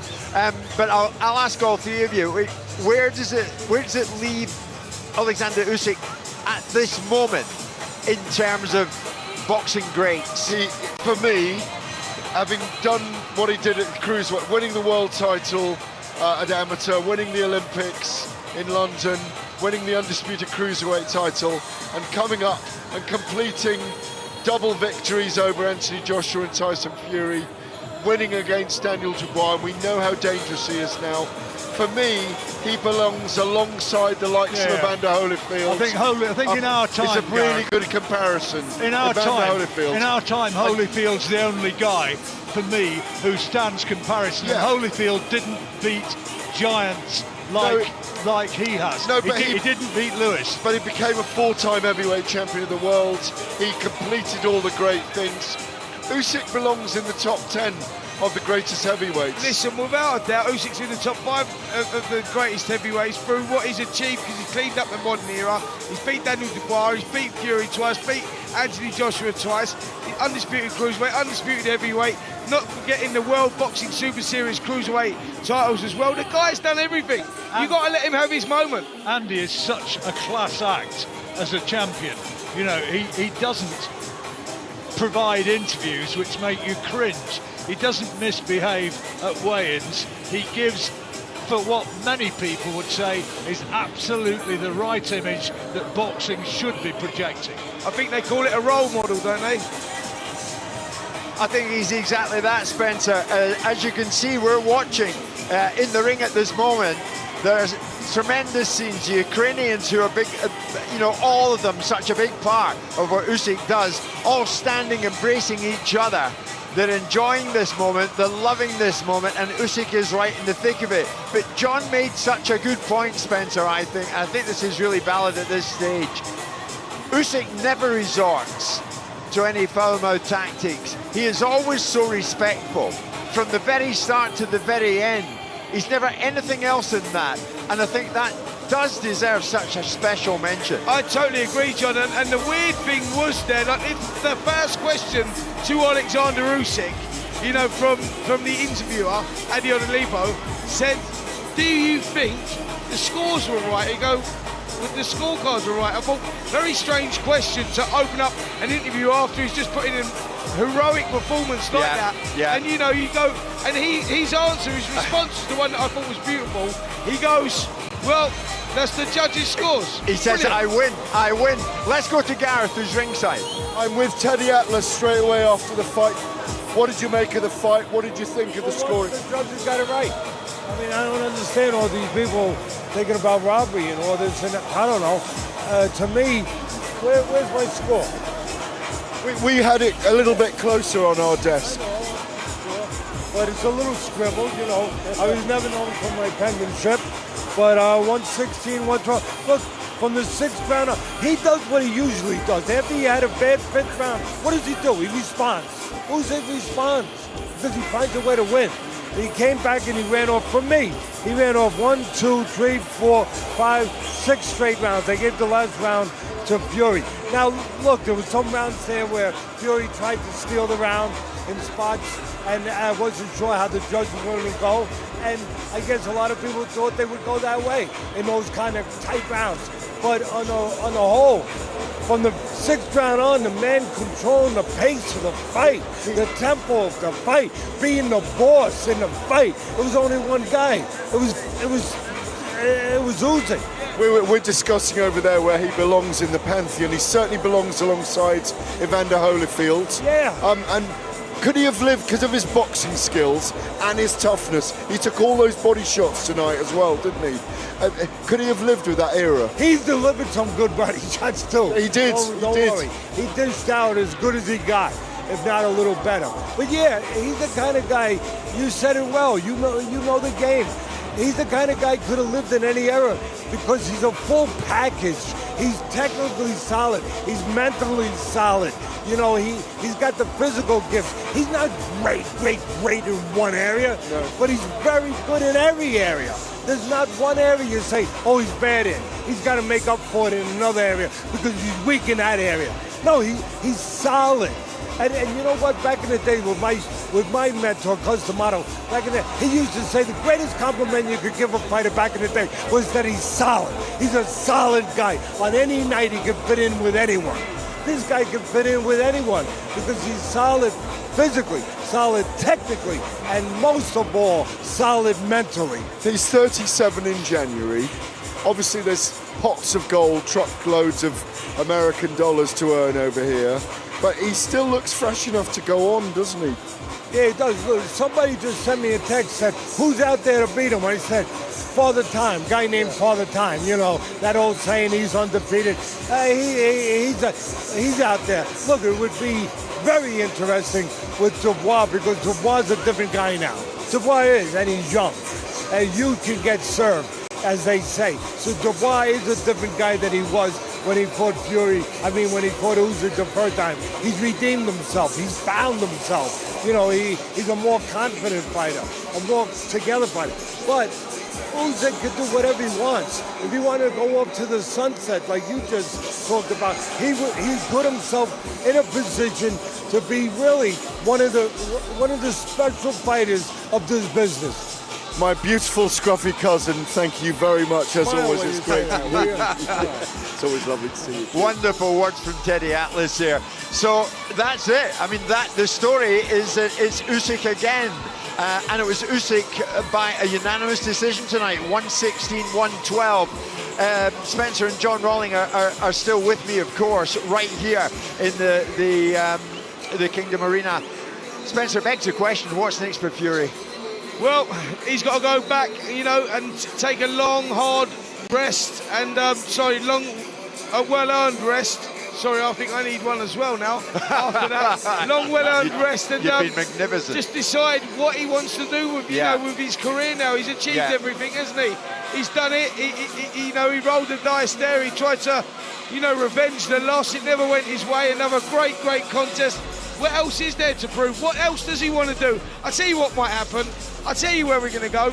I'm going to put it on the line now, and I think I'm right with this. We get Anthony Joshua versus Tyson Fury next. Why?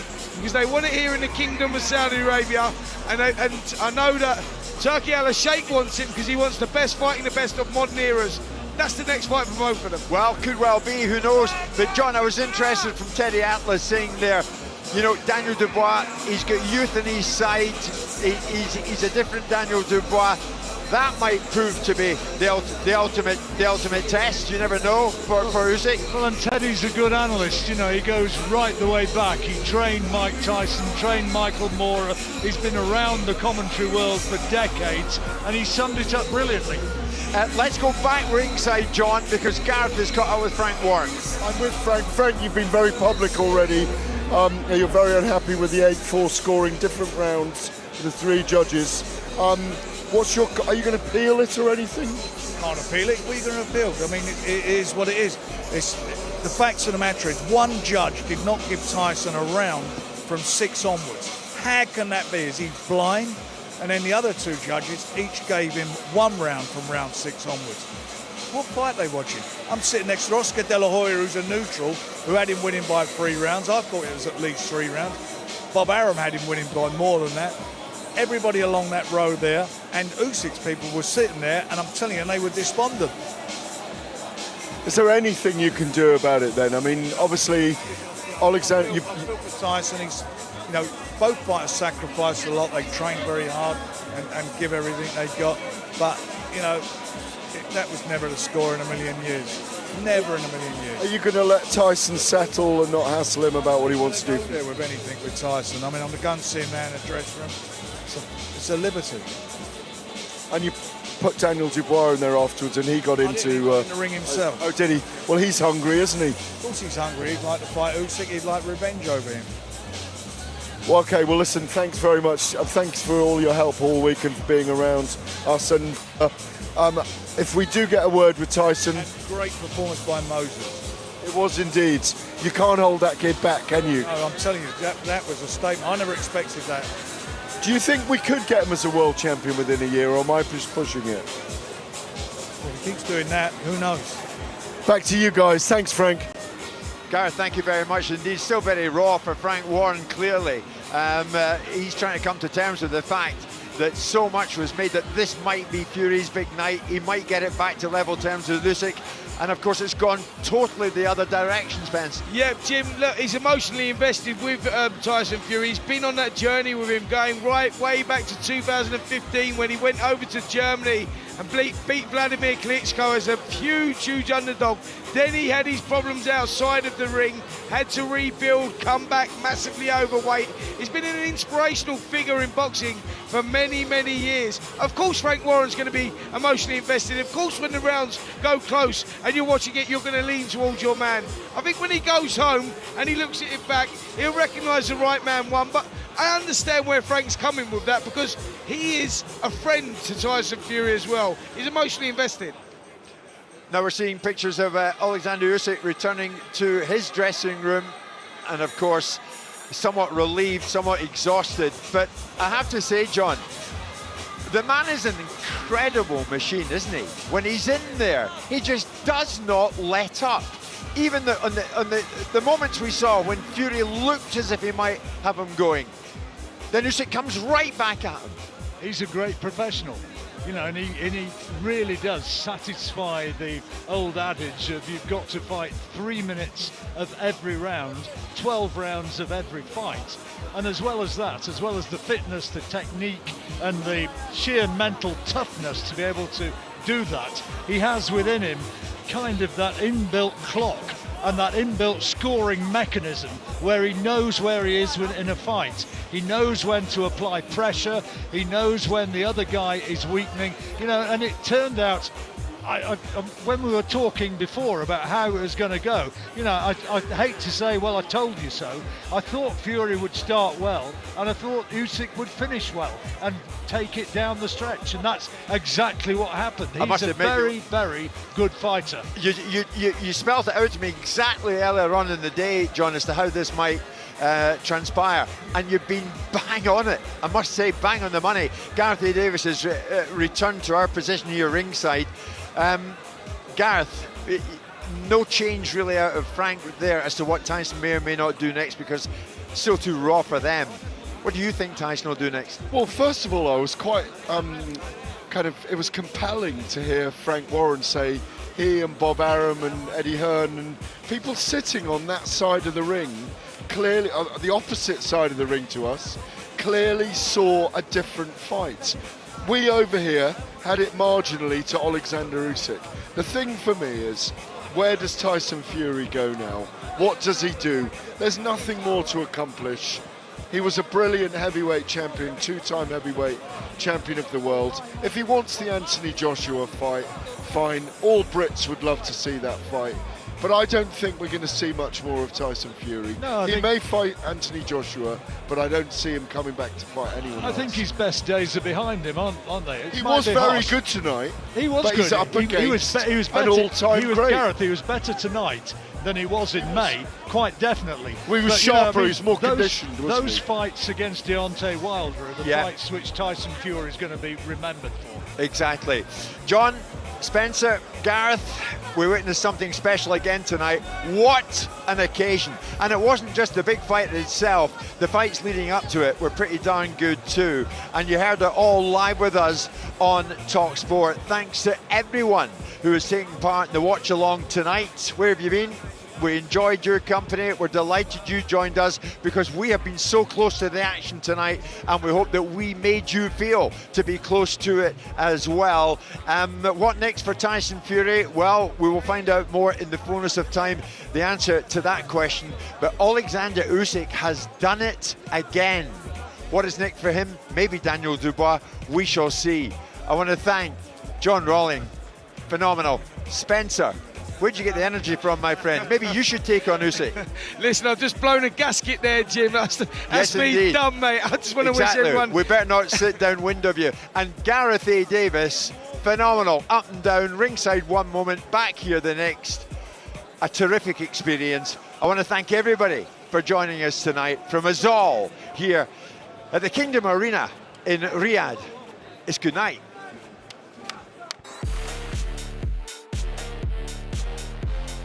This is the main event of the evening, the rematch. 12 rounds of boxing for the universally recognized heavyweight Championship of the World. Introducing first, fighting out of the blue corner, standing with his head trainer, Sugar Hill, wearing red and officially weighing in at 281 pounds. His professional record an outstanding one, 36 fights, 34 victories, including 24 big wins by knockout. 1 defeat with 1 draw from Mckeen, England. He's the heavyweight fighting pride of the United Kingdom, the former lineal, former 2-time heavyweight champion of the world, the Gypsy King, Tyson Fury. Now the reigning, defending, undefeated, universally recognized heavyweight champion of the world, Oleksandr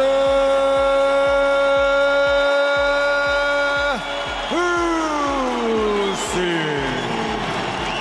The talking is over, the waiting is over, the fight is about to begin. 12 rounds for the WBC, WBA and IBF Heavyweight Championship of the world. Who's going to be the first to establish some sort of dominance? Where's the first jab going to come from? And the first scoring shot, a jab, was from Usyk, but there was a right back into the body from Fury. First 2 punches landed on his chance. Oh, a great shot